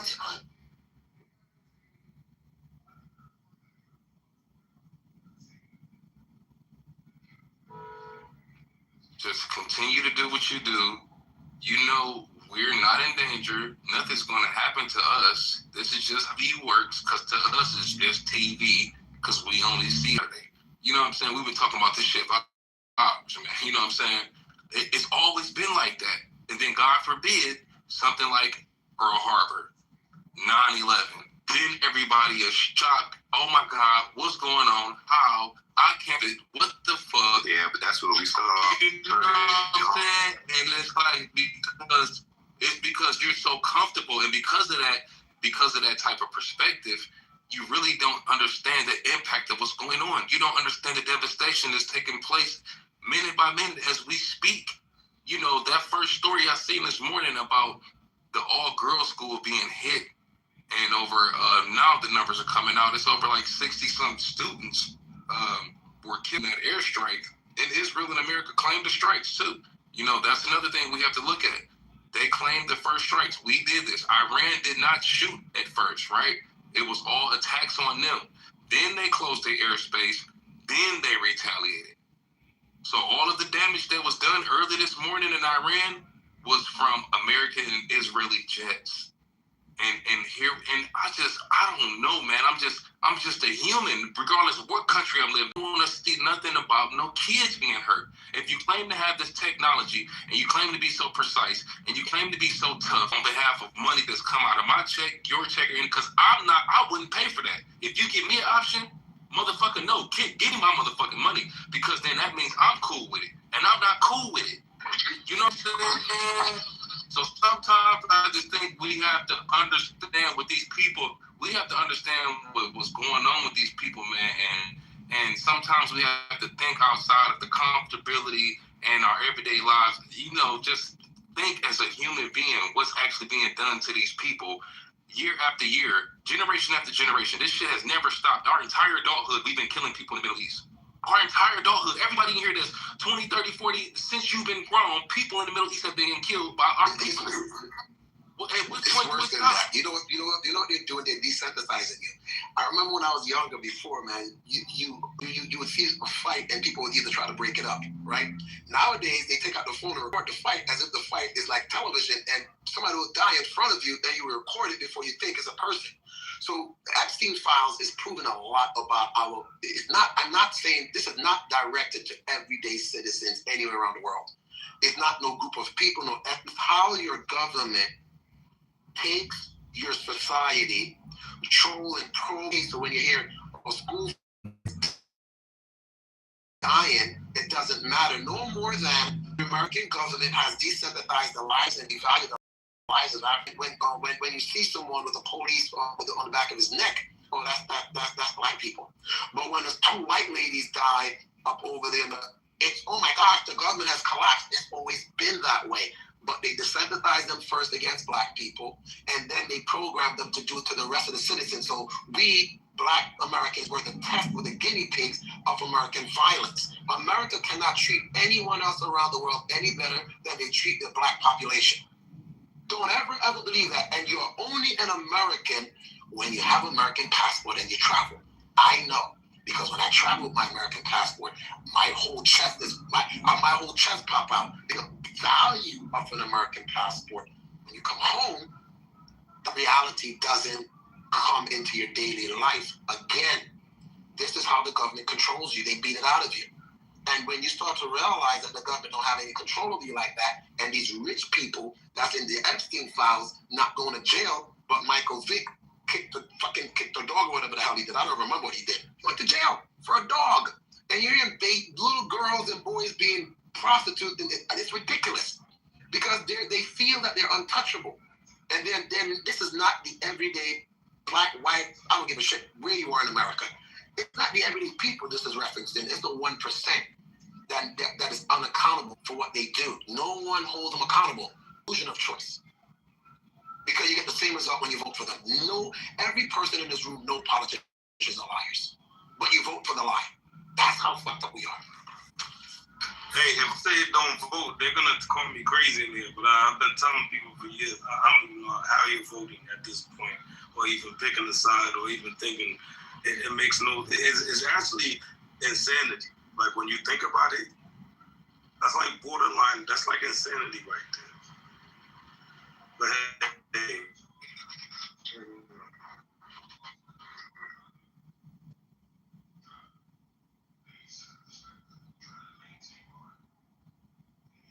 They will be begging.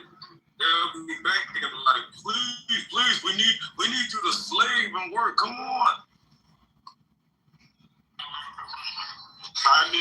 How do you not participate in the economy though?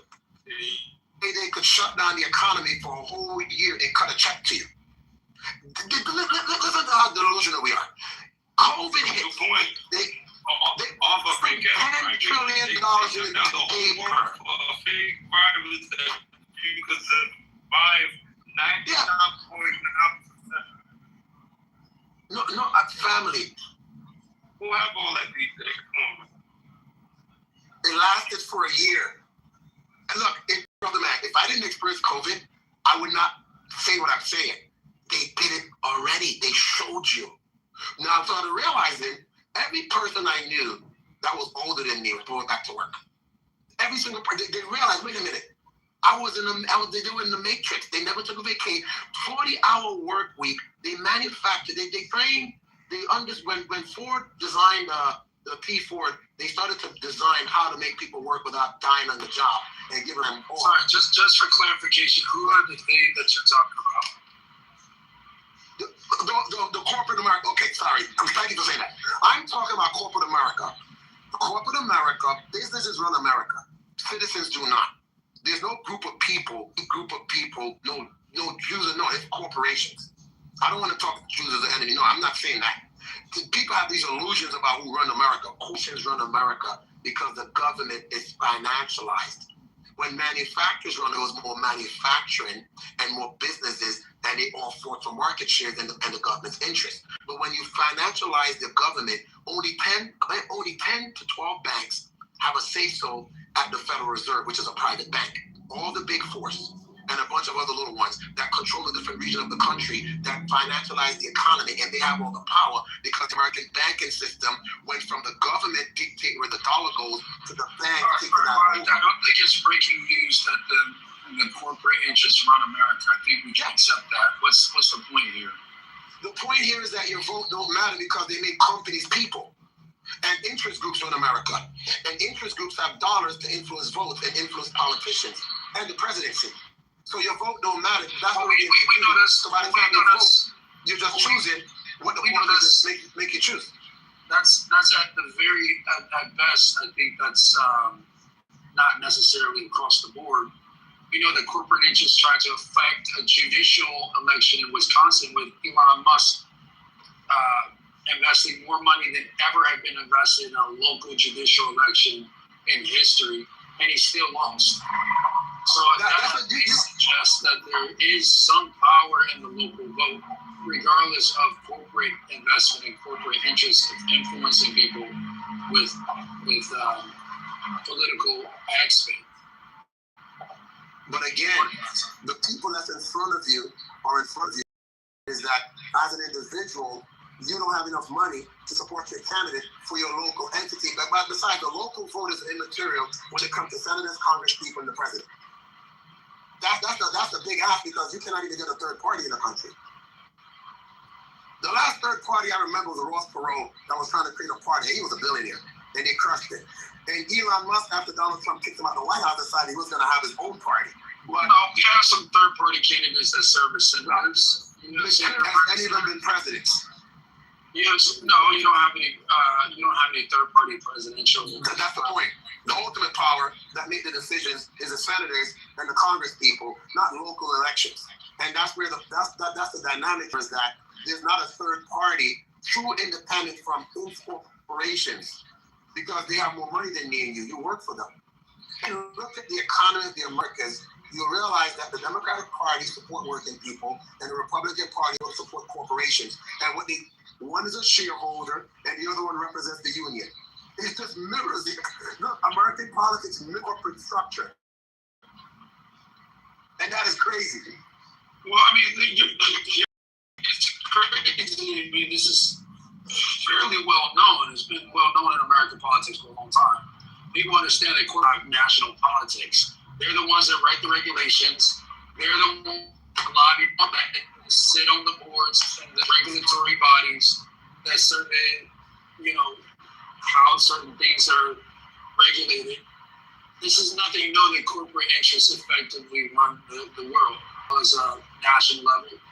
I guess what I'm trying to understand is, why is that relevant to the conversation we're having about Trump and Israel and Iran? Because they control.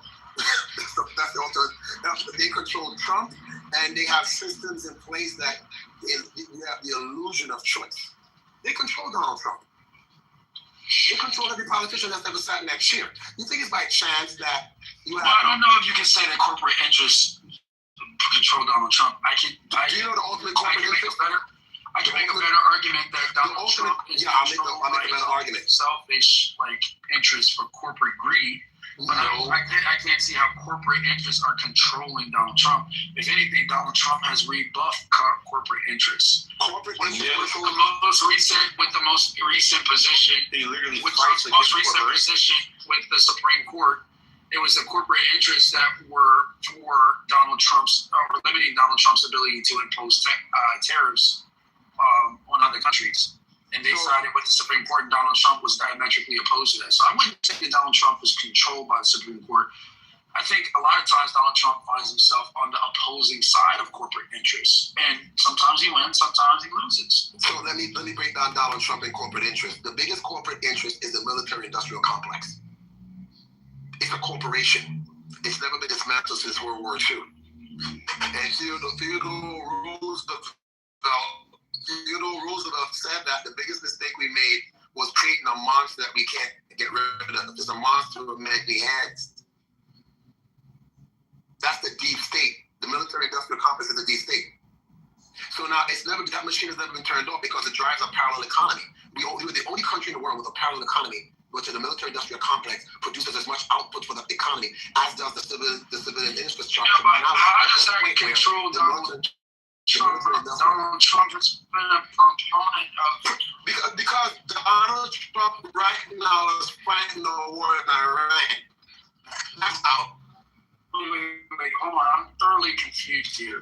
You're saying that Donald Trump engaging in military actions in Iran is the corporation, he can't say no. He can't say no.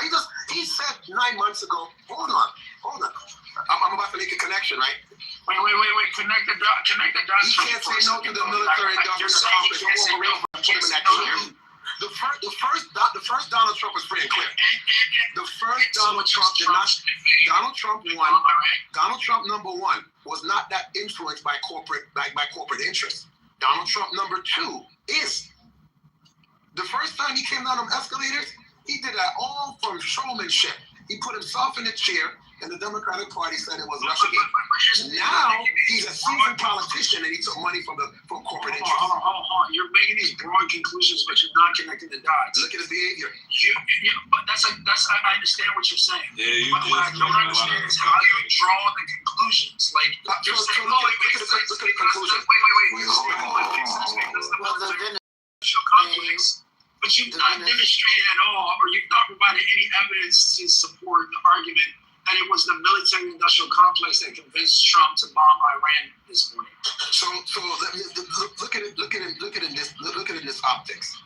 We went into Venezuela to get rid of the president and buy out the government.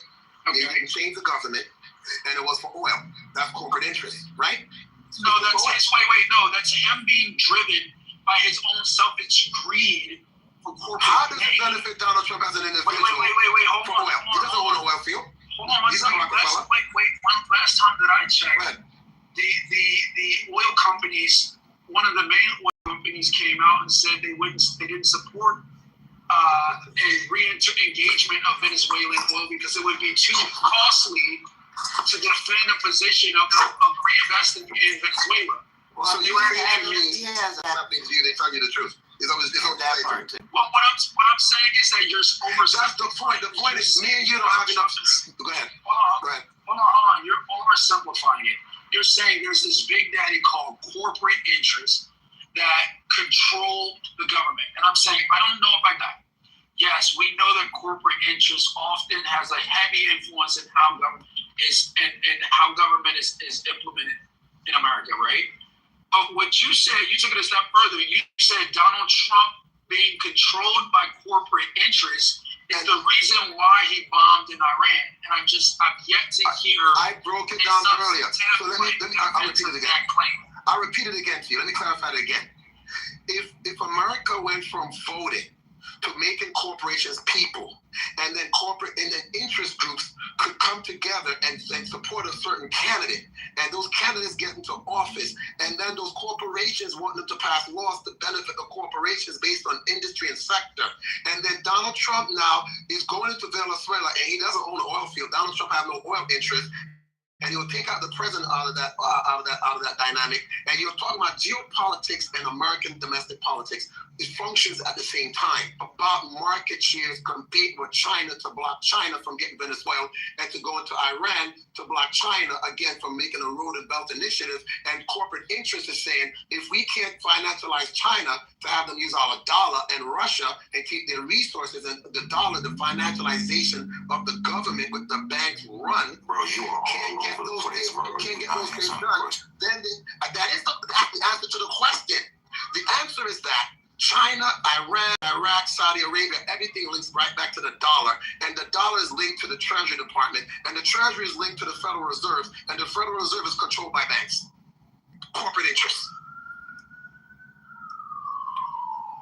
And the banks control Wall Street, and 7 companies right now have over $1 trillion locked up in AI that if it goes under, the economy crashes.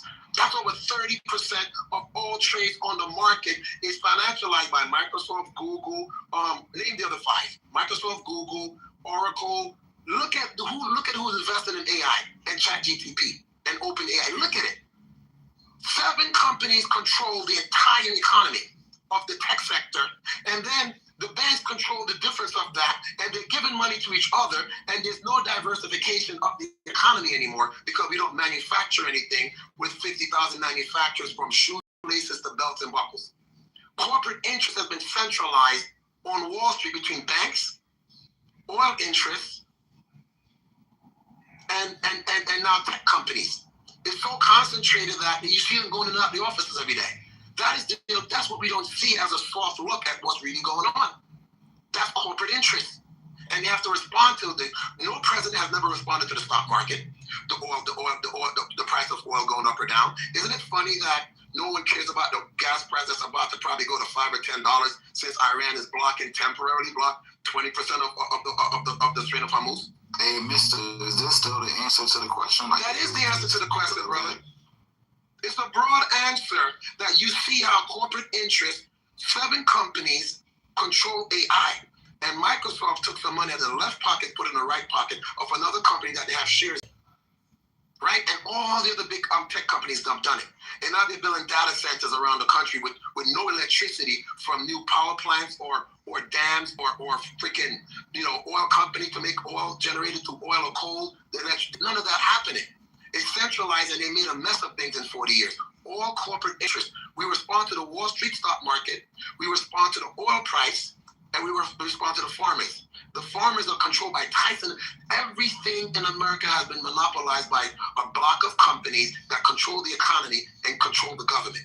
We don't see it, but we are used to it. We're just living in it.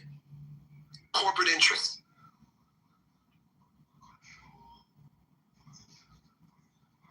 And it's too big for you to say. It's too big for you. Know what happened after COVID?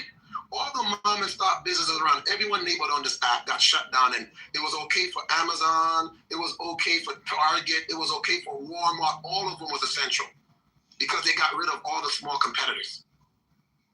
There's no hardware store for you to go cut a key anymore. You go to Home Depot. There's no paint shop called I forget the name of that paint, Benjamin Paint. It's in Home Depot now. Home Depot created a big box store to centralize all these other manufacturers to come in and put the stuff on their shelves to sell it. And then they drove them out of business and they bought it from China. This is ridiculous. Why am I even?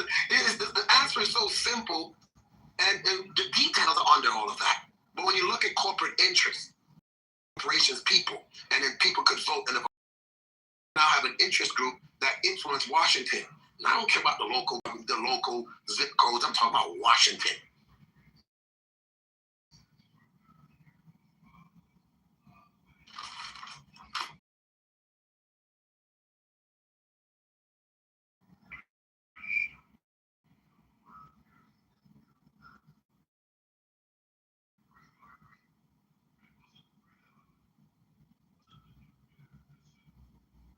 I've been checking out some updates. Apparently, there's been some footage coming out of Tel Aviv and Iran. Both of those countries have been struck multiple times in the past few hours, and so has Dubai. But Israel had something going on to where people couldn't upload footage for a while, but they're uploading footage now, and looks like Tel Aviv has been struck a few times here recently. You want to hear something funny? Do you know all the authorized Jews in Israel's war, and none of them go to fight in the wars? And they fight the Israeli government all the time, but they never show it on the news. The people that live there don't want that shit because they live there. It's the Americans that want that shit. Imagine, do you think anybody would live and want to go to war with another country and drop bombs on your head? The government of these countries don't care about their citizens at all. Imagine me and you living in New York and California decide to go just fuck with the Mexicans for no reason. California, just go fuck with the Mexicans so the cartels could drop a bomb on your house when you and your wife are sleeping at night. No one wants to live that life like that. No, facts though. I do want to say this though. Contrary to the reports we heard earlier about him celebrating and just so happy and in the streets, which would be crazy. Like imagine going into the streets, thousands of people deep in the middle of bombs dropping. I mean, that's the safest thing to do, right? But anyways, it's actually footage from Bahrain of citizens. Just a couple. I'm just gonna say that it's just a couple. But they were excited actually to see a U.S. base get hit. And one guy even tried to go up in the base with his scooter. He was using Snapchat, but I don't think he was able to go up in there. But where the naval fleet base was in Bahrain, one of the citizens get up there. But you know how the Snapchat got the filter across the screen? His was all laughing emojis, and in the comments they broke down what he was saying. But yeah, this information, this shit is crazy, man. Honestly, man.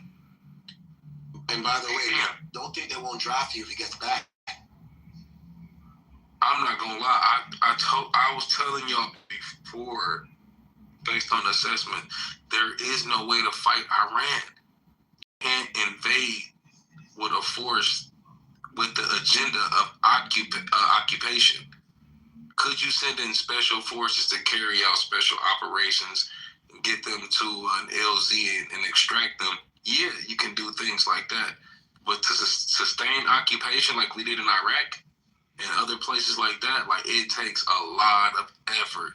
And just pulling up with some Navy ships and carrying airstrikes is not going to do the job. It's just not. It doesn't work with any group. It hasn't worked with the Houthis.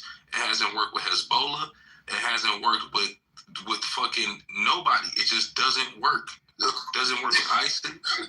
We went to Afghanistan, right, for 20 years, and the Taliban took over Afghanistan again after 20 years. Iran is different from Afghanistan. Afghanistan was a poor country with no resources that was developed. Iran is a modern, developed country with scientists and technology that equals us. They didn't build ships, they built missiles, right, for 40 years. Their missiles are pretty good, but it's a mountainous country, you know, and the defeat comes from the climb to get to someone. And if they live in there and they're domestic and they own the land and they know the land, they know where all the traps are. So you're going to walk into a country with a foreign force to go invade them, and knowing that it's surrounded by mountains on all sides. And Tehran is in a valley, just like Venezuela is in a valley. Venezuela is the worst place you want to go fight a war because it's Vietnam times 10. Iran is the worst place to go fight a war because it's 3 times bigger than Iraq and 1/3 the size of all of Europe. It's 1/3, I think, the size of Europe. It's a huge 80-something million people. 80-something million people. And people think that you hear these shit on TV and you're thinking freaking Clint Eastwood and freaking Rambo and whoever the hell you watch on TV thinking war is pretty. That's bullshit. The Russians are invading Ukraine and they have to go slow for 4 years because they planned for war. America planned for battles, 12 days, and they ran away. The Houthis chased them away after a month because we don't want to bleed. So we bring the Air Force in and start dropping bombs. But Iran have missiles that can shoot down planes. And Russia couldn't even fly their airplanes into Ukraine because America had their missiles over there. You think Russia and China is not looking for payback? Really think about this. You really believe the Russians didn't go give Iran some really good shit to fuck us up with because we've been fucking around with them for 3 years in Ukraine? This is how stupid.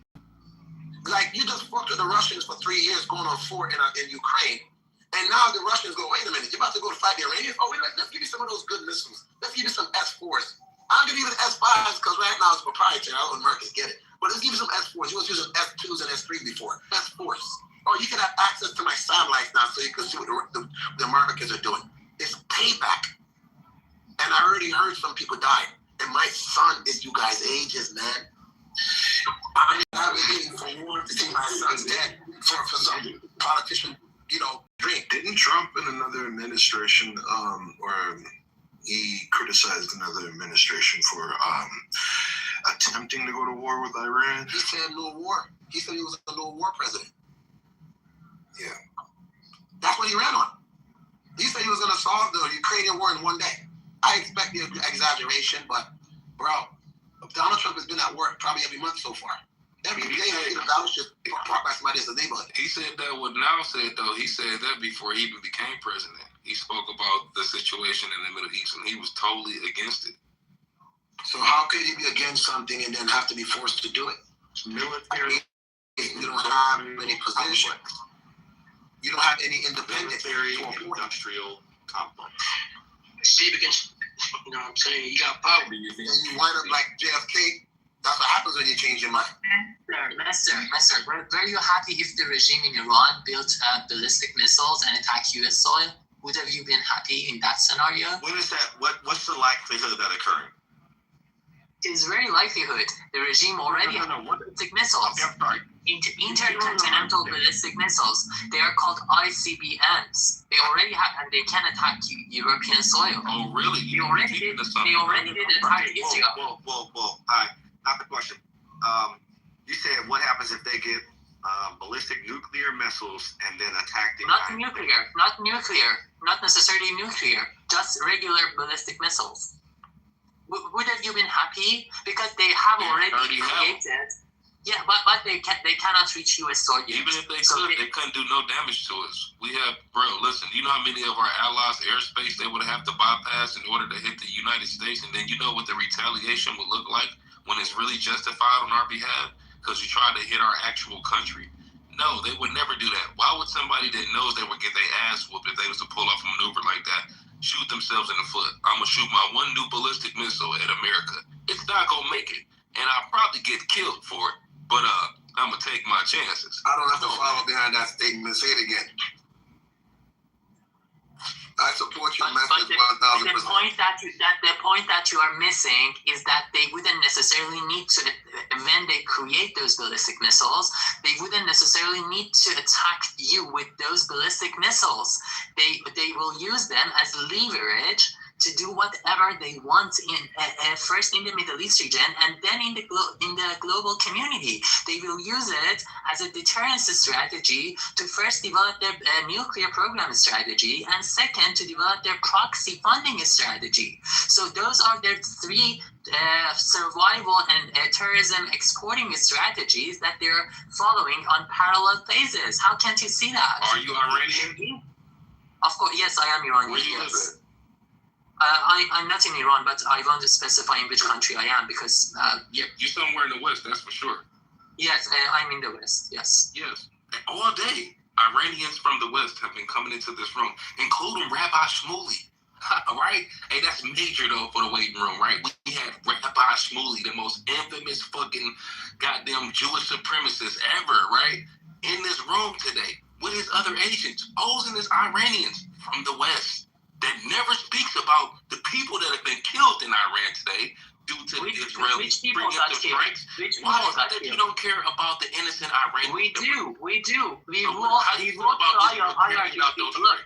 will trial IRGC because of any civilian. No. I'm asking you this. How do you feel about Israel carrying out those preemptive strikes this morning, which resulted in dozens of our innocent Iranians killed in the streets? Civilians, how do you feel about that? Those are two separate issues. But no. How do you feel about that as an Iranian? I feel two separate feelings.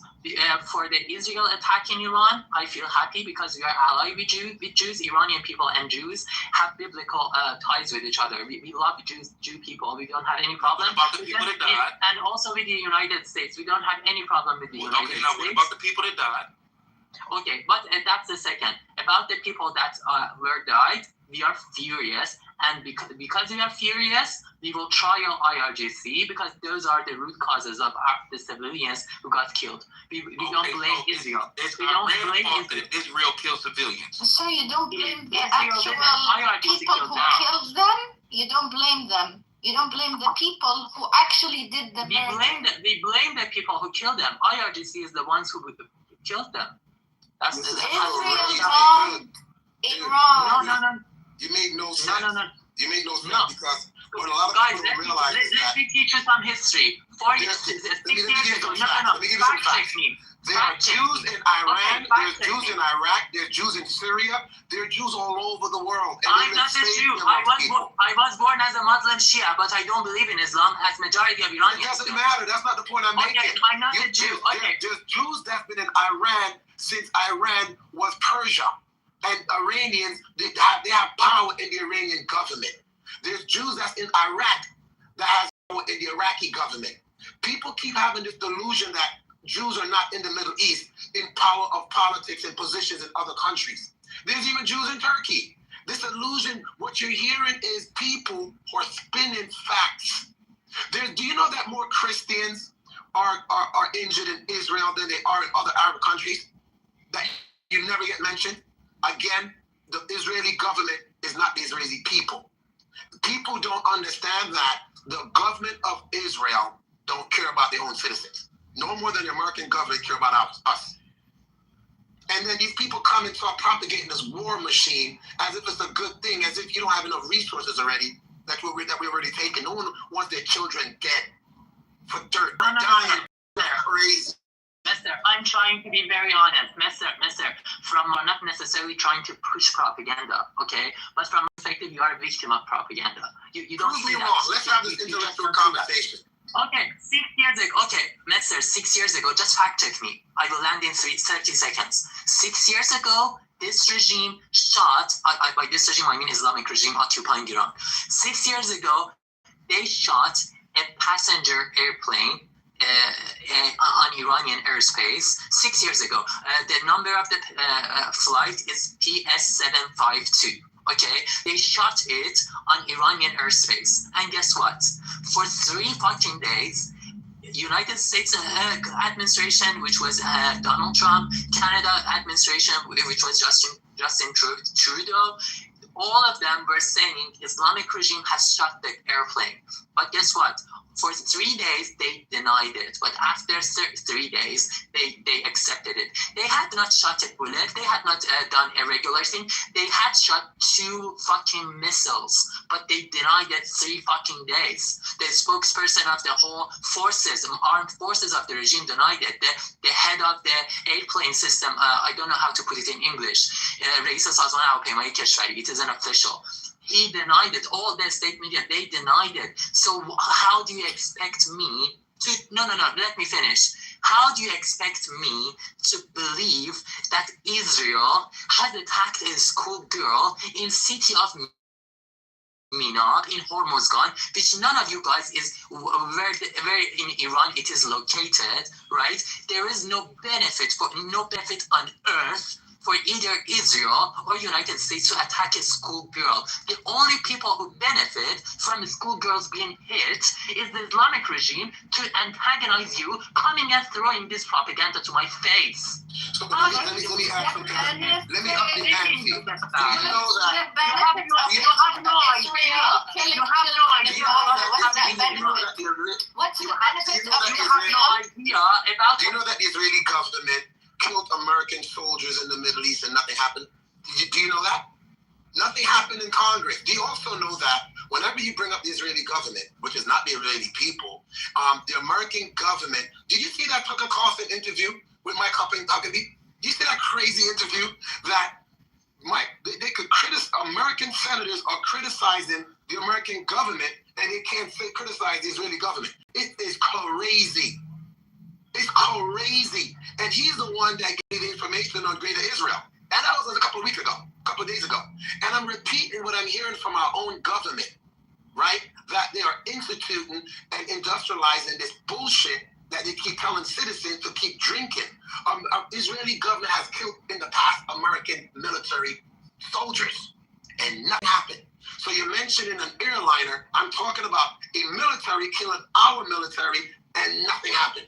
They killed a humanitarian food truck. So let's see what we in front of everyone. If you ever want to know who control your government, look at who you can't criticize. I didn't make that quote up. Really good quote, by the way. I can criticize Donald Trump. I can't criticize AIPAC. It is crazy. Do you know that they have a policy that they have a policy for dual citizenship that you cannot criticize AIPAC? You can't criticize Donald Trump. I don't know what AIPAC is. I don't live in... You don't know what AIPAC is? By the way, I like your nice Iranian Chinese accent. I'm not Chinese. No, I'm not Chinese. That's the point, bro. I've spoken to a lot of Persians and Iranians, and they don't have that accent. What do you mean? So perhaps it is our accent. So what? I don't live in China. I don't live in China or either in the United States. So what? I live in Europe. So what are you, or even if I live in China, what are you going to get result from that? But let's forget. That's just important. Kids dying, and if it was Jewish children, I'll feel the same way. And that's the point. For some reason, Zionists have this myopic look at if it's the other, just like, and that's why I reference Black Americans in America getting killed by the police, and no one cares until a white person gets killed. That the world that people live in to make those things not equatable is crazy to me. No, Mister, you said you can't criticize Donald Trump, right? No. You said you can't criticize Donald Trump, right? No, I said I can't criticize, but I can't criticize AIPAC. So who can't you? Who can't you criticize? You can't criticize AIPAC. Let's cut this shit out. We're American. We live here. Cut the bullshit.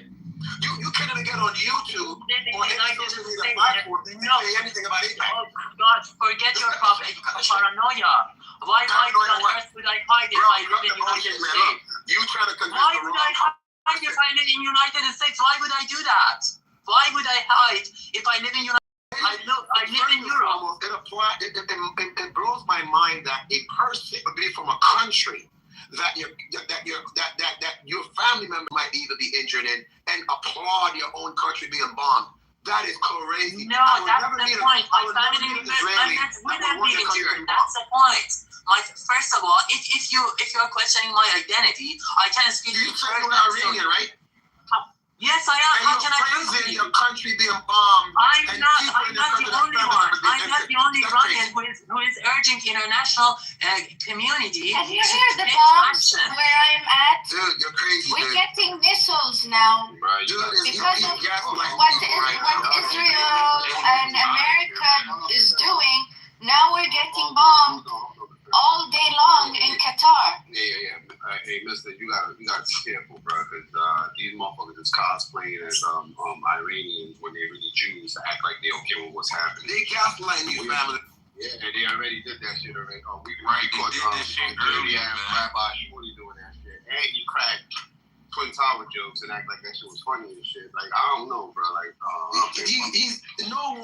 It's like you saying they drop bombs in freaking California, and I live in LA, and I'm cheering it on because I don't like the governor. Hey, but listen, though, I don't think you understand what he said, though, man. Like, these people have become so emboldened that he actually cracked a 9/11 joke.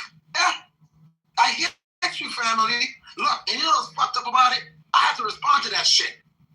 I have to respond to fucking 9/11. No. Who did make a joke about 9/11? Who did? Come on, your boss, your homie, your big homie.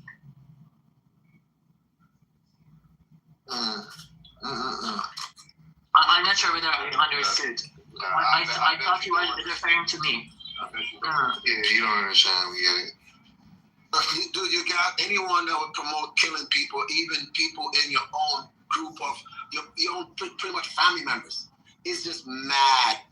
That's why I'm not want to kill my family members. We are urging the international community to kill our oppressors because you are not weaponized. We don't have weapons.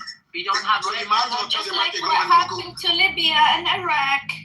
It doesn't work. Just like what happened there are conceptual differences in Iranian society and Iraq and Afghanistan. In Afghanistan, people didn't hate Taliban. In Iraq, people didn't hate Saddam Hussein.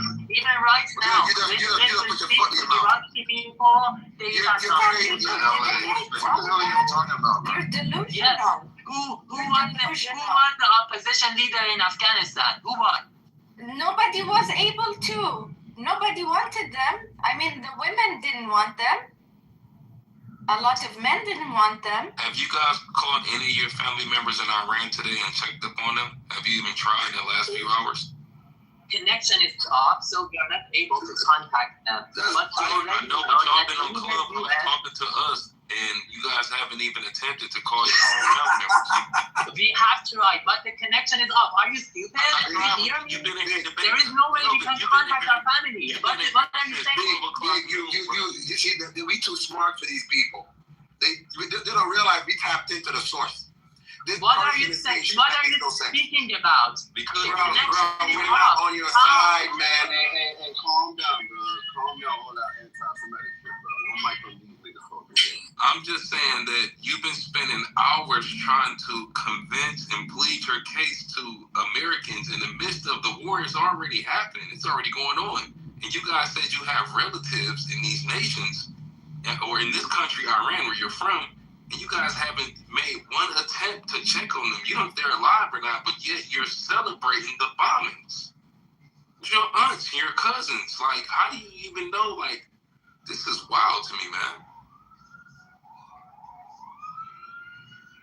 So Iran closed Hormuz Canal, which means instantly the prices of oil and gas, as you can hear, there's bombs, missiles launching in where I'm at.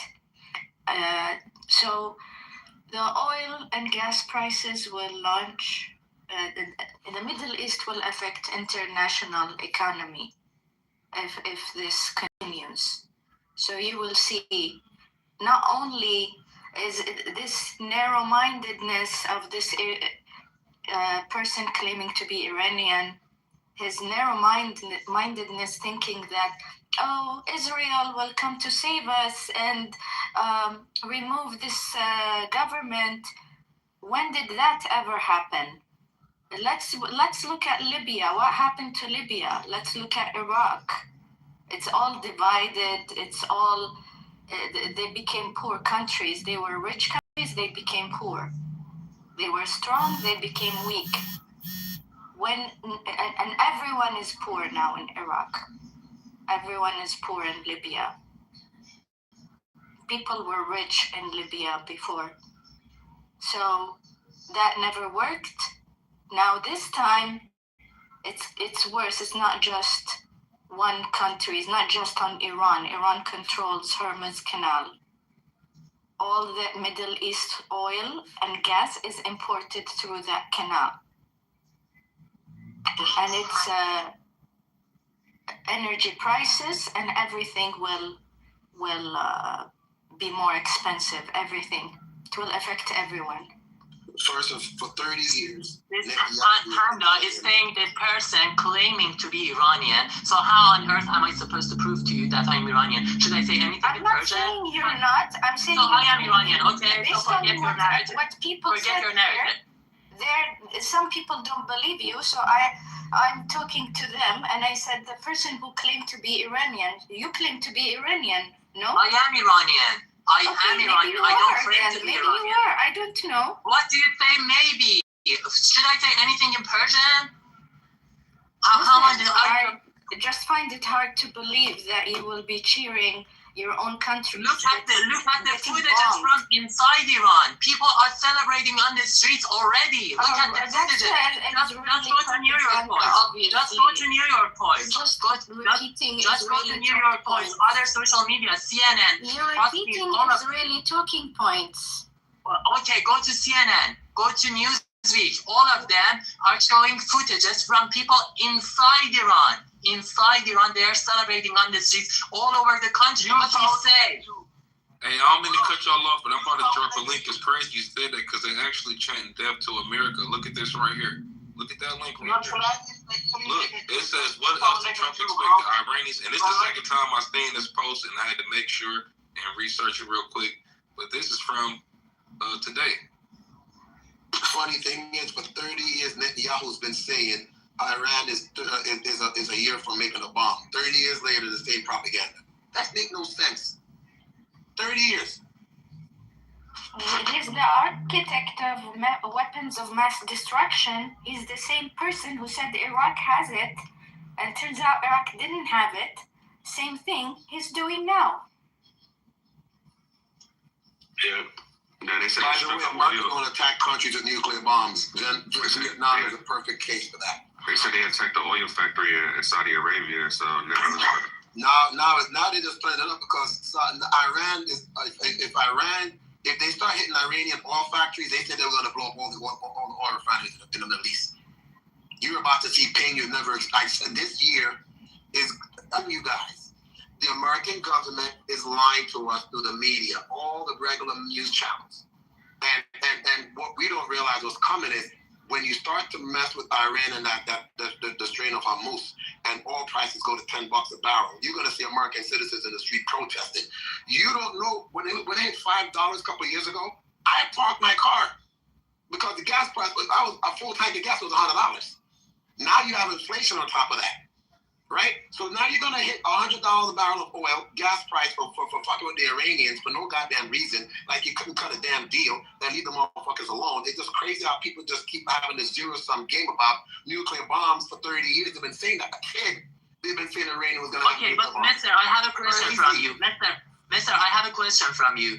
So, but please respond to me when I land. So, my question from you is that weren't you the guy who said, if Iran actually builds a nuclear bomb, we are militarily much more superior to them, so we will attack them and they won't be able to do anything to us? Weren't you the guy who was saying just this about 10 to 15 minutes ago? I didn't say nothing like that. So why are no? You are contradicting yourself. You right now. Mister, listen to me. You just said right now. I'm quoting you. Then you go and fuck with Iran. There will be crisis in the United States, oil prices or whatsoever. So my question is exactly this from you. What? How would the situation would have been different if this regime had access to ballistic missiles to target United States? They do. How emboldened they would have been in that scenario. Let me clarify what the United States is. The United States is every military base in the Middle East that they could drop bombs on. It doesn't necessarily need the mainland. Let's not be delusional here. The United States, everywhere the government goes, every embassy is United States soil. Every military base is United States soil. American military personnel on those bases, which is considered American soil as long as they're there under lease or ownership. Okay? And American bases is all over the Middle East that those bombs can drop on. Let's not be delusional here. Okay, you are so here running your mouth about American citizens if you are as if it's okay. If you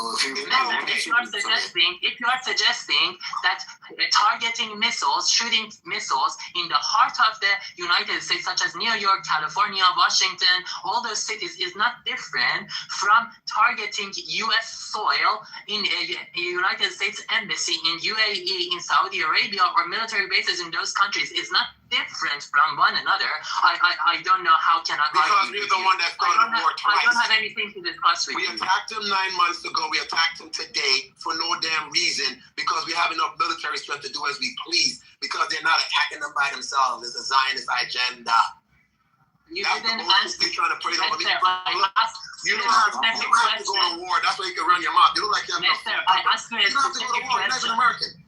Excuse me, Mister, I asked you a specific question. Mr. Velvet, can I ask a question, guys? I'm just coming in here. I'd just like to ask a question to Mr. Velvet. You said if Iran would have ballistic missiles, and how would we feel if they shoot them to the United States?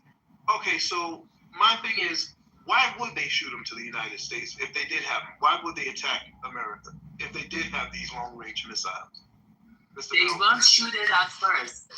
The answer is they won't shoot it at first. They will just use it as a deterrent strategy because they would be emboldened enough that use it as a threat to you. Okay, so you won't be able to determine or direct them what to do or what not to do. Okay, no, so why would they attack America? Why? Okay, I'm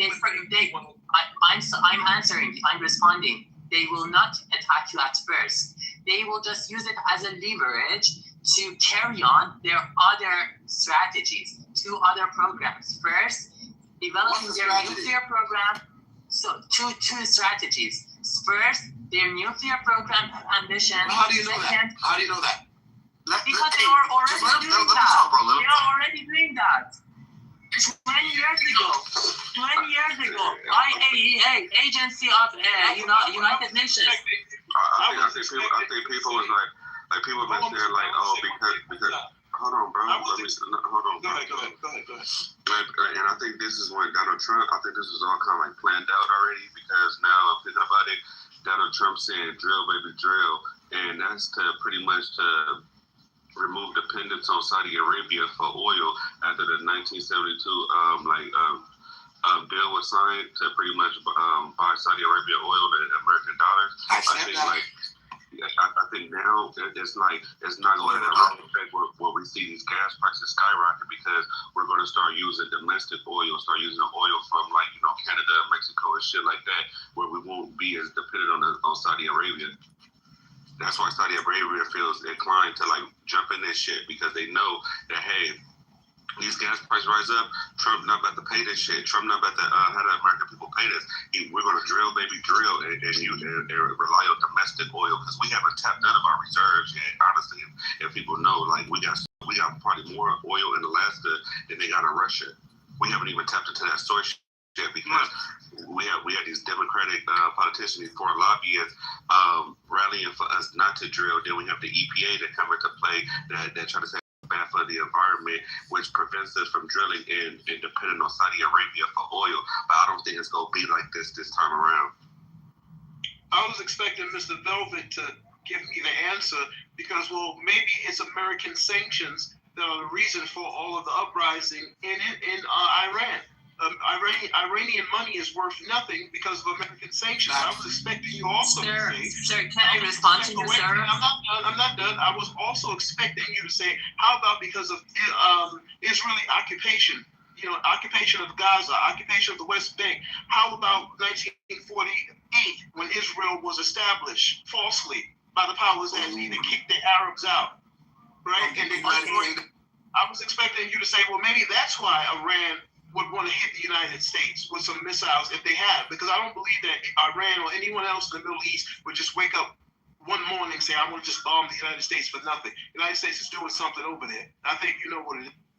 Okay, I got interrupted before I being able to respond. So the first point, the mainstream media and the propaganda that you're reiterating, but you don't see that, is just reducing our suffering and misery to economic issues. First thing I want to clarify, it's not just about economy. It's about our desire as a nation of over 7,000 years of civilization to have dignity, to have freedom of speech, to have freedom of thinking, to being able to criticize the dictator, supreme leader who has been in charge for 37 years, to have equality between men and women, to have separation of religion from power.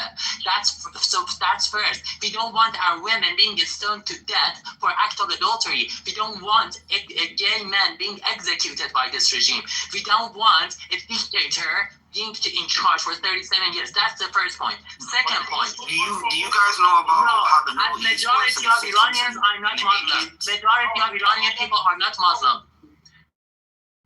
Majority of... I have a question for everybody. Do you guys know how the Middle East as a whole, Iran and Iraq is a good example, from the 60s to the 80s? Because it was very prosperous. Women were wearing what they wanted to wear. Men were walking around how they wanted to wear. But something, I don't know exactly. I think the regime changed. Something happened. Before the Ayatollah came to office, they had the... What year was that? The Iranians had a king. I think it was... They kicked them out in... I don't remember. You could Google it. But give me an estimate. Just give me an estimate. I think it was in the... 1979. It was at the 44 years from today would be 1971, I think. Or 47 years. 47 years. So my grandpa talked about it. Different. Family. So there was a change. America ruled... England and America controlled Iran through the king. The Ayatollah was living in England, I think, or in Europe. And he came back, he passed out some goddamn imam tapes talking about the oppression of the government. And he came on a damn airplane in Iran and got rid of the goddamn thieving king, whose son, I think, still lives in freaking California. So all this is about is the American government controlling Iran so that they could dictate what goes on in the country. It's not to do with no goddamn terrorism or nothing like that. That was the Shah, brother. That was the Shah. Yeah, the Shah. Thank you, family. And he was westernized. He was a westernized ruler. And they got him. And he was brutalizing the people. And they got rid of his ass. What year was this, though? What year? I remember. It's been in the power for 44 years, I think. So, like, probably 1971 or something. 60 years. Iranian, man. Because, like, I think the Iranian Revolution happened in the 70s. Am I correct? My father was the Iranian version on stage, so we get correct information. Question. Can you give me mic, moderators? Can you give me a mic? My father was a lefty at that time in 79, and he was part of that revolution himself as an educated person, and now he's completely regret of what people have done at that time. Lefties joined, like the majority of religious people who were following these mullahs at that time. So they didn't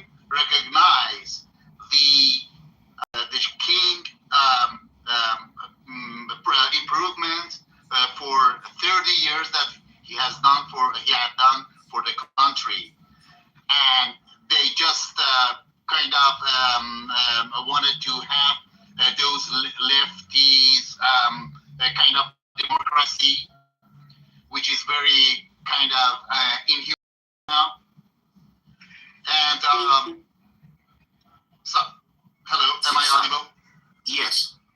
Neil, I just want to ask, what do you have an understanding? Was that during the late 70s? 1979 to be exact, young man. 1979. So okay, that was yes, the revolution, right? No. Okay. The movement, if you want the exact information, let me talk. So the movement started 20 years before 1979 in a more active way.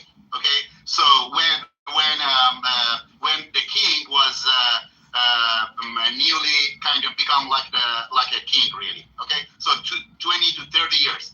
So and it's just gets improved. That's kind of left thoughts is getting improved through the educated people.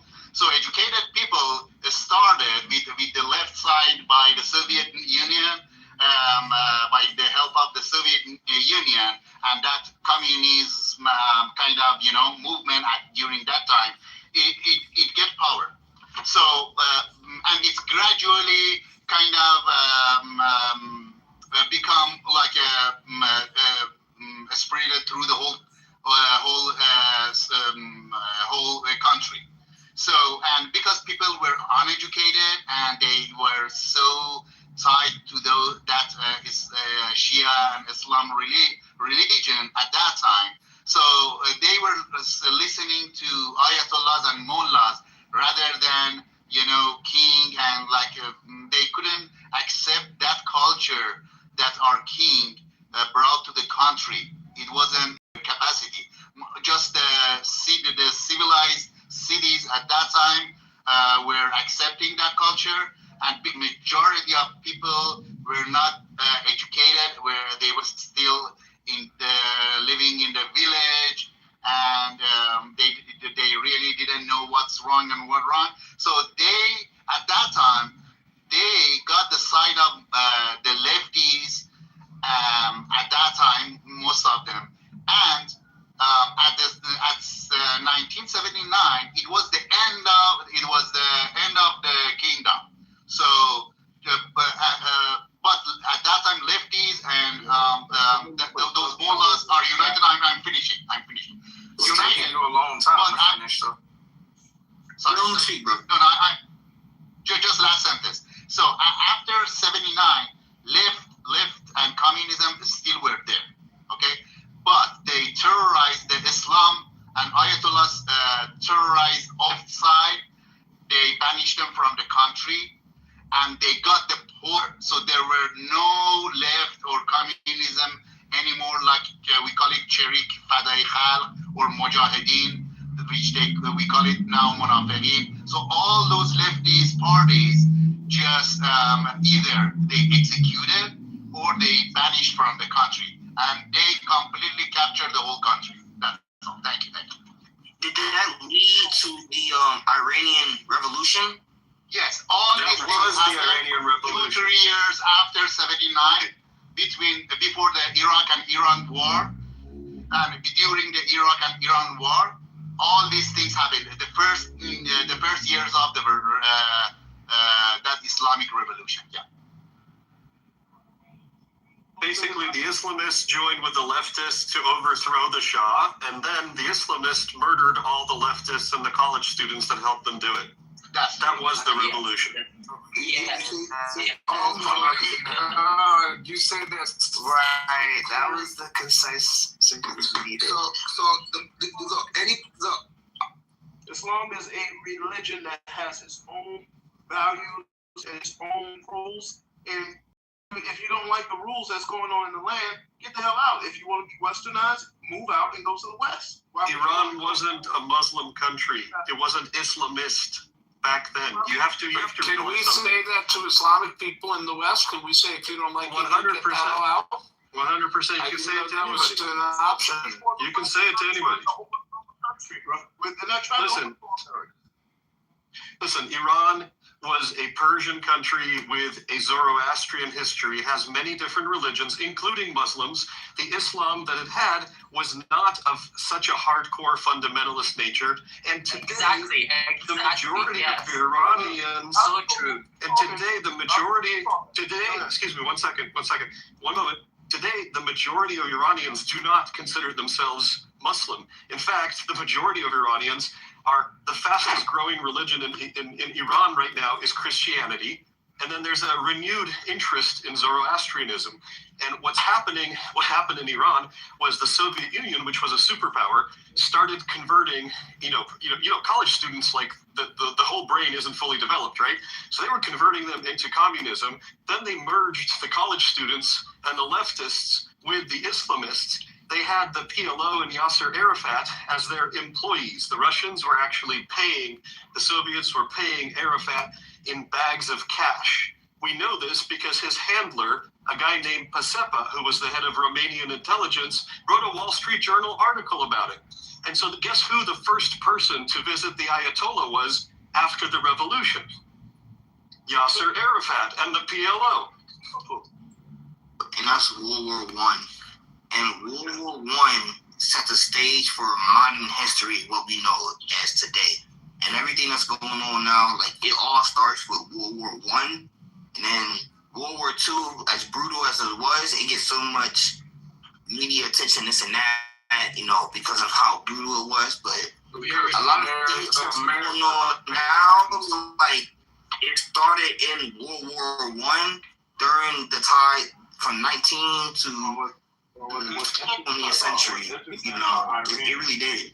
People don't, including myself. I'm looking more into it. The more I learn about it, the more I can connect what's going on and then study about, point the dots and stuff, because we're going to be fools if we don't study our history. Can you connect where we're going right now? Can you connect where we're going right now? What's interesting about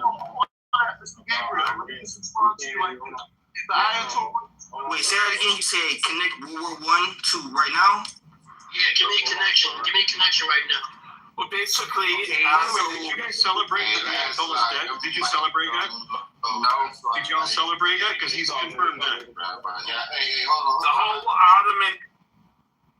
Hey, y'all gotta practice with Mike, man. I know y'all hear a nigga trying to get in there. Y'all keep talking over and shit, but your shit's still low, bro. It's just still low. Yeah, I know. I saw this. I figured it out. But it's all good. Let him keep talking. Keep on, Gabriel. Go ahead. I'm sorry. I don't want to interrupt anymore. I just had a question. Did you guys all know that Khamenei has been confirmed dead? His body has been found. Did you all know that? If not, I want to wish all our Persian, Iranian friends, Israelis, Lebanese, Syrians, and the Yemeni people a big fucking congratulations because the witch is dead. That is crazy how people celebrate people dying. That's just crazy. I'm dancing. Are you kidding me? The 90 million Iranian people are dancing. I'm from Iran. I'm telling you, all the Iranians, they are so happy. I don't know. True. Is there any Iranian here? I'm born in Iran. I'm raised in Iran. They say you are Jewish or whatsoever. Yes, the Iranians are happy. All of Iranians are on Iran. I guarantee you. Watch the videos of women dancing in the street. They twerking all in Iran. That's true. Now they get to take up their burger and twerk on TikTok, and that's freedom. Crazy. All right, hold on 1 second, y'all. Y'all all speaking at the same time. We said one mic, so if you want to come up and talk, please, one mic. I get it. You guys are excited, allegedly, but I got a question. Wasn't there a woman up here saying, "Oh, there's bombs outside. You can hear them now."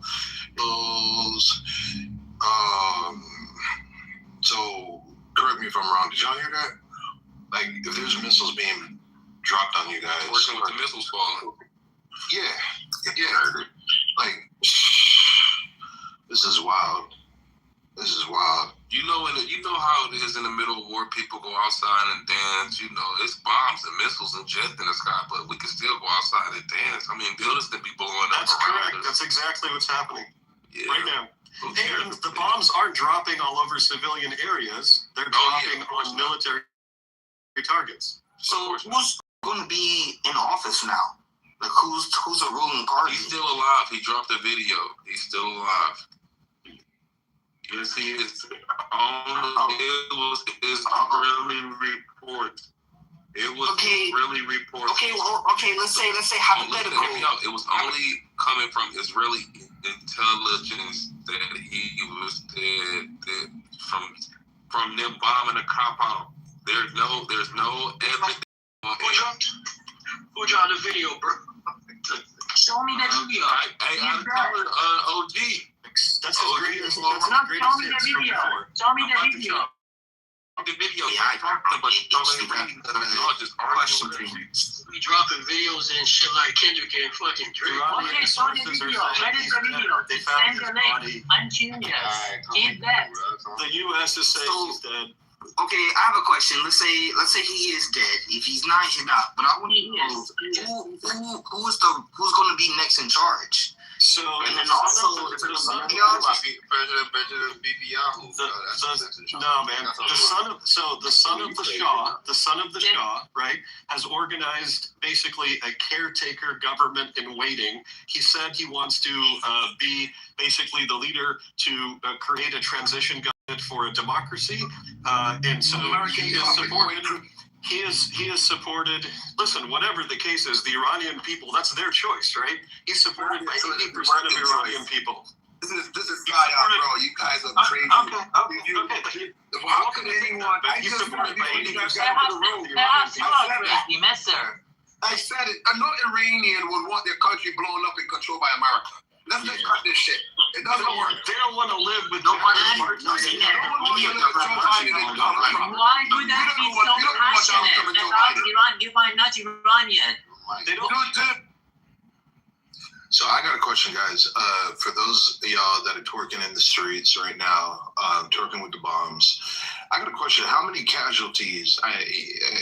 They're saying that the one guy is dead, but how many other people died to get that one person? Like, how many people had to die? Casualties. School was bombed today. Schools, girls was bombed. Yeah, but the school, the Iranian sources are saying that the school One mic. Iranian sources are saying that Velvet, hold on, bro. Okay, go on, Gabby.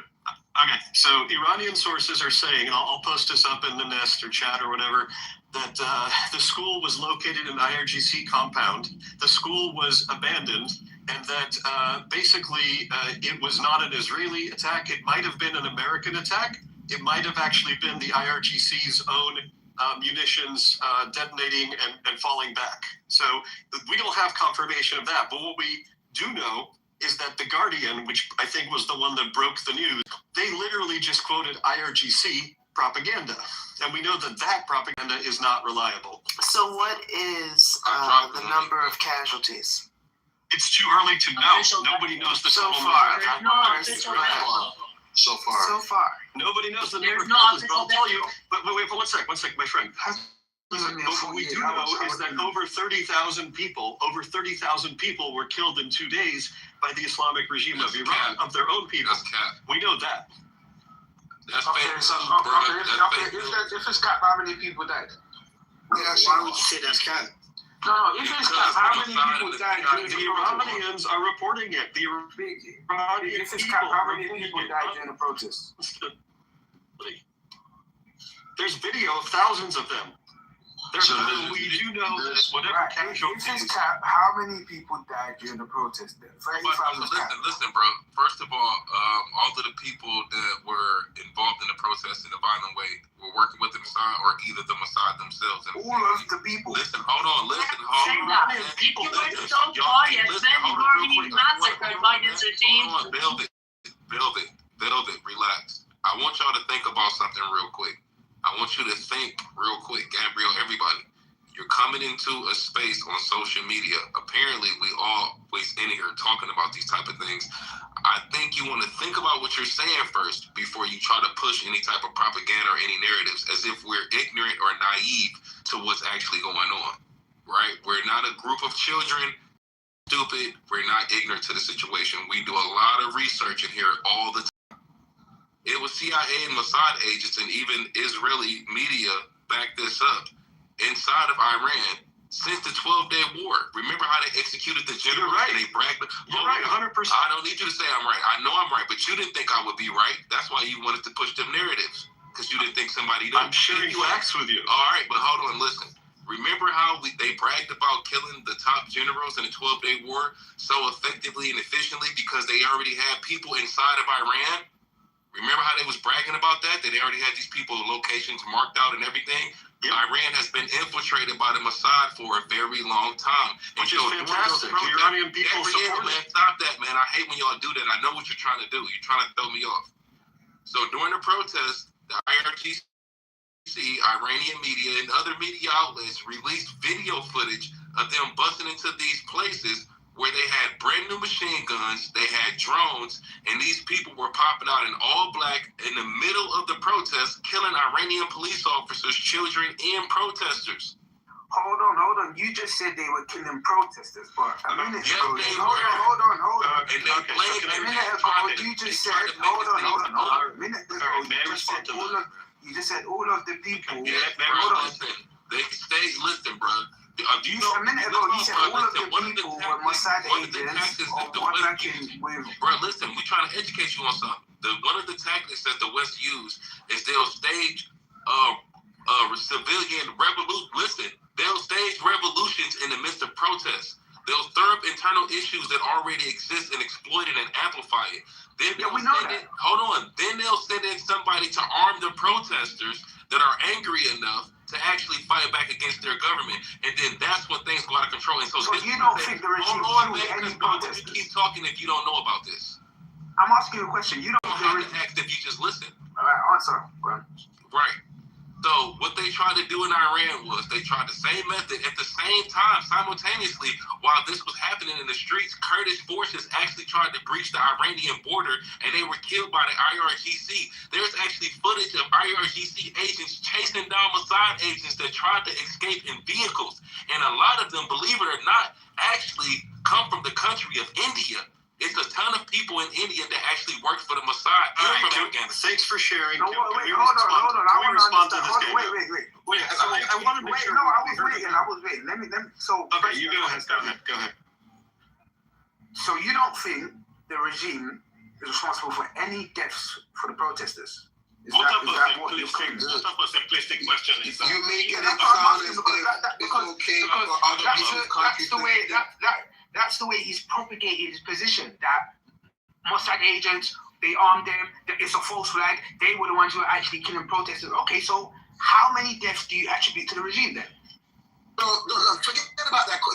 Look at it this way. No, don't forget, I want to know. Why are you advocating, why do people think the American government is so supreme and our form of government is the last Get out of the way, bro. Let him answer the question. Get out of the way. It does matter. Does matter, bro. Next, can you answer that question? That's a good ass question. Well, I mean, if you want to say about anybody that was a civilian that was killed, that's not on the government. But any of the people that were, people, and we don't know in the totality, right? But any of the people that were killed that were working with the Mossad or either the Mossad agents themselves, which earlier somebody spewed a number here and said 3,000 after somebody said 30,000 and 50,000.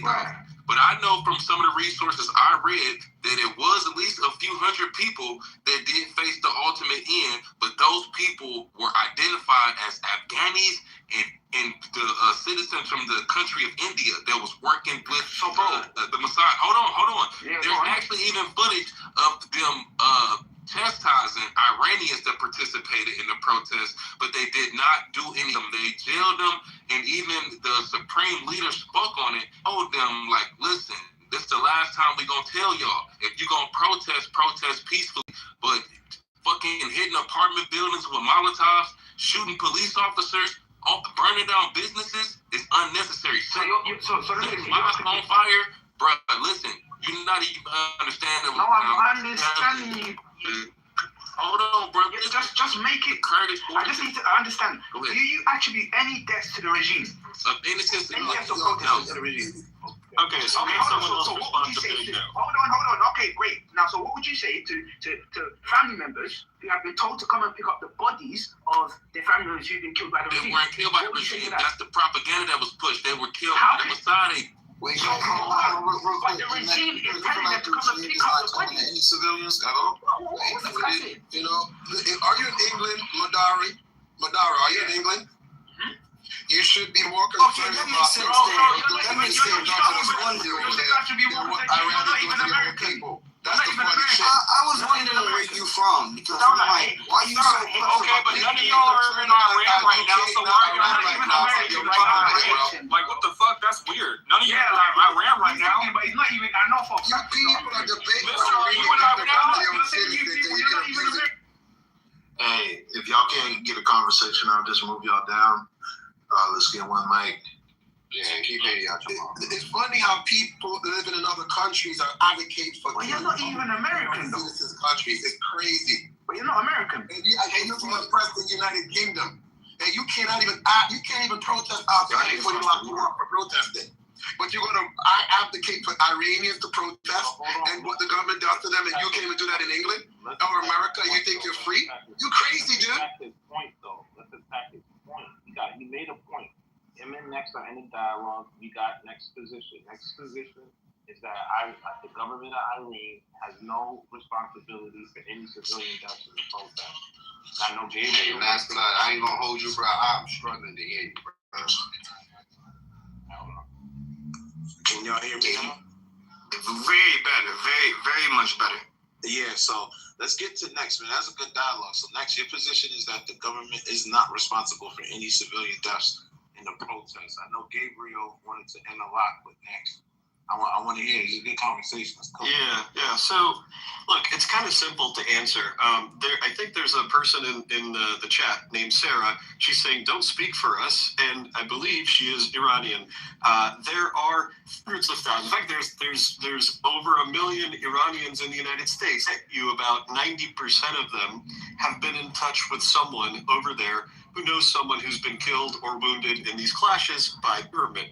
It is so preposterous to think that something that has been videotaped and broadcast, right, nonstop on WhatsApp, on Twitter or X or whatever, we see the IRGC forces firing into the crowds. We see them chasing people into, dark alleyways. We see bodies being dragged, body after body. Any one of you should do your own research. You literally can just go to X and you can find these videos. That Mossad operates in much smaller quantities. They're not going to have 10,000 people out on the streets of Iran, but that number of people, those are the people that you see attacking civilians in Iran. And by the way, the Iranian people are extremely into having Mossad, having the U.S. do this, dancing in the streets. Go to X and see Iranian women dancing in the streets with their hair covering off. They're dancing. Older women in their 60s are dancing. Okay? And it's not because there's a gajillion rockets falling on their head. It's tired of having their girls taken away and murdered and tortured simply for putting on some makeup or uncovering their face or dancing. They're tired of having their rap artists arrested and hung, right? They're tired. You're talking about hundreds of thousands of people murdered over the years and disappeared. So they are welcoming Israeli and American help. They are welcoming anyone who will help them, but it's the Iranian people who are going to overthrow their rulers. And people try to say, oh, it's Israel. I don't like Israel. Fine, don't like Israel. Oh, it's the U.S. It's Western imperialism. Fine, fuck Western imperialism.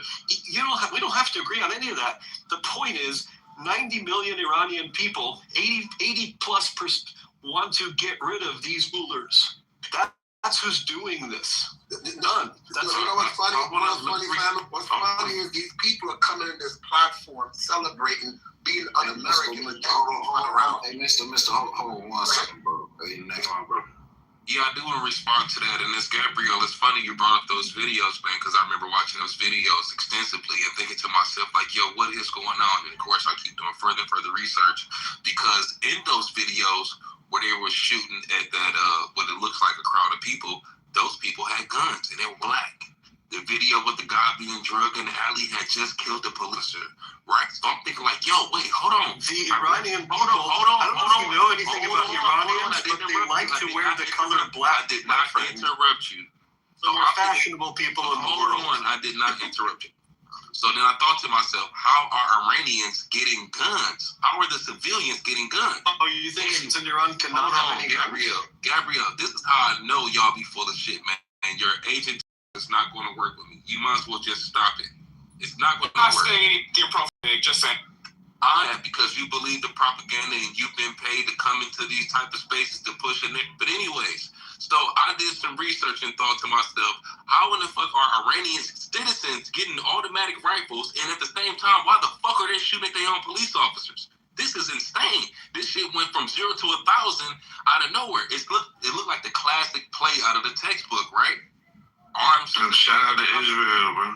Man, so I'm doing some research and I'm looking and come to find out these are Mossad agents, and you talking about these agencies don't operate like that with hundreds or thousands of agents. Yes, they do, and it surprises me all the time. This is how you had the Spring Arab. This is how you had the revolution in Ukraine. They send hundreds of people to these areas if they don't already have a network set up there. That's usually what it is. Nope. They're training all type of groups internationally everywhere, so their network is vast. And at any given time, they can get one of these networks to cut on and to do some shit, and they make sure that they always film it so that you buy into the propaganda.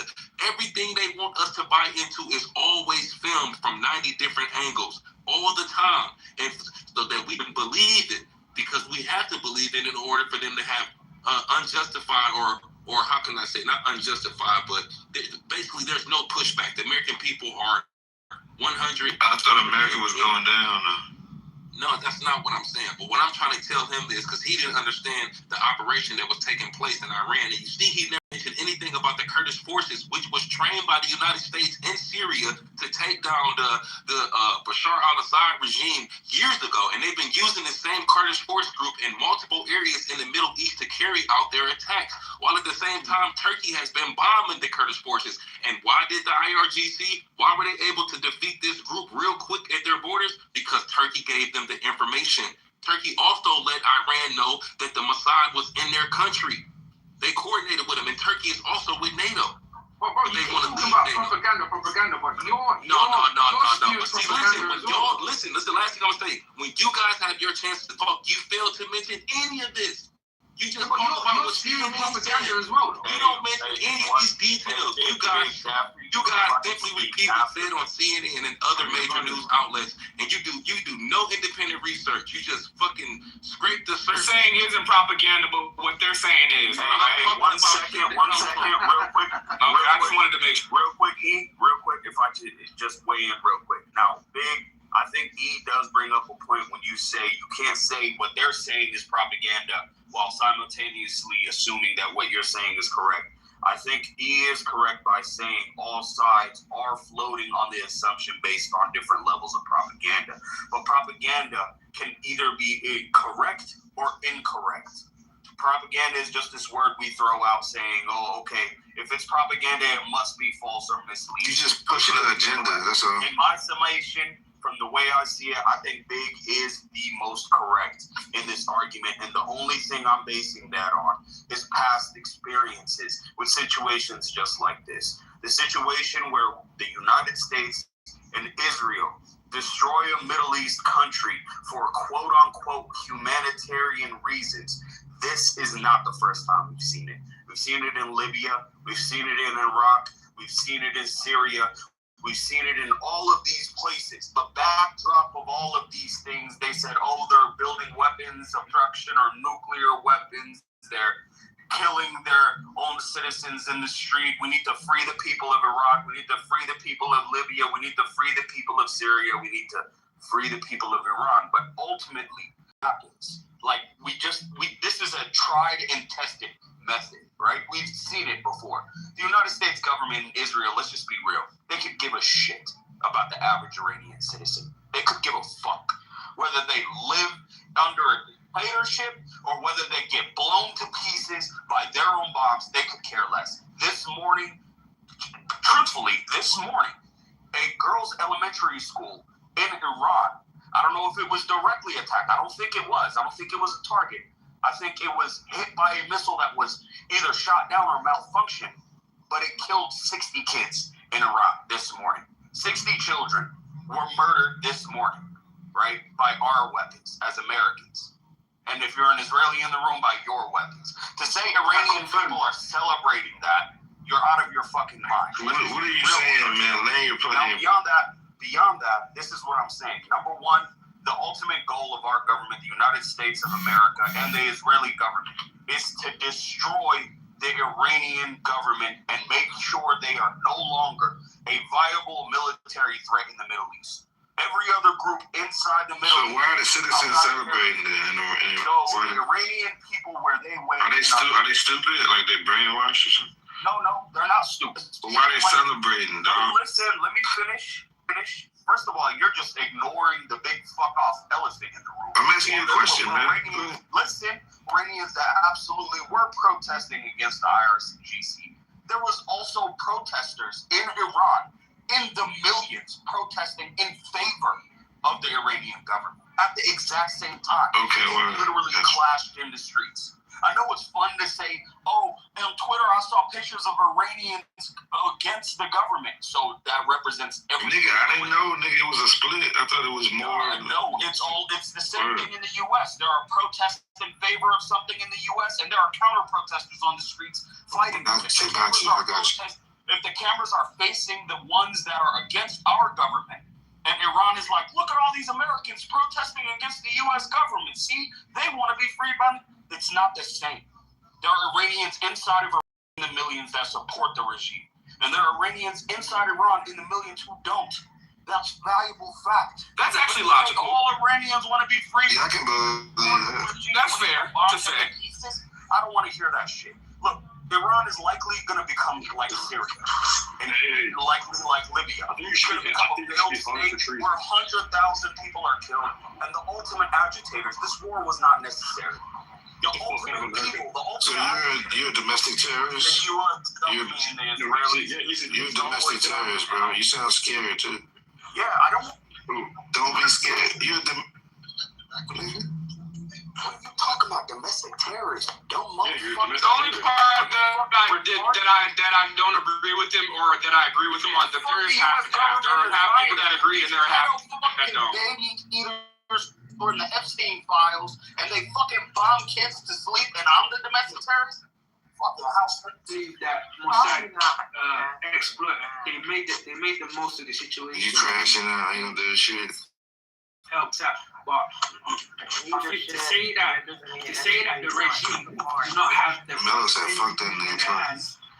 You're gonna see photos of Iran in the 1940s. To those who hold that position, I want to ask them. I don't think nobody's listening to you, bro. Explain to me why the regime turned off the internet. I want to hear that. Oh, absolutely. Because dissenters inside of Iran were communicating via the internet. It's that simple, bro. Did you wonder during the uprising against the regime a couple weeks ago, why were 60 or 600 fire engines, why were they set on fire? What protesters down? Fire engines that are designed, they're not weapons, they're designed to fire us out. Why would they burn those down? Because those are civil, not part of it. No, because when the fucking Mossad agents in Israel light fires, they don't want them put out. The fuck? Do you understand how far Israel is from Iran? Retarded. Seriously. Like geographically? Have you ever been to the Middle East? Have you ever been to Afghanistan? Did you ever serve? I've never been to Nazi Germany. I don't need to be in Nazi Germany to know the Nazis were pieces of shit. So shut the fuck up with that argument. That's a dumbass argument. Nazi Germany? That's a stupid Hey, get him out of here. Hey, get him out of here. You've never been here, so you can't have an opinion. Fuck yourself. Nigger. Right? Fuck yourself with that bullshit.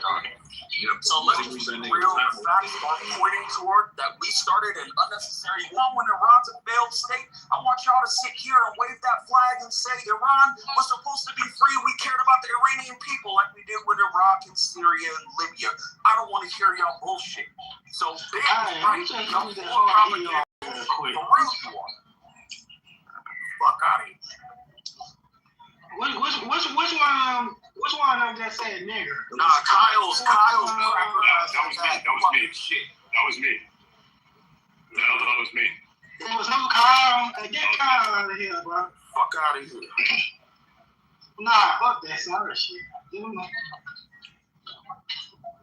What's the propaganda? Is it right or is it wrong? So is it right or is it wrong? So I'll tell you what the propaganda is. No, I just said it was all propaganda. Which propaganda? So how can you not say, oh, you guys are saying propaganda? Why don't you move the nigger down, man? Doesn't matter. Which one is right? Which one's wrong? So hold on, Yada. Listen, if we can acknowledge that there's two sides in Iran, one side wants the government there, one side wants the government to leave, then whether you agree with one side or the other, you're getting fed propaganda at the end of the day. Isn't that literally what I said?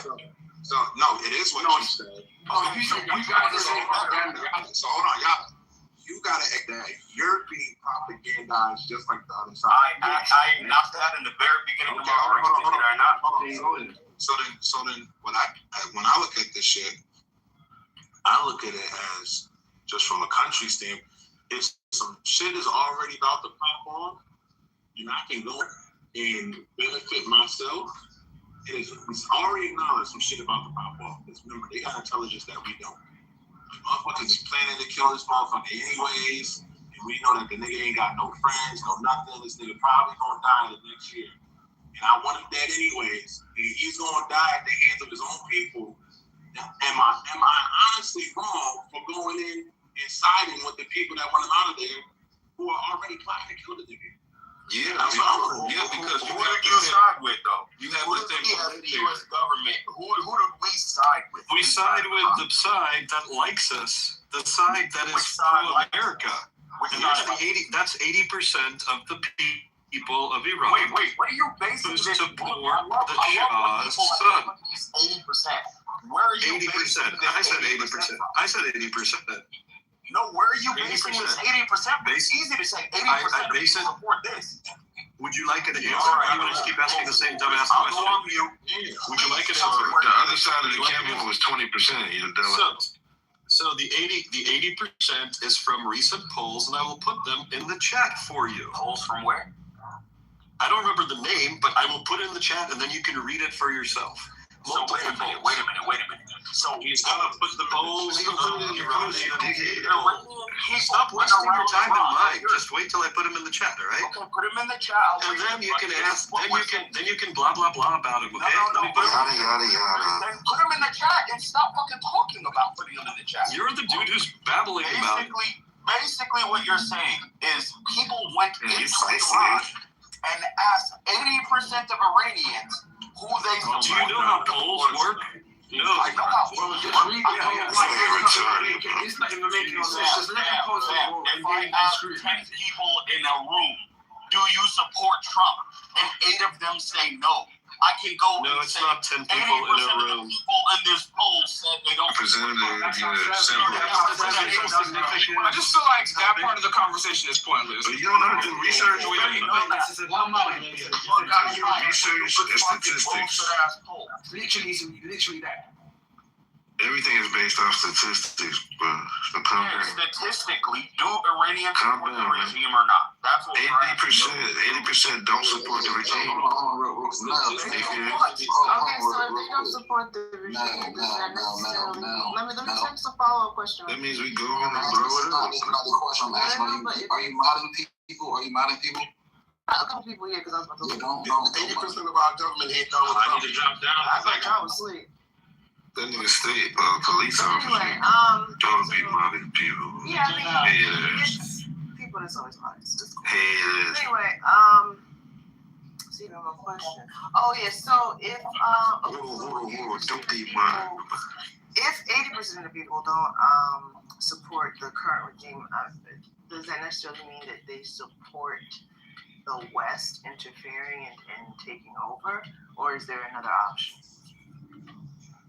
Just let them blow up the world. Iran have a nuclear weapon, and let them blow the fucking world. don't Wait have a too minute. much. So Iran gets Because nuked, and the we're first thing used they to do two is parties blow up in America. what? America is stupid. Not necessarily like What's what going on you with America? Yeah, they've been saying death to America for 40 years. You dig? So is North Korea. They got nuked. They blow up the world. Yeah, they teach their 3-year-olds to say death to America. So does North Korea, and they have a nuke. Did they blow up the world? They can't reach us, bro. Like, come on. Oh, North Korea can't, but Iran can. They were about to. North Korea is closer to the U.S. than Iran, you fucking dodo. So who got the better military? Literally North Korea. What the fuck are you talking about? Do you even know what you're You be wrong, like, bro. And the question that real she asked, shit. Statistically, the same. That's a beautiful point. During the Obama administration, those of you old enough will remember, there was a time North Korea didn't have nukes. Right now, they have about 120. They didn't have nukes. They were trying to build them, just like quote-unquote Iran is. What were they saying? We need regime change in North Korea. They're trying to build a nuke. The first thing they're going to do when they build a nuke, they're going to blow up South Korea, blow up Japan, then they're going to blow us up in the U.S. The western coast is going to be blown up by North Korean nukes, and then they built a nuke. What does North Korea have to do?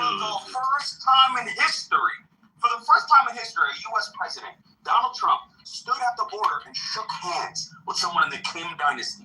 And tensions in Western Asia have never been lower with North Korea. Because now America respects them as equals. Hold on. How are you using North Korea? They respect them. Now it's not viable with them. You can't do regime change. You can't kill 400,000 North Korea to try to do regime change for the sake of the people, quote unquote. So you have to make peace.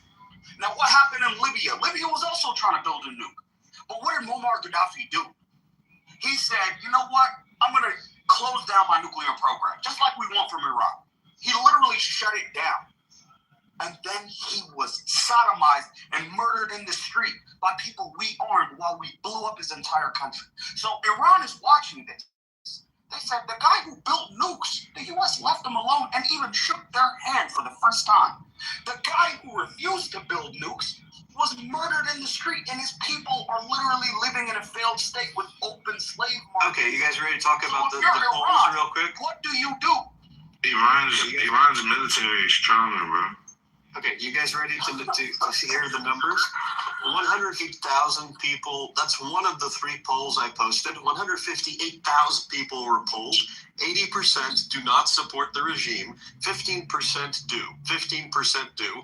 I'm assuming the remaining 5% probably were like, don't know, don't want to answer. So that's one of the polls. I put links to a bunch of them. Sure, you should be You wrong. can do your own research. You gotta be wrong. No.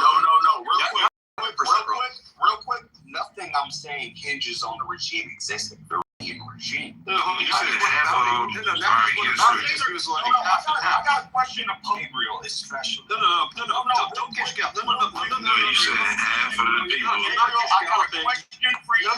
I'm not answering your question until we acknowledge something. I'm not answering your question until we acknowledge. One second. My friend, I have more patience than you. 1 second, okay? For fuck's sake, listen. Happy to move on to the next topic, but I'm not gonna gish gallop. Okay, We're like, well, I said, hey, so what we're gonna do is we're gonna acknowledge that according to 3 different fucking polls by 3 different groups, okay, 80% of the Iranian people, 80%. Another poll said 75%. I think. What was 80?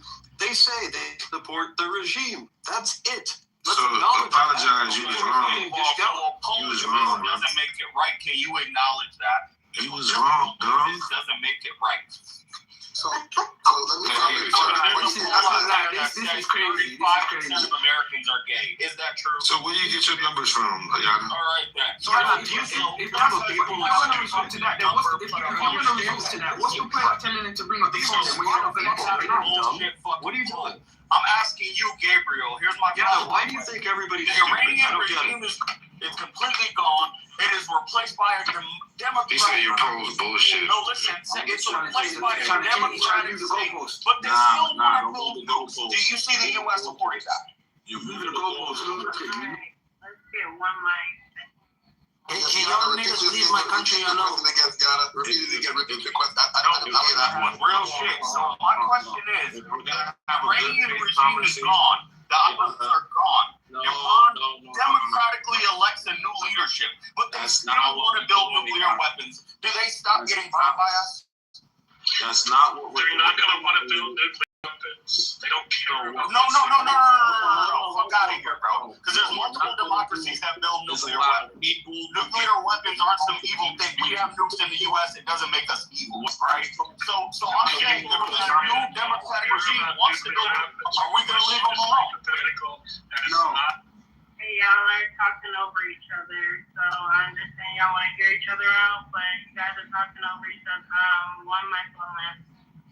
Yeah, man. So I don't mind the conversation, right? It's a good conversation. But if you put information, if you ask for polls, and the nigga give you the motherfucking polls, you see that it's a substantial amount of people that were asked, you gotta update your position before you move on to the next. Yeah, look, let me pop in out here, y'all.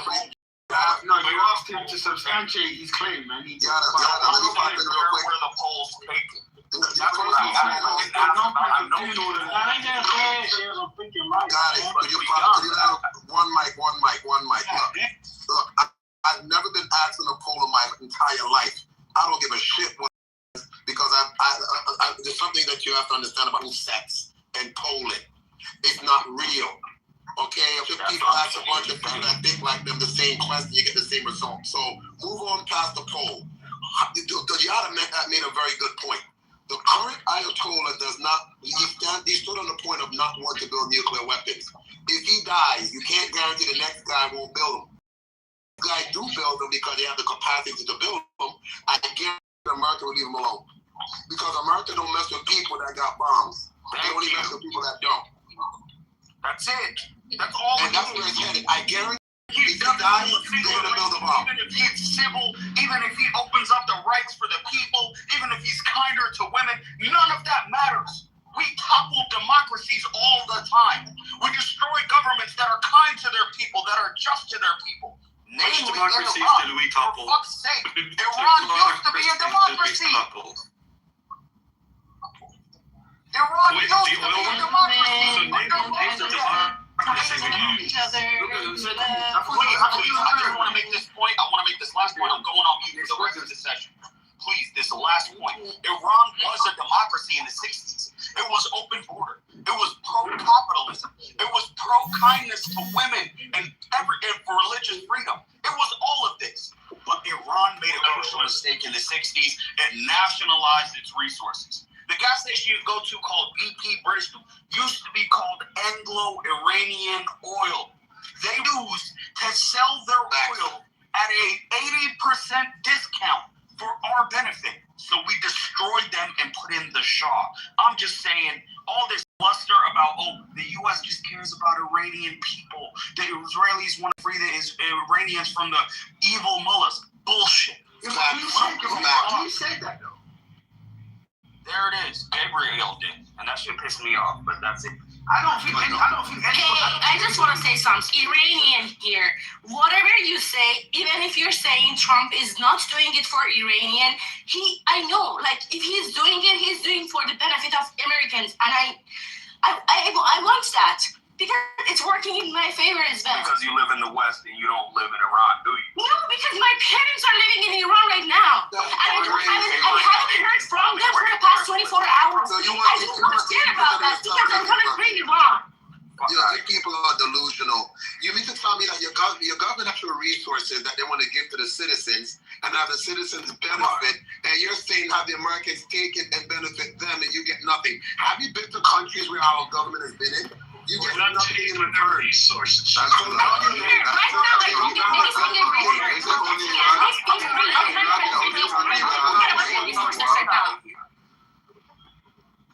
No, but you're speaking from a place of privilege. You're saying that an Iranian refugee is in a place of privilege? Are you situation is that of such where it's so you are though, because how can you say they're delusional if they're living in a situation where they're quite desperate for any form of intervention and they see that as better than living under the regime? Who are you to know that? Exactly. You're speaking from a place of privilege. In your house. right, y'all, calm down, relax, take a breather, okay? I don't know if you haven't already, but go get something to eat, enjoy the day. I don't know what time it is over there where y'all at, but the sun just went down, and it was a very good day. But, however, we do have listeners in the audience, and we also have people who are just, on Clubhouse just to be on Clubhouse. However, they would love to listen, right? But they can't listen because you guys are talking over each other. So, let's get one mic. And if you would like to respond to whoever is currently, I know it was a male, just put a Q in the chat, and we can get to you. Hey. Thank you. Yeah, it was. Hey, man, let me just say one thing. Let me just say one thing. Can I finish? Hey, let me just say one thing. Now, hold on, Blueball. That was not you. Go ahead to the gentleman, and then you can follow. Yeah, so, like I said before, it's a very self-righteous, a very arrogant,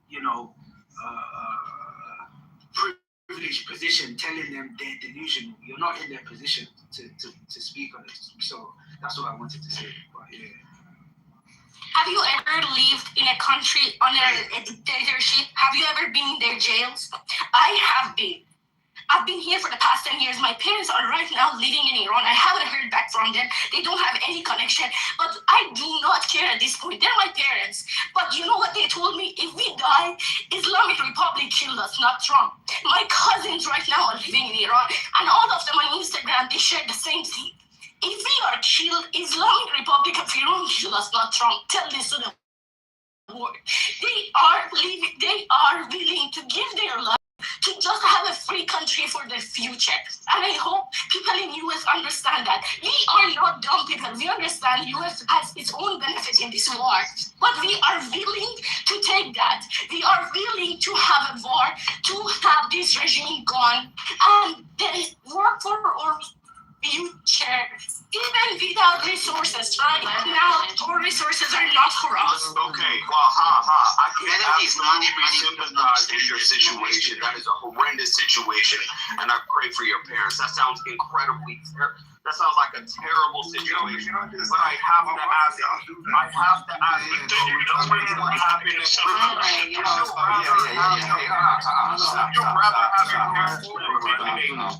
All right, guys, listen. There are some mixed emotions. I get it. Okay, as Americans, U.S. citizens, our heart goes to you guys over there. And the waiting room also stands with you guys, and we appreciate all of you guys bringing your opinions. And it's been a long day. I'm not gonna lie. I've been in and out this room, but one thing I will say is it has been very passionate. So let's just take a moment to just take it, okay?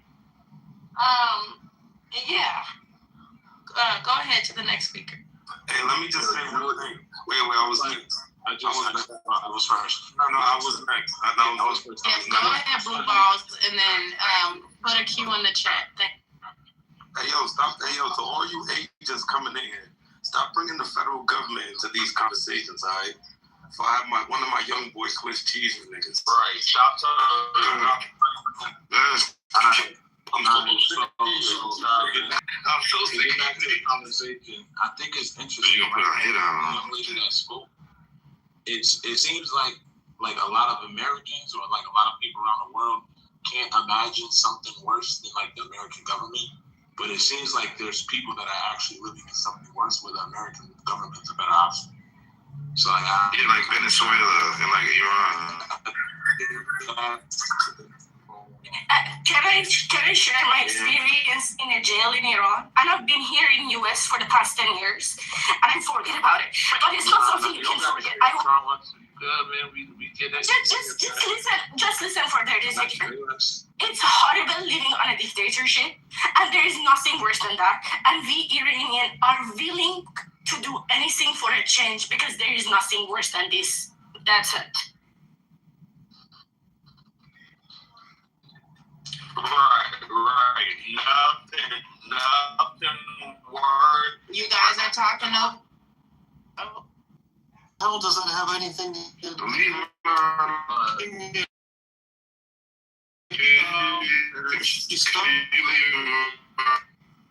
We stand with Israel, Zionism. It is very difficult to have conversations with people that only want to. So if you're talking about me, let me tell that I do not support Israel. I never in my life did it. I actually was a pro-Palestinian. Hey, I used to be pro-Palestinian. You can go check my Instagram page. But after this, I'm not anymore. And I'm against it because they did not support us. I used to think that, yes, Israel is fighting them. Oh, guys, I'm not anymore. Yeah, that's a mindset because people that think they are inherently right and can't change their mind on something are very dangerous for every society like that. Yeah, like that. I'm talking about people here that are not giving people a chance to even express themselves just because they have a different stance or different opinion. It's very dangerous for by the way, I'm a big ass Zionist and I support Israel massively. Ask me anything you want. You would support a pedophile. Of course you would. You federal agent. I told y'all. Oh yeah, of course. I also support. I'm also a very big Israel fan, honestly. We can tell. And I rather support. No, I do not support the regime that is killing decisions. Black monkey that wants to support you. Black. Black monkey that wants to support you. Yeah, see how stupid you are. Just because you think I'm black, because me being black means you're very stupid. You have no sense on your mind. That's what Israel. And you think you're what Israel thinks of my brother. That's totally like a monkey. You guys been. You are going to them. You are going to them. We are telling you, remove that. Yo, listen. I'm telling you the truth. To another. Massa. Listen. I don't care about what you say. I know what the fact says. Okay, guys, say it. Yeah, why do you guys we love it. Okay. All right, guys. And imitating, like, can we actually have a conversation about trolling, imitating, mocking, like all of that? None of that is necessary to have a conversation. And Lynn, I'm so happy. Can you mute up whoever that is? I don't need ad-libs. No, thank you. I appreciate everything that Lynn said because it's like, my heart goes out to people who are going through. This is a tough time for a lot of people. So regardless of what side of the fence you're on for whatever, there are still people who are going through it. So we are all still human beings. Okay, so let's still be mindful and have some sympathy and empathy.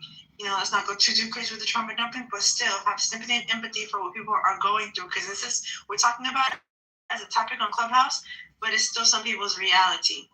Okay, like they're living like bombs outside, like that's happening to some people, and maybe some people can't relate. So nonetheless, sharing their experiences and different perspectives. I know the gentleman that said that. We have all perspectives in here, and people are having the conversation. You can't make someone agree with you, though, but we have all types of opinions and perspectives in here. But be ready to defend it, because someone will challenge it. That does happen. Okay, respectfully, let's continue the conversation. Shout out Trump here, guy. Okay, so yo, I'm gonna level with you, all right? And I'm gonna tell you the truth all the way. Israel, right, and all these people, they don't care about black people. They look at us. They look at us as animal, cattle. You can actually go and read it in their Talmud. It's in there, in the Kabbalah as well. Bro, let him conclude because I'm very knowledgeable in the things that he's talking about. That's cap. So I'm listening, and I'll also say what I want to tell you. No, I've concluded. No. Are you done? Okay, the thing with Israel is Israel is not a dictatorship country. It's a democratic country. Not everyone in Israel follows that Talmud you're talking about. There are so many black people living in Israel freely and not being hated. I mean, the thing is, no matter where you live in the world is not a fair place to live in. So would you say because the world is not a fair place to live in and there are some bad people living somewhere, it means everyone that lives there is a bad person? No. In Africa, where I come from, there are people that look just like me that still do all these crazy things. Doesn't mean every black person is bad? No. So your point is invalid. Saying that the Talmud says that means every Israeli person thinks I am a slave. it's a very bad position to have, or bad. Okay. It's not good. Look in my PTR. You see the woman. You just 10 seconds. I apologize. 10 seconds. Okay, listen. Look at. Okay, I'm not rebutting. I'm just saying, look for 10 seconds in my PTR. Woman in my photo, right, is Ashagir Araro. She's the leader of the Ethiopian Jewry in Israel. Damn, Blue said fuck you. All right. We don't even care because at the end of the day, right? Israel airlifted 100,000 you don't care because you think and brought them to freedom. Yes. So you don't care because you think you're inherently right and you can never.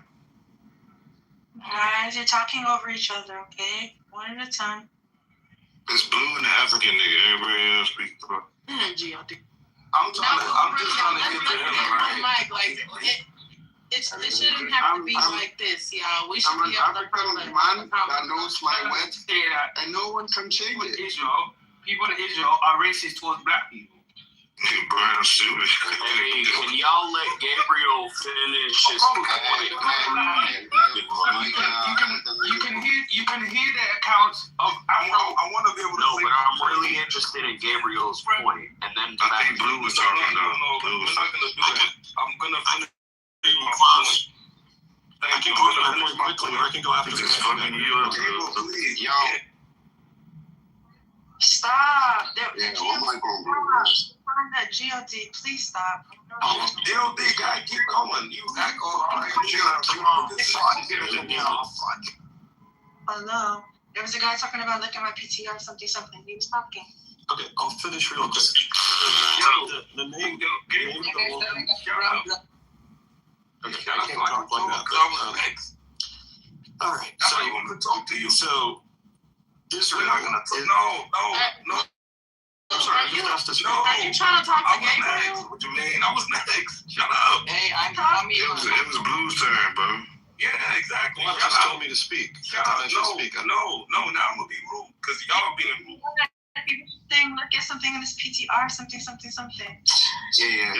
you want me to finish and then maybe I'll Yo, these are Jewish freaking actors, man. They agents. Yeah, moderator. I am from Iran. I am from Iran. Moderator. Bro, shut the fuck up, bro. It don't matter, bro. Shut up. Alright, allow Blue and whoever he was having a dialogue with that. Go continue that shit and then Gabriel, you could get to your point. That's what I was saying. You're doing too much, bro. These fucking agents, man. Anyway, like I said, man, it's sad because our own people, right? Who owned the slave ships back in the day? Who actually funded a lot of Africa's demise? A whole bunch of Christians and a whole bunch of Muslims. Bunch of small asses. What slave ships are you talking about? You talking about Gabriel, don't worry. Let me have this conversation with him because Arab slave trade of the transatlantic. he's talking about. Bro, All right, and Medora and whoever else, the next time you come off mic, you will be removed from the room. Now mute your ass up. That's a lot of agents. I'm good. Gabriel, all of them. All right, yeah. There we go. We're just gonna try to do a conversation. We're just kind of keep it going like that, you know. And they'll shoot you off the stage now. Just letting you know now. So, I'm shooting them out the room. Yeah, there you go, right there. There she is. Yeah. So let's just keep it cool, right? And like she said, man, it's a very contentious topic. Emotions are up there because shit's just uncertain in the world right now, man. But let's just try to hear each other out here. Just move on from there, type shit. All right. It was I think Blue and M were having a conversation. Bro, I'm done with it. Bro, I've been saying this all day. Bro, it's really sad to hear this from you, honestly, because I'm very open to hear what you have to say. A lot of I disagree. Listen, Charlie. And you saying I'm an agent. I'm gonna talk and you're gonna listen. Since you wanna listen, all right, thank you.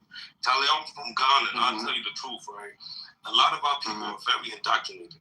Let's not act like religion and so many other factions has broken our people across. I'm talking about all continents. Period. Our people are broken. Our people are mentally gone. They don't even know who the enemy is. You understand?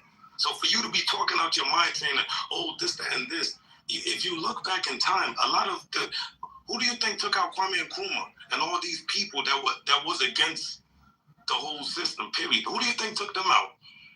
You don't What's know. the point? I'm also from Ghana. Oh, right. I'm also from Ghana. Again, brother, listen. If you don't know your history, bro, I know my history very well. No, you don't. You're in bed with the enemy now, bro. And bro, you don't know. You necessarily don't really know who you're the enemy acquiring is. to them. I'm sorry. I will never associate with anyone that classifies me as an animal. I don't care who it is. If you don't have, I know you're there for money. I know a lot of my people, Africans, we always want to sell our soul for money. Trust me, I know this.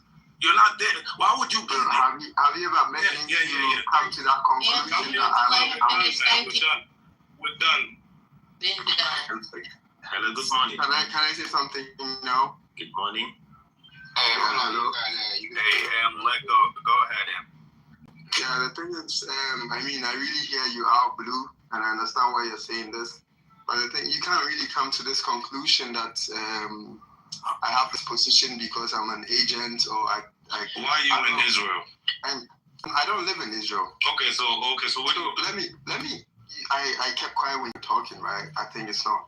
Yeah, you kept quiet. Let him finish, bro. So the thing is, you can't come to a conclusion that everyone that lives in Israel has the same mindset. Even in countries that have everyone support, like countries that are countries that have their leaders, dictators, you can't come to that conclusion. The same way I can't come to the conclusion that everyone that lives in the US has the same mindset and thinks every black person is stupid or something like that. You know, that's there are people. That's what you were saying. You were saying that they think. All of Israel. No. Bro, then what's your point then? Blue, please let him finish. All right, go ahead. You were saying that they think we are Goyim and they think we are this and this and that, right? And I'm saying, who are they that you're talking about? Okay, I could be specific. Who are that they you're talking about? We could talk about the Zionist Jews. We could talk about the Ashkenazi Jews. Like spiritually, I'm with you, but let him finish. Who are you, nigga? Shut up. So you can't come to that conclusion, honestly, because Israel is a democratic country and everyone has their own view. So, I mean, in as much as someone maybe in the government thinks black people are stupid, and if they are doing something good, I mean, I don't really care who thinks who is something. If the person is doing something good, I'll still support it. If my enemy is doing something good, it doesn't make what they are doing wrong.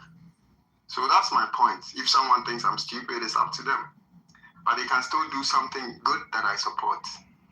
So what's your point? I think that was brother. You point real quick, Blue. Solidified it for me. All right, that's crazy. If someone thinks you're stupid and then okay. And I mean, if someone thinks when the person is doing something right, and I still think they are doing something wrong. That makes sense. Hold on, y'all gotta get in there too. At some point. Good morning. All right, look, real quick. M's point is completely valid. He says just because one person of a particular group or a particular government believes X, Y, Z, that doesn't give you free range to paint a broad brush over the entire society. I think that's incredibly valid. Secondly, I think the next valid he said, just because you expect a government, a society to behave morally doesn't mean you won't find any evil acts within that society or government. Also a valid point by him, 100%. But I do have to say to you, M, Israel is the only society in recent history I can think of. When I say recent society, I mean the last 5 decades, that have sterilized people based off of race. Now, I don't know if Gabriel will come up with my here. Yup, there he is. All right. So Gabriel's a Jew. You know he's going to speak. Do you see how I predicted that? Yeah,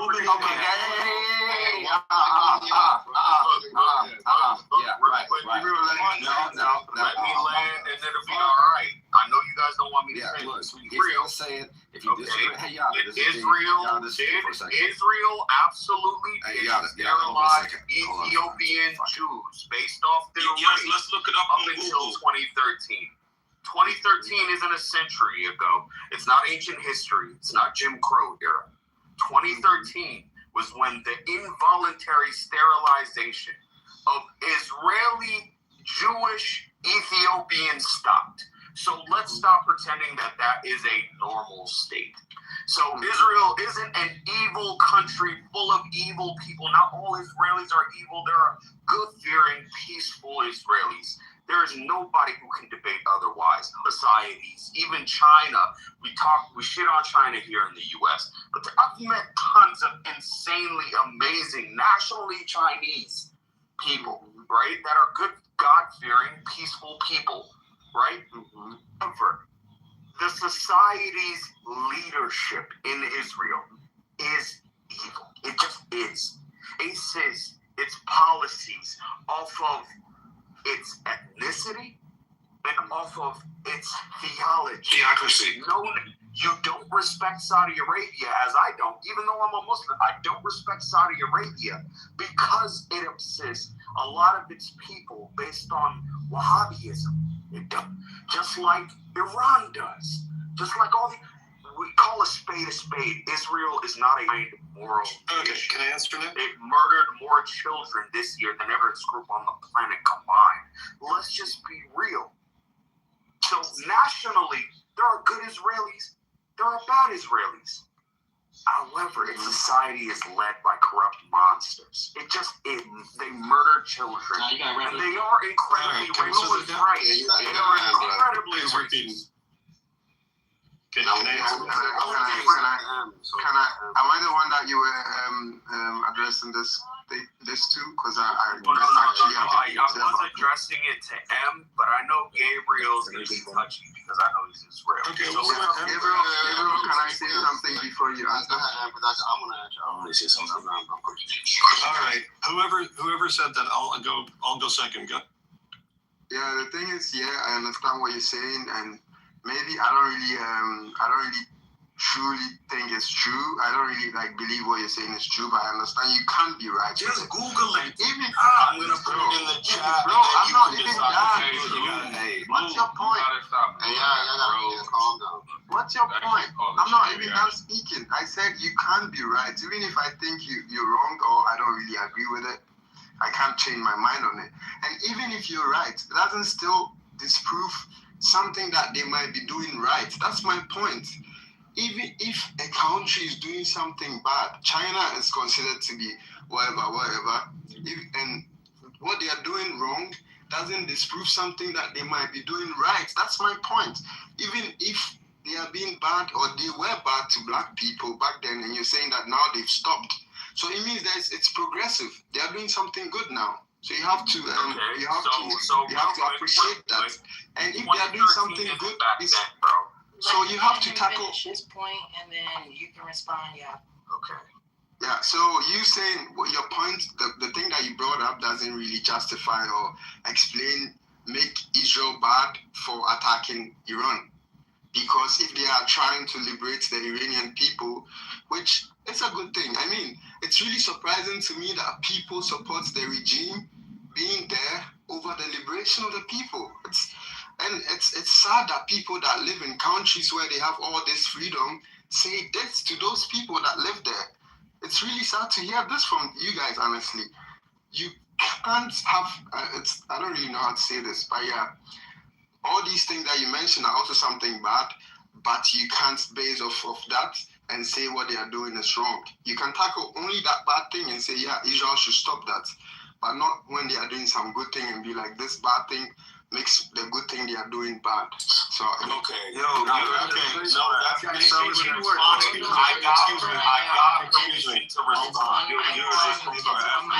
I got permission to respond. Excuse me, no. All right, so real quick, Gabriel, I got permission to respond.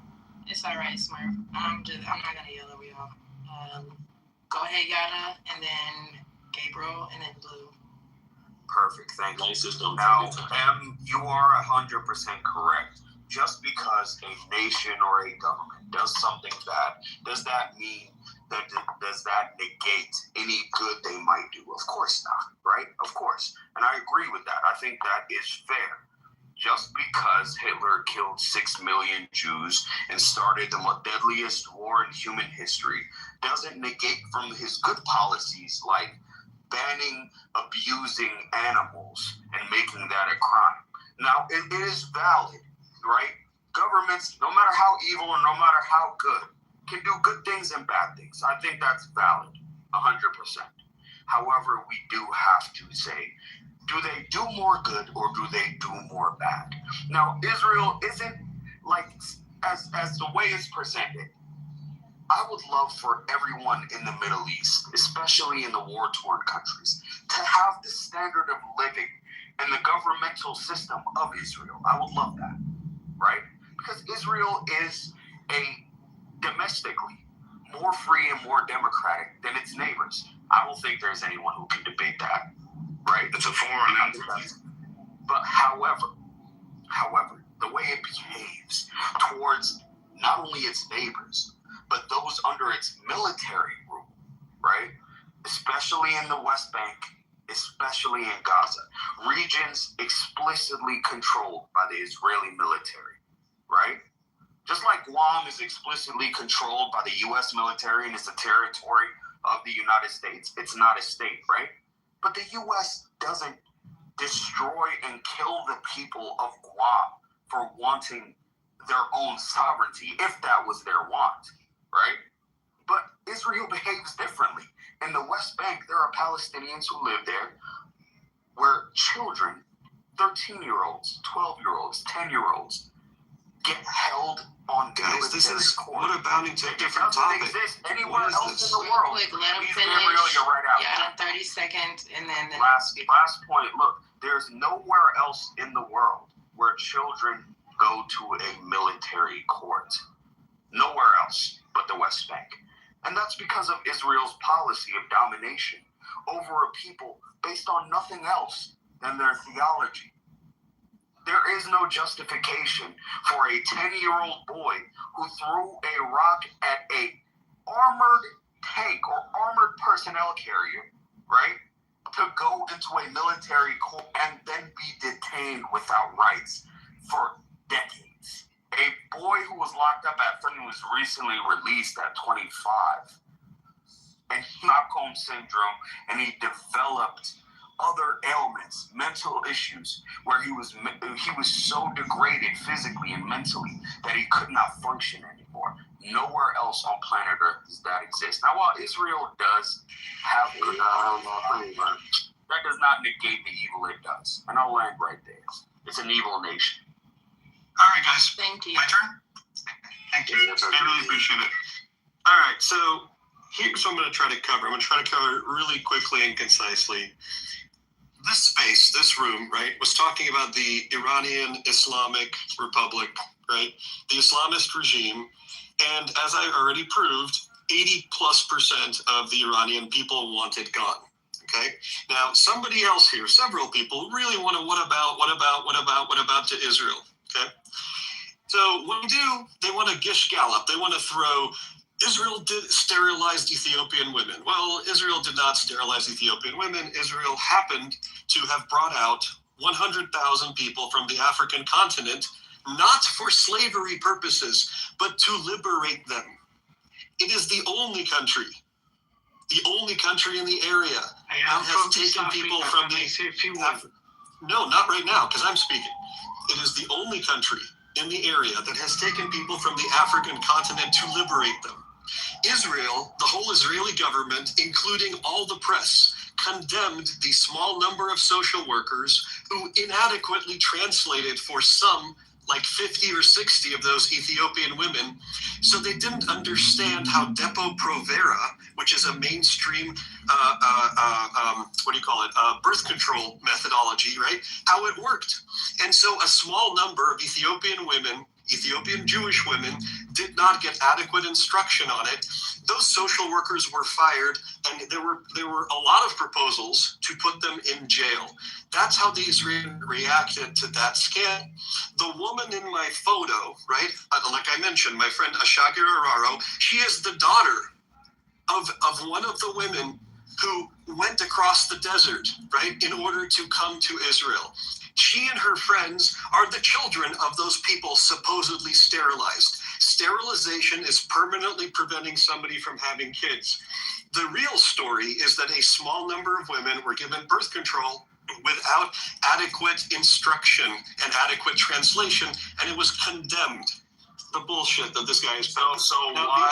one second. Wait, no, I'm speaking. I'm speaking. Shut the fuck up. I'm speaking. Thank you. Yeah, let Okay, me now, know. the other thing you guys should know, okay? Unlike the Arab and Muslim states which surround Israel, right? Israel has never had slavery. Iran did not eradicate African slavery until the 1920s. Qatar has slavery. 6,000 people died building the fucking soccer stadiums for the World Cup. Did you guys know that? Libya has slavery today. Mauritania has slavery today. Black people are called abid, or slave, to their face in Arab and Muslim society every day, millions of times today. Did you know that there's a name in Gaza called Al-Abid, which is where the people known as Afro-Palestinians live? Why do the Afro-Palestinians live in a neighborhood called the Slaves? Because they were brought there as slaves, okay? There is blackface on Arab and Muslim television all day, every day. And Al Arabiya and Al Jazeera and the New York Times have covered it. Blackface in the Arab world, okay? Some of the most racist societies, the ones that still have slavery today, African slavery, right? Asian slavery, they have chattel slavery, real chattel slavery, and they also have, quote, modern version called kafala, okay? These are the societies that we are talking about. And this Islamic Republic of Iran, right, the mullahs, they have been preparing this. They have made money off of slavery. Hezbollah, right, the proxy of the Islamic regime, has been perpetuating the trafficking of women and children, African women and children, into the Arab and Muslim world. So when we're talking about, oh, Israel is so terrible because some social workers really, and they publicly denounced them and everybody knew their names, and we must condemn Israel as the most evil place in the world, wake the fuck up. Look at who you're talking about. Look at the neighborhood and look at what's actually going on. Qatar hates gay people, hates women. The Islam of Iran has been perpetuating apartheid against women. Okay? Women get murdered for showing their hair or dancing. And then you guys want to go off on Israel. I don't know who this motherfucker is who's sitting here going off about, oh, Israel is the most evil in the world. You guys are smart. You know what he's doing. His name is Blue. He's coming and trying to change the topic. I think you can say my name. I'm from the Islamic. Are you done? Yeah, real quick, Gabriel. I just have a question. Hold on. Let him finish first. Yeah. You guys are pretty smart. You know what the one or the two guys here are doing is they're trying to change the topic from the fact that the Ayatollah got his bitch ass bombed and erased, and that the people of Libya, the people of Lebanon, Syria, the people of Iran, Israel, everybody who these guys were affecting with their drug trade and their human trafficking are celebrating. They want you to scapegoat and talk about Israel. News, and you have Iranians. You have Iranians coming here. You have Iranians. There's other people who want to talk. I got it. I'm wrapping up. Yeah, you got it. Yeah. Can I? So you got Iranians. No, I'm next. You've got Iranians coming in here. Shut the fuck up. You've got Iranians coming in here and telling you they're celebrating. They're celebrating, yet this guy is like, but Israel's so bad. They want to change the topic to anything but the Islamist slave state, right? All right, Gabriel, they are defending. You can tell you Jewish. He's still trying to just go ahead and make your point, bro. Just make your point. Yeah, you know how the Jewish people always do that. But yeah, I'm gonna just say one thing. Who's behind Planned Parenthood? Who's behind the vaccines? Who's behind the slave ships? It's crazy you mentioned slavery because, geez, don't bring up slavery. Don't, I beg, because a lot of your people ran that whole operation. Let me see what else. I mean, we could go down the list, man. Hey, Blue, can I ask you one question? Can I ask you all of them a question real quick? Yeah. Go ahead, man. Cause This is my question, right? Because I hear what y'all saying, like, you can't blame everybody because of what one person did, right? But if it's like common practice, like, and the whole thing got a stain on it, why would y'all keep picking up that flag or that banner and follow behind it? And I hear some people trying to make it seem like it's a nationality or something, but I'm more talking about, of the Jews or whatnot, the shit y'all practice or whatnot. The religion that helped originate Christianity and Islam? Which religion? I just want to clarify. What do you mean? Judaism, whatever you call it. I don't care because I don't practice none of that evil bullshit y'all practice. Not Catholics, not Jews, not Muslims, no. Yeah, my nigga, whatever. Let me finish, right? All that shit. I'm not your N-word, dude. I'm not your anything. All right, bro. No, he in the audience.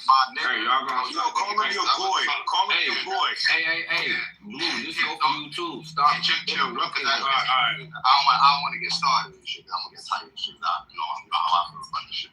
But I'm just asking, like, if y'all know, because y'all ain't gonna act like, because I really feel like y'all some kind of secret society that hijack other religions and put on a show in public and practice something else in private, right? So I'm gonna just go back to the Epstein file. Being that it's already discovered, yeah, niggas is eating babies and practicing worshiping towards Baal and Moloch, whatever the fuck y'all do, but in public, y'all make it seem like y'all the most righteous of all, right? And my thing is, if this shit is going on, y'all motherfuckers know that shit, and I know y'all gonna play like y'all don't. Why pick up the banner under the Jews to begin with? And if y'all didn't know what was going on, now y'all do. Y'all know what's going on now. So all the Epstein file, y'all going, it's just Epstein. That's usually what y'all do when shit like this get exposed. It's just that person. It's just this person. It's just that rabbi. It's not all of us. It's like, I don't know why y'all play like that. Why y'all play like, why even follow any of these bullshit ass religions that worship all these deities that you going to deny anyways? I just don't get it, bro. Like it's only one person and it's not all of y'all. It's all of y'all. Because nobody's doing nothing to stop it. Y'all act like y'all don't know what's happening. So you talking about America using American? Shut up. Shut up. Yeah, y'all act like y'all don't know what's happening, and y'all come on stages like this and play all righteous and holy and shit. I don't know, bro. I don't know how niggas play stupid all the time, bro. Like, but I ain't no dummy. I don't get how y'all follow me. Are you sure you ain't no dummy? Because you sound like one. Your mother. All right. How about that? And I bet I'll punch you in your face, baby eater. I'm seeing it. Yo, tell them we'll take your little Jew daughter and we're gonna train on her. We're gonna take your little Jew daughter and we're gonna run a train on her. Hey, yo. Yeah.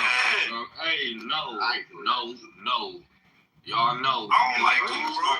Hey, bro, y'all gonna take his little daughter. There's certain rules in this room, and you already know. Like, if certain shit said, you already know. Motherfuckers gotta get removed. Please don't put none of us in a position to where we are forced to remove you from the room. Please do not do that. Can I say a few words? Hold on. I just want to say that I think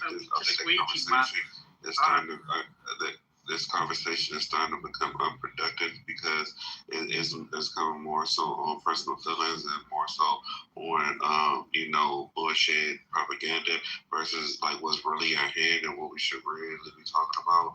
I think we should stay on topic because it's like kind of getting convoluted. My autism is beginning to flare up. That's it. That's what I was going to say. Moving on. So the guy said they liberated Ethiopians. They haven't liberated anybody. Anybody can live wherever you want. And they came and took them away, injected this Judaism thing to their head. They're normal, born and raised in Ethiopia. They were normal. They know anybody can be Jewish or Orthodox or whatever they are, but this thing is a better land for you. There will be job, there will be food for you more, because by default, East Africans were a little bit unfortunate, a little bit poorer than anybody else in the world. So that's why they took that chance and fly them away. And they gave a lot of money to the president at that time. He got so much money, so he let them go. It was at the end of Mengistu Haile Mariam, the leader at that time, and that's why they got successful. So all this, they liberated Ethiopians, it's just religion thing going on. Anyway, I don't have anything much to say about Israel, but also all this basic M is saying, basic African Israeli, who nobody says Israel people are bad people. All we're saying is we didn't even know about Epstein until recent. There is so much shit going on in there. There's so many refugees losing their liver, their kidney in Sinai, in all these deserts. All this operation is happening in Israel. That's why in Tel Aviv, this is what we hear. So much things hasn't been revealed yet. So please, no stop what those leaders and those runners of that country doing. So if you have anything to say about this. No, a lot of people truly believe Israel is bad, and that particular group of people have a history of being kicked out of hundreds of countries, and I don't think that they genetics change. That's a Nazi myth. That's a Nazi myth. Oh my God! Hey, whatever your nationality is, I'm gonna let you know. I'm American. I'm American. Hey, I'm gonna tell you right now. You're not gonna speak it. Hey, like I said, you don't tell, man. He got moved already. I'm not here to play with you pill people. You gonna shut the fuck up and listen to the king talk to guys. Yeah, bro. You wanna run shit around this way? You gonna shut your mouth and listen. happening here, bro. Like I said, people from your country historically are some of the worst. Cyberbullying people. Motherfucker, I don't give a damn, bro. I'm a real life bully. So, like I said, your group of people are documentally the worst group of motherfuckers to walk this planet. They consistently have been kicked out of hundreds of countries. They got kicked out of every country. Exactly, and need to get kicked out of the United States. Fucking parasites. They be getting money though. They is hustlers though. I give it to them. No, these scammers. They be getting money though, bro. Like they scam the financial institutions. And they have a history of perpetuating pornography, transgender, the whole LGBTQ movement, jewelry, diamonds. Yes, blood diamonds. Other people, and then also lying to people, and then telling people that they don't lie. We literally watch people do it here in the room, and I don't think every single Jew is bad, but as a collective, I don't believe that y'all are worth it down, and you are going to have a hard time changing my mind about that. And unless melanated people decide that they want to come and do business with Israel directly, not as the United States as a collective, as melanated people, I really don't. But Israel's still our little brother though. We still got to protect Israel though. No matter what. Yo, D, shout out. No, we don't. We doing it now. We doing it. We got to. Like, whatever mysterious reason why we doing it, we still. Like I said, I don't give a damn. I'm not talking over none of y'all. So, until I mute, because I done heard you motherfuckers talk all day, blah, blah, blah, blah, blah. All I hear is a whole bunch of emotional motherfuckers. When it comes to the facts, Israel has not been worth shit. Yes, we leverage them. Yes, we have an allegiance with them. And in my mind, I don't believe that the citizens, because they come from that same fucking stock, are worth a lot. So, that's all. Hello, good evening. Hey, Berto, you lucky I can't say what I want to say. I promise you. Oh, boy, good morning. Don't you ever bring your big nose, crusty, man. Why not just the man's nose blue? That's no, man. That's not what I'm for. Why we can't be pro-Israel? No, we're not doing that. Personally pro-Israel, bro. They got enough problems already, nigga. It's different when we talk about history. If I come shake some joints out your nose. It's different when you talk about history, Blue. Like, there's no need for personal attacks on people, bro. You feel me? Nah, because do you know what you don't know if that man did anything wrong personally. I'm talking about historical accounts. That's different. That's facts. But what they do, right, when they're talking to people, they like to belittle people and all that. When he was talking, right, and when he said that to Smurf, mind you, we're having a rebuttal, but he said some slick shit. So I'm like, yo, that's when I just jumped out there. But other than that, they do that. These are small people with small man parts, bro. They're gonna feel away every day. Like, exactly. You said the little daughter, bro. That's great. Come on, did you say Bertram? They got Pornhub. They eat babies. And I don't even do that. Not all of them, bro. Hey, Blue, who was you talking about? You might say something. That was G.O.D. Birchall. Don't entertain that. Let Blue respond, please. Hello, good morning. No more personal attacks, Blue, motherfucker. My bad. I apologize. Hey, go ahead, bro. You can speak. Okay. I'm listening to all what you guys have been saying since, and sorry about it, my intonation might not really sound well to Hey, you. you understand shit he's saying. Oh, That's rude. That's rude, bro. That's rude. Oh, bro, clean that up right, my brother. So you should Come on. Let him finish that leave, bro. What you mean? Cool. What do you mean? Hey, Respect the brother, please. Respect him, please. Don't do that. Chill out. Hey, I speak English. hold on 1 second, Fernando. Just so we gonna clear the stage for you. So just so we clear, if y'all interrupt, bro, you going to the audience, dog. No problem. So can I talk now? Yeah, go ahead. Yeah, I've been listening to what you guys have been saying for like almost an hour now. I don't know how to put it, but when you say a particular country is don't like black people, I begin to wonder. Let me explain. Should I say it from my own perspective? Maybe it is from the way I've seen it. I've been to like 2-3 European countries and I've been treated well. I've been to Israel too. I don't see them as racist, but it doesn't still take out the fact that majority of the things they do are not good. But I will still tell people, if you are looking for, if you're talking about people that, even though they're Americans, I don't even classify. When people tell me that most Americans try to segregate people, I still don't believe that. The people who really segregate people the most are people from Africa. You see a guy like you that has the same black skin and try to segregate you because of your ethnicity. You guys are not. Let me use myself as an example.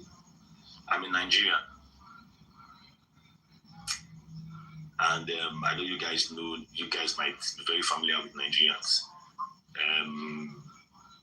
Majority of Nigerians don't like each other, so I don't have an issue when I go to another country and I am being told, and a white man who sees me is being able to differentiate my color and tell me and be racially insultive to me. How will I put it? I really don't take it to heart, because I've been insulted by black people because of my ethnicity. So, like what M said before he left.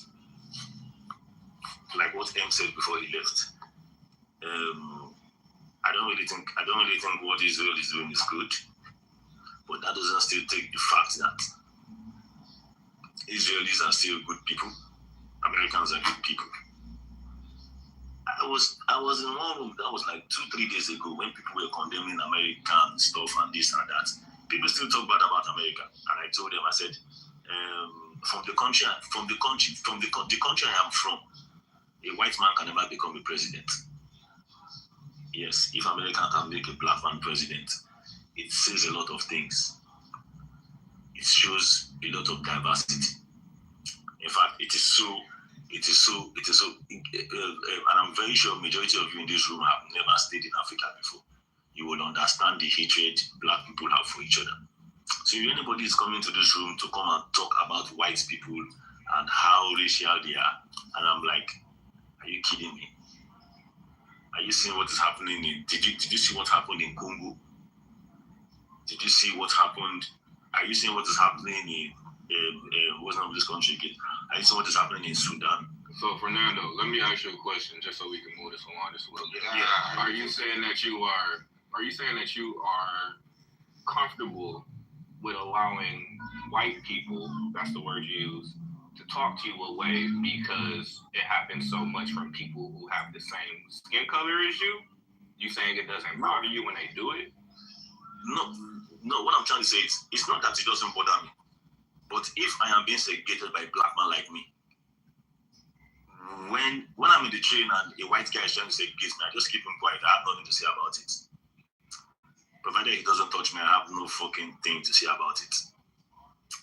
Because I am being stigmatized by my same black people from my country I come from. So you saying because Israelis is white, we shouldn't have an opinion about them? I'm just trying to have an understanding of where you live. No. I'm not saying you don't have it. I said at the beginning, people are good people are good or people are bad doesn't mean there's something good there's something good that will not come out of them. I'm not in support of this. I feel this war is being caused by Israel and not America, Israel and Donald Trump.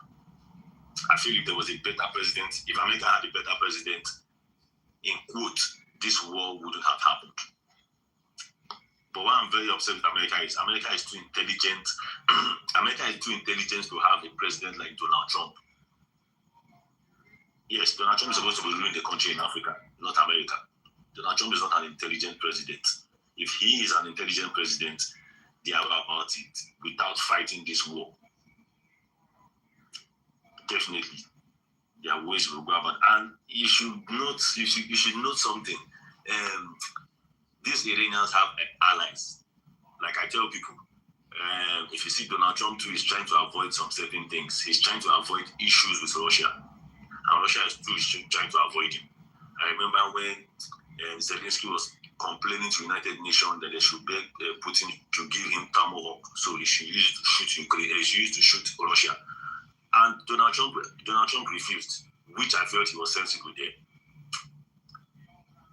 Because nobody wants to wage war with Russia. In fact, the way Russia is now, Russia is a wounded lion and wants to wage war with anybody.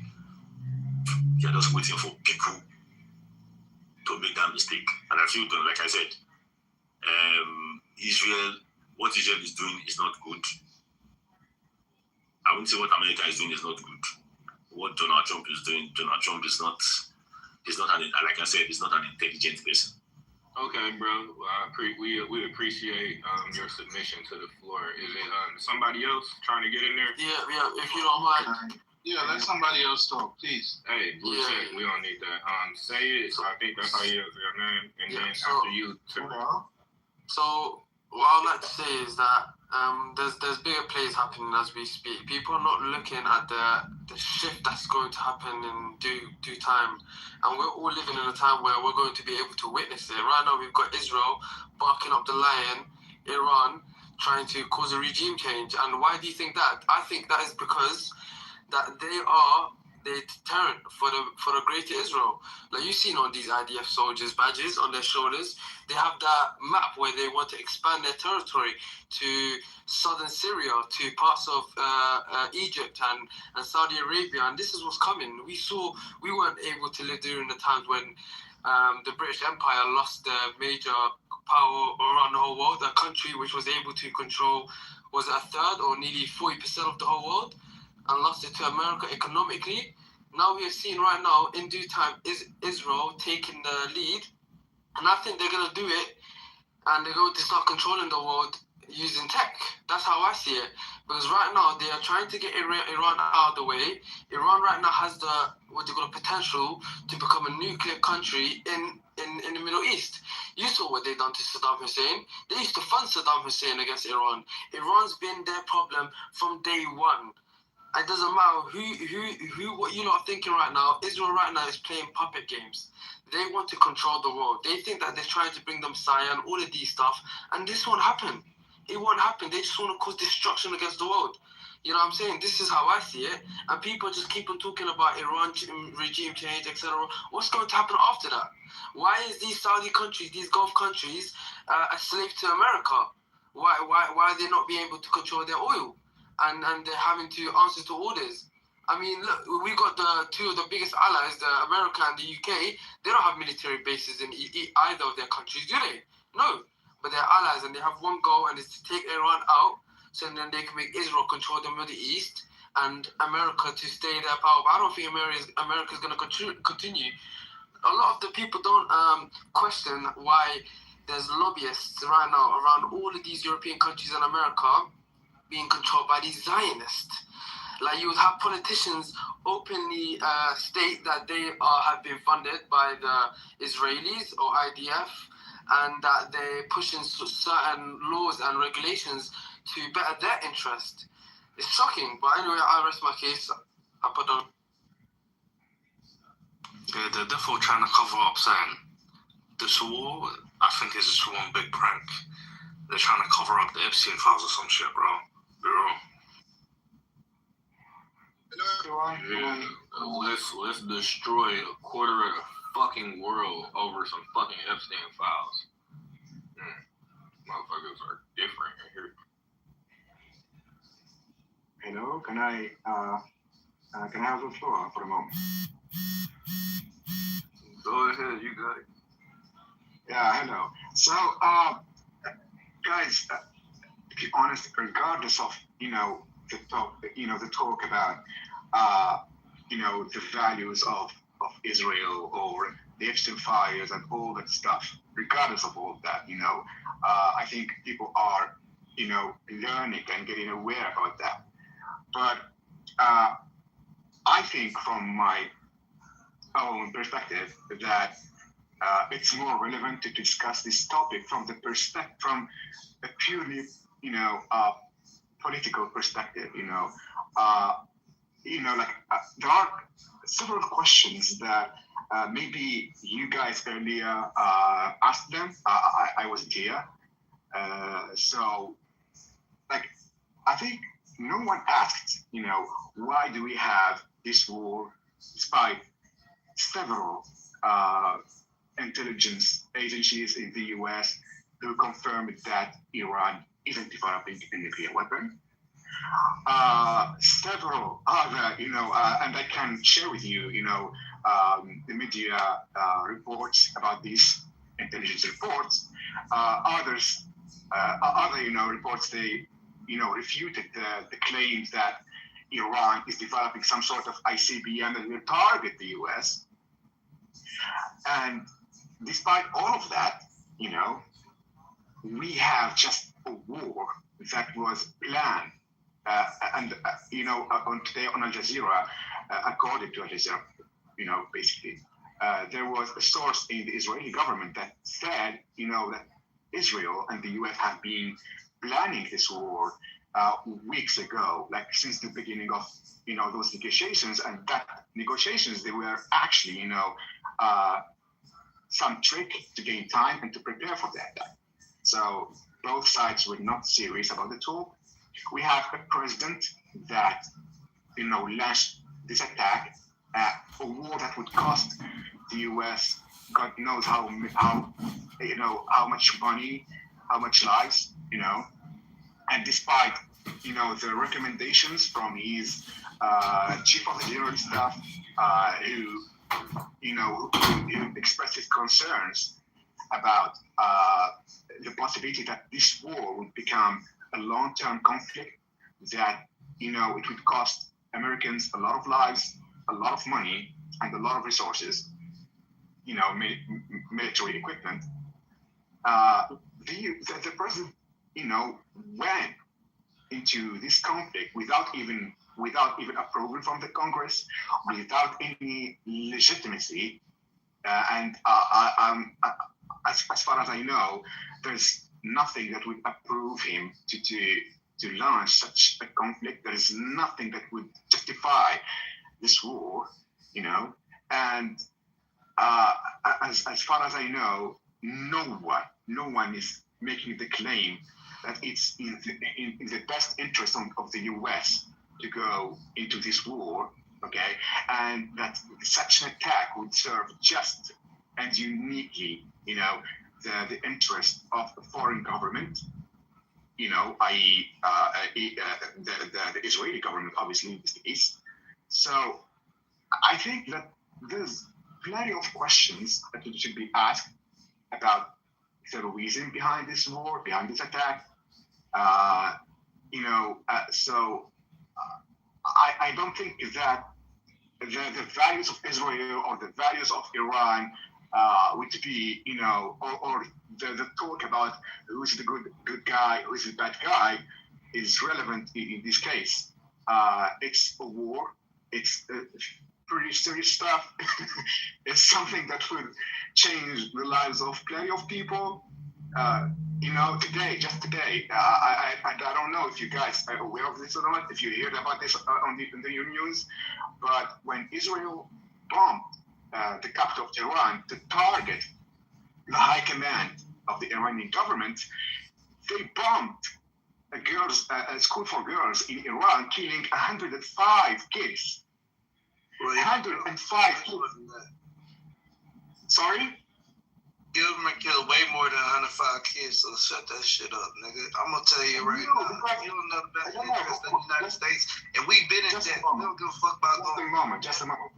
If the government killed, if the Iranian government have been accused, and I think they killed a lot of protesters, that doesn't give, it doesn't mean it's open season for the Israeli government to kill Iranian kids and to bomb these kids. I don't know you guy, the guy who was here just now talking to me, trying to justify killing kids, bombing a school. There's nothing that would justify such a thing. And yet, we don't know how many kids in the U.S. would become orphans because of this conflict.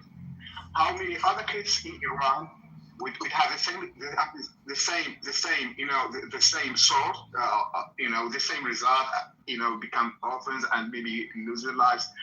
So I'm sorry if I've been talking for long, but just to conclude, to summarize, I think there's really much stuff to discuss about this war. Other things that are more important than the Epstein files, and how Israel is sponsoring pornography, because they are doing far worse stuff than just Pornhub. So thank you for listening. Oh my God, hey bruh, what part of the regime do you live in or work for? Because you obviously against America taking care of business, and you so worried about our finances and what we might owe and life it might cost us. This shit gonna be done and won. Like I said, make America great again. Your regime is coming to an end, and regardless on how you feel like it's unnecessary that we get as innocent kids, the shit gotta happen. Y'all been at the front door. Now we came, open the door, let the shit begin. All that bullshit you was talking, I'm gonna summarize it. It wasn't worth nothing. I ain't learned nothing from what you said. That shit was capped too. Half that shit was capped. Facts. Yeah, this shit is. I think financing wars won't make America great again when over 800,000 people are homeless, and God knows how many other thousands are suffering from drug addiction, and instead of financing wars, I think it's better for the US to finance, programs to save and to help these people. Thanks for listening. You are doing a great job. We understand that. Are you aware of are you in the US? Are you in the US? Tariq, I'm talking to you. Someone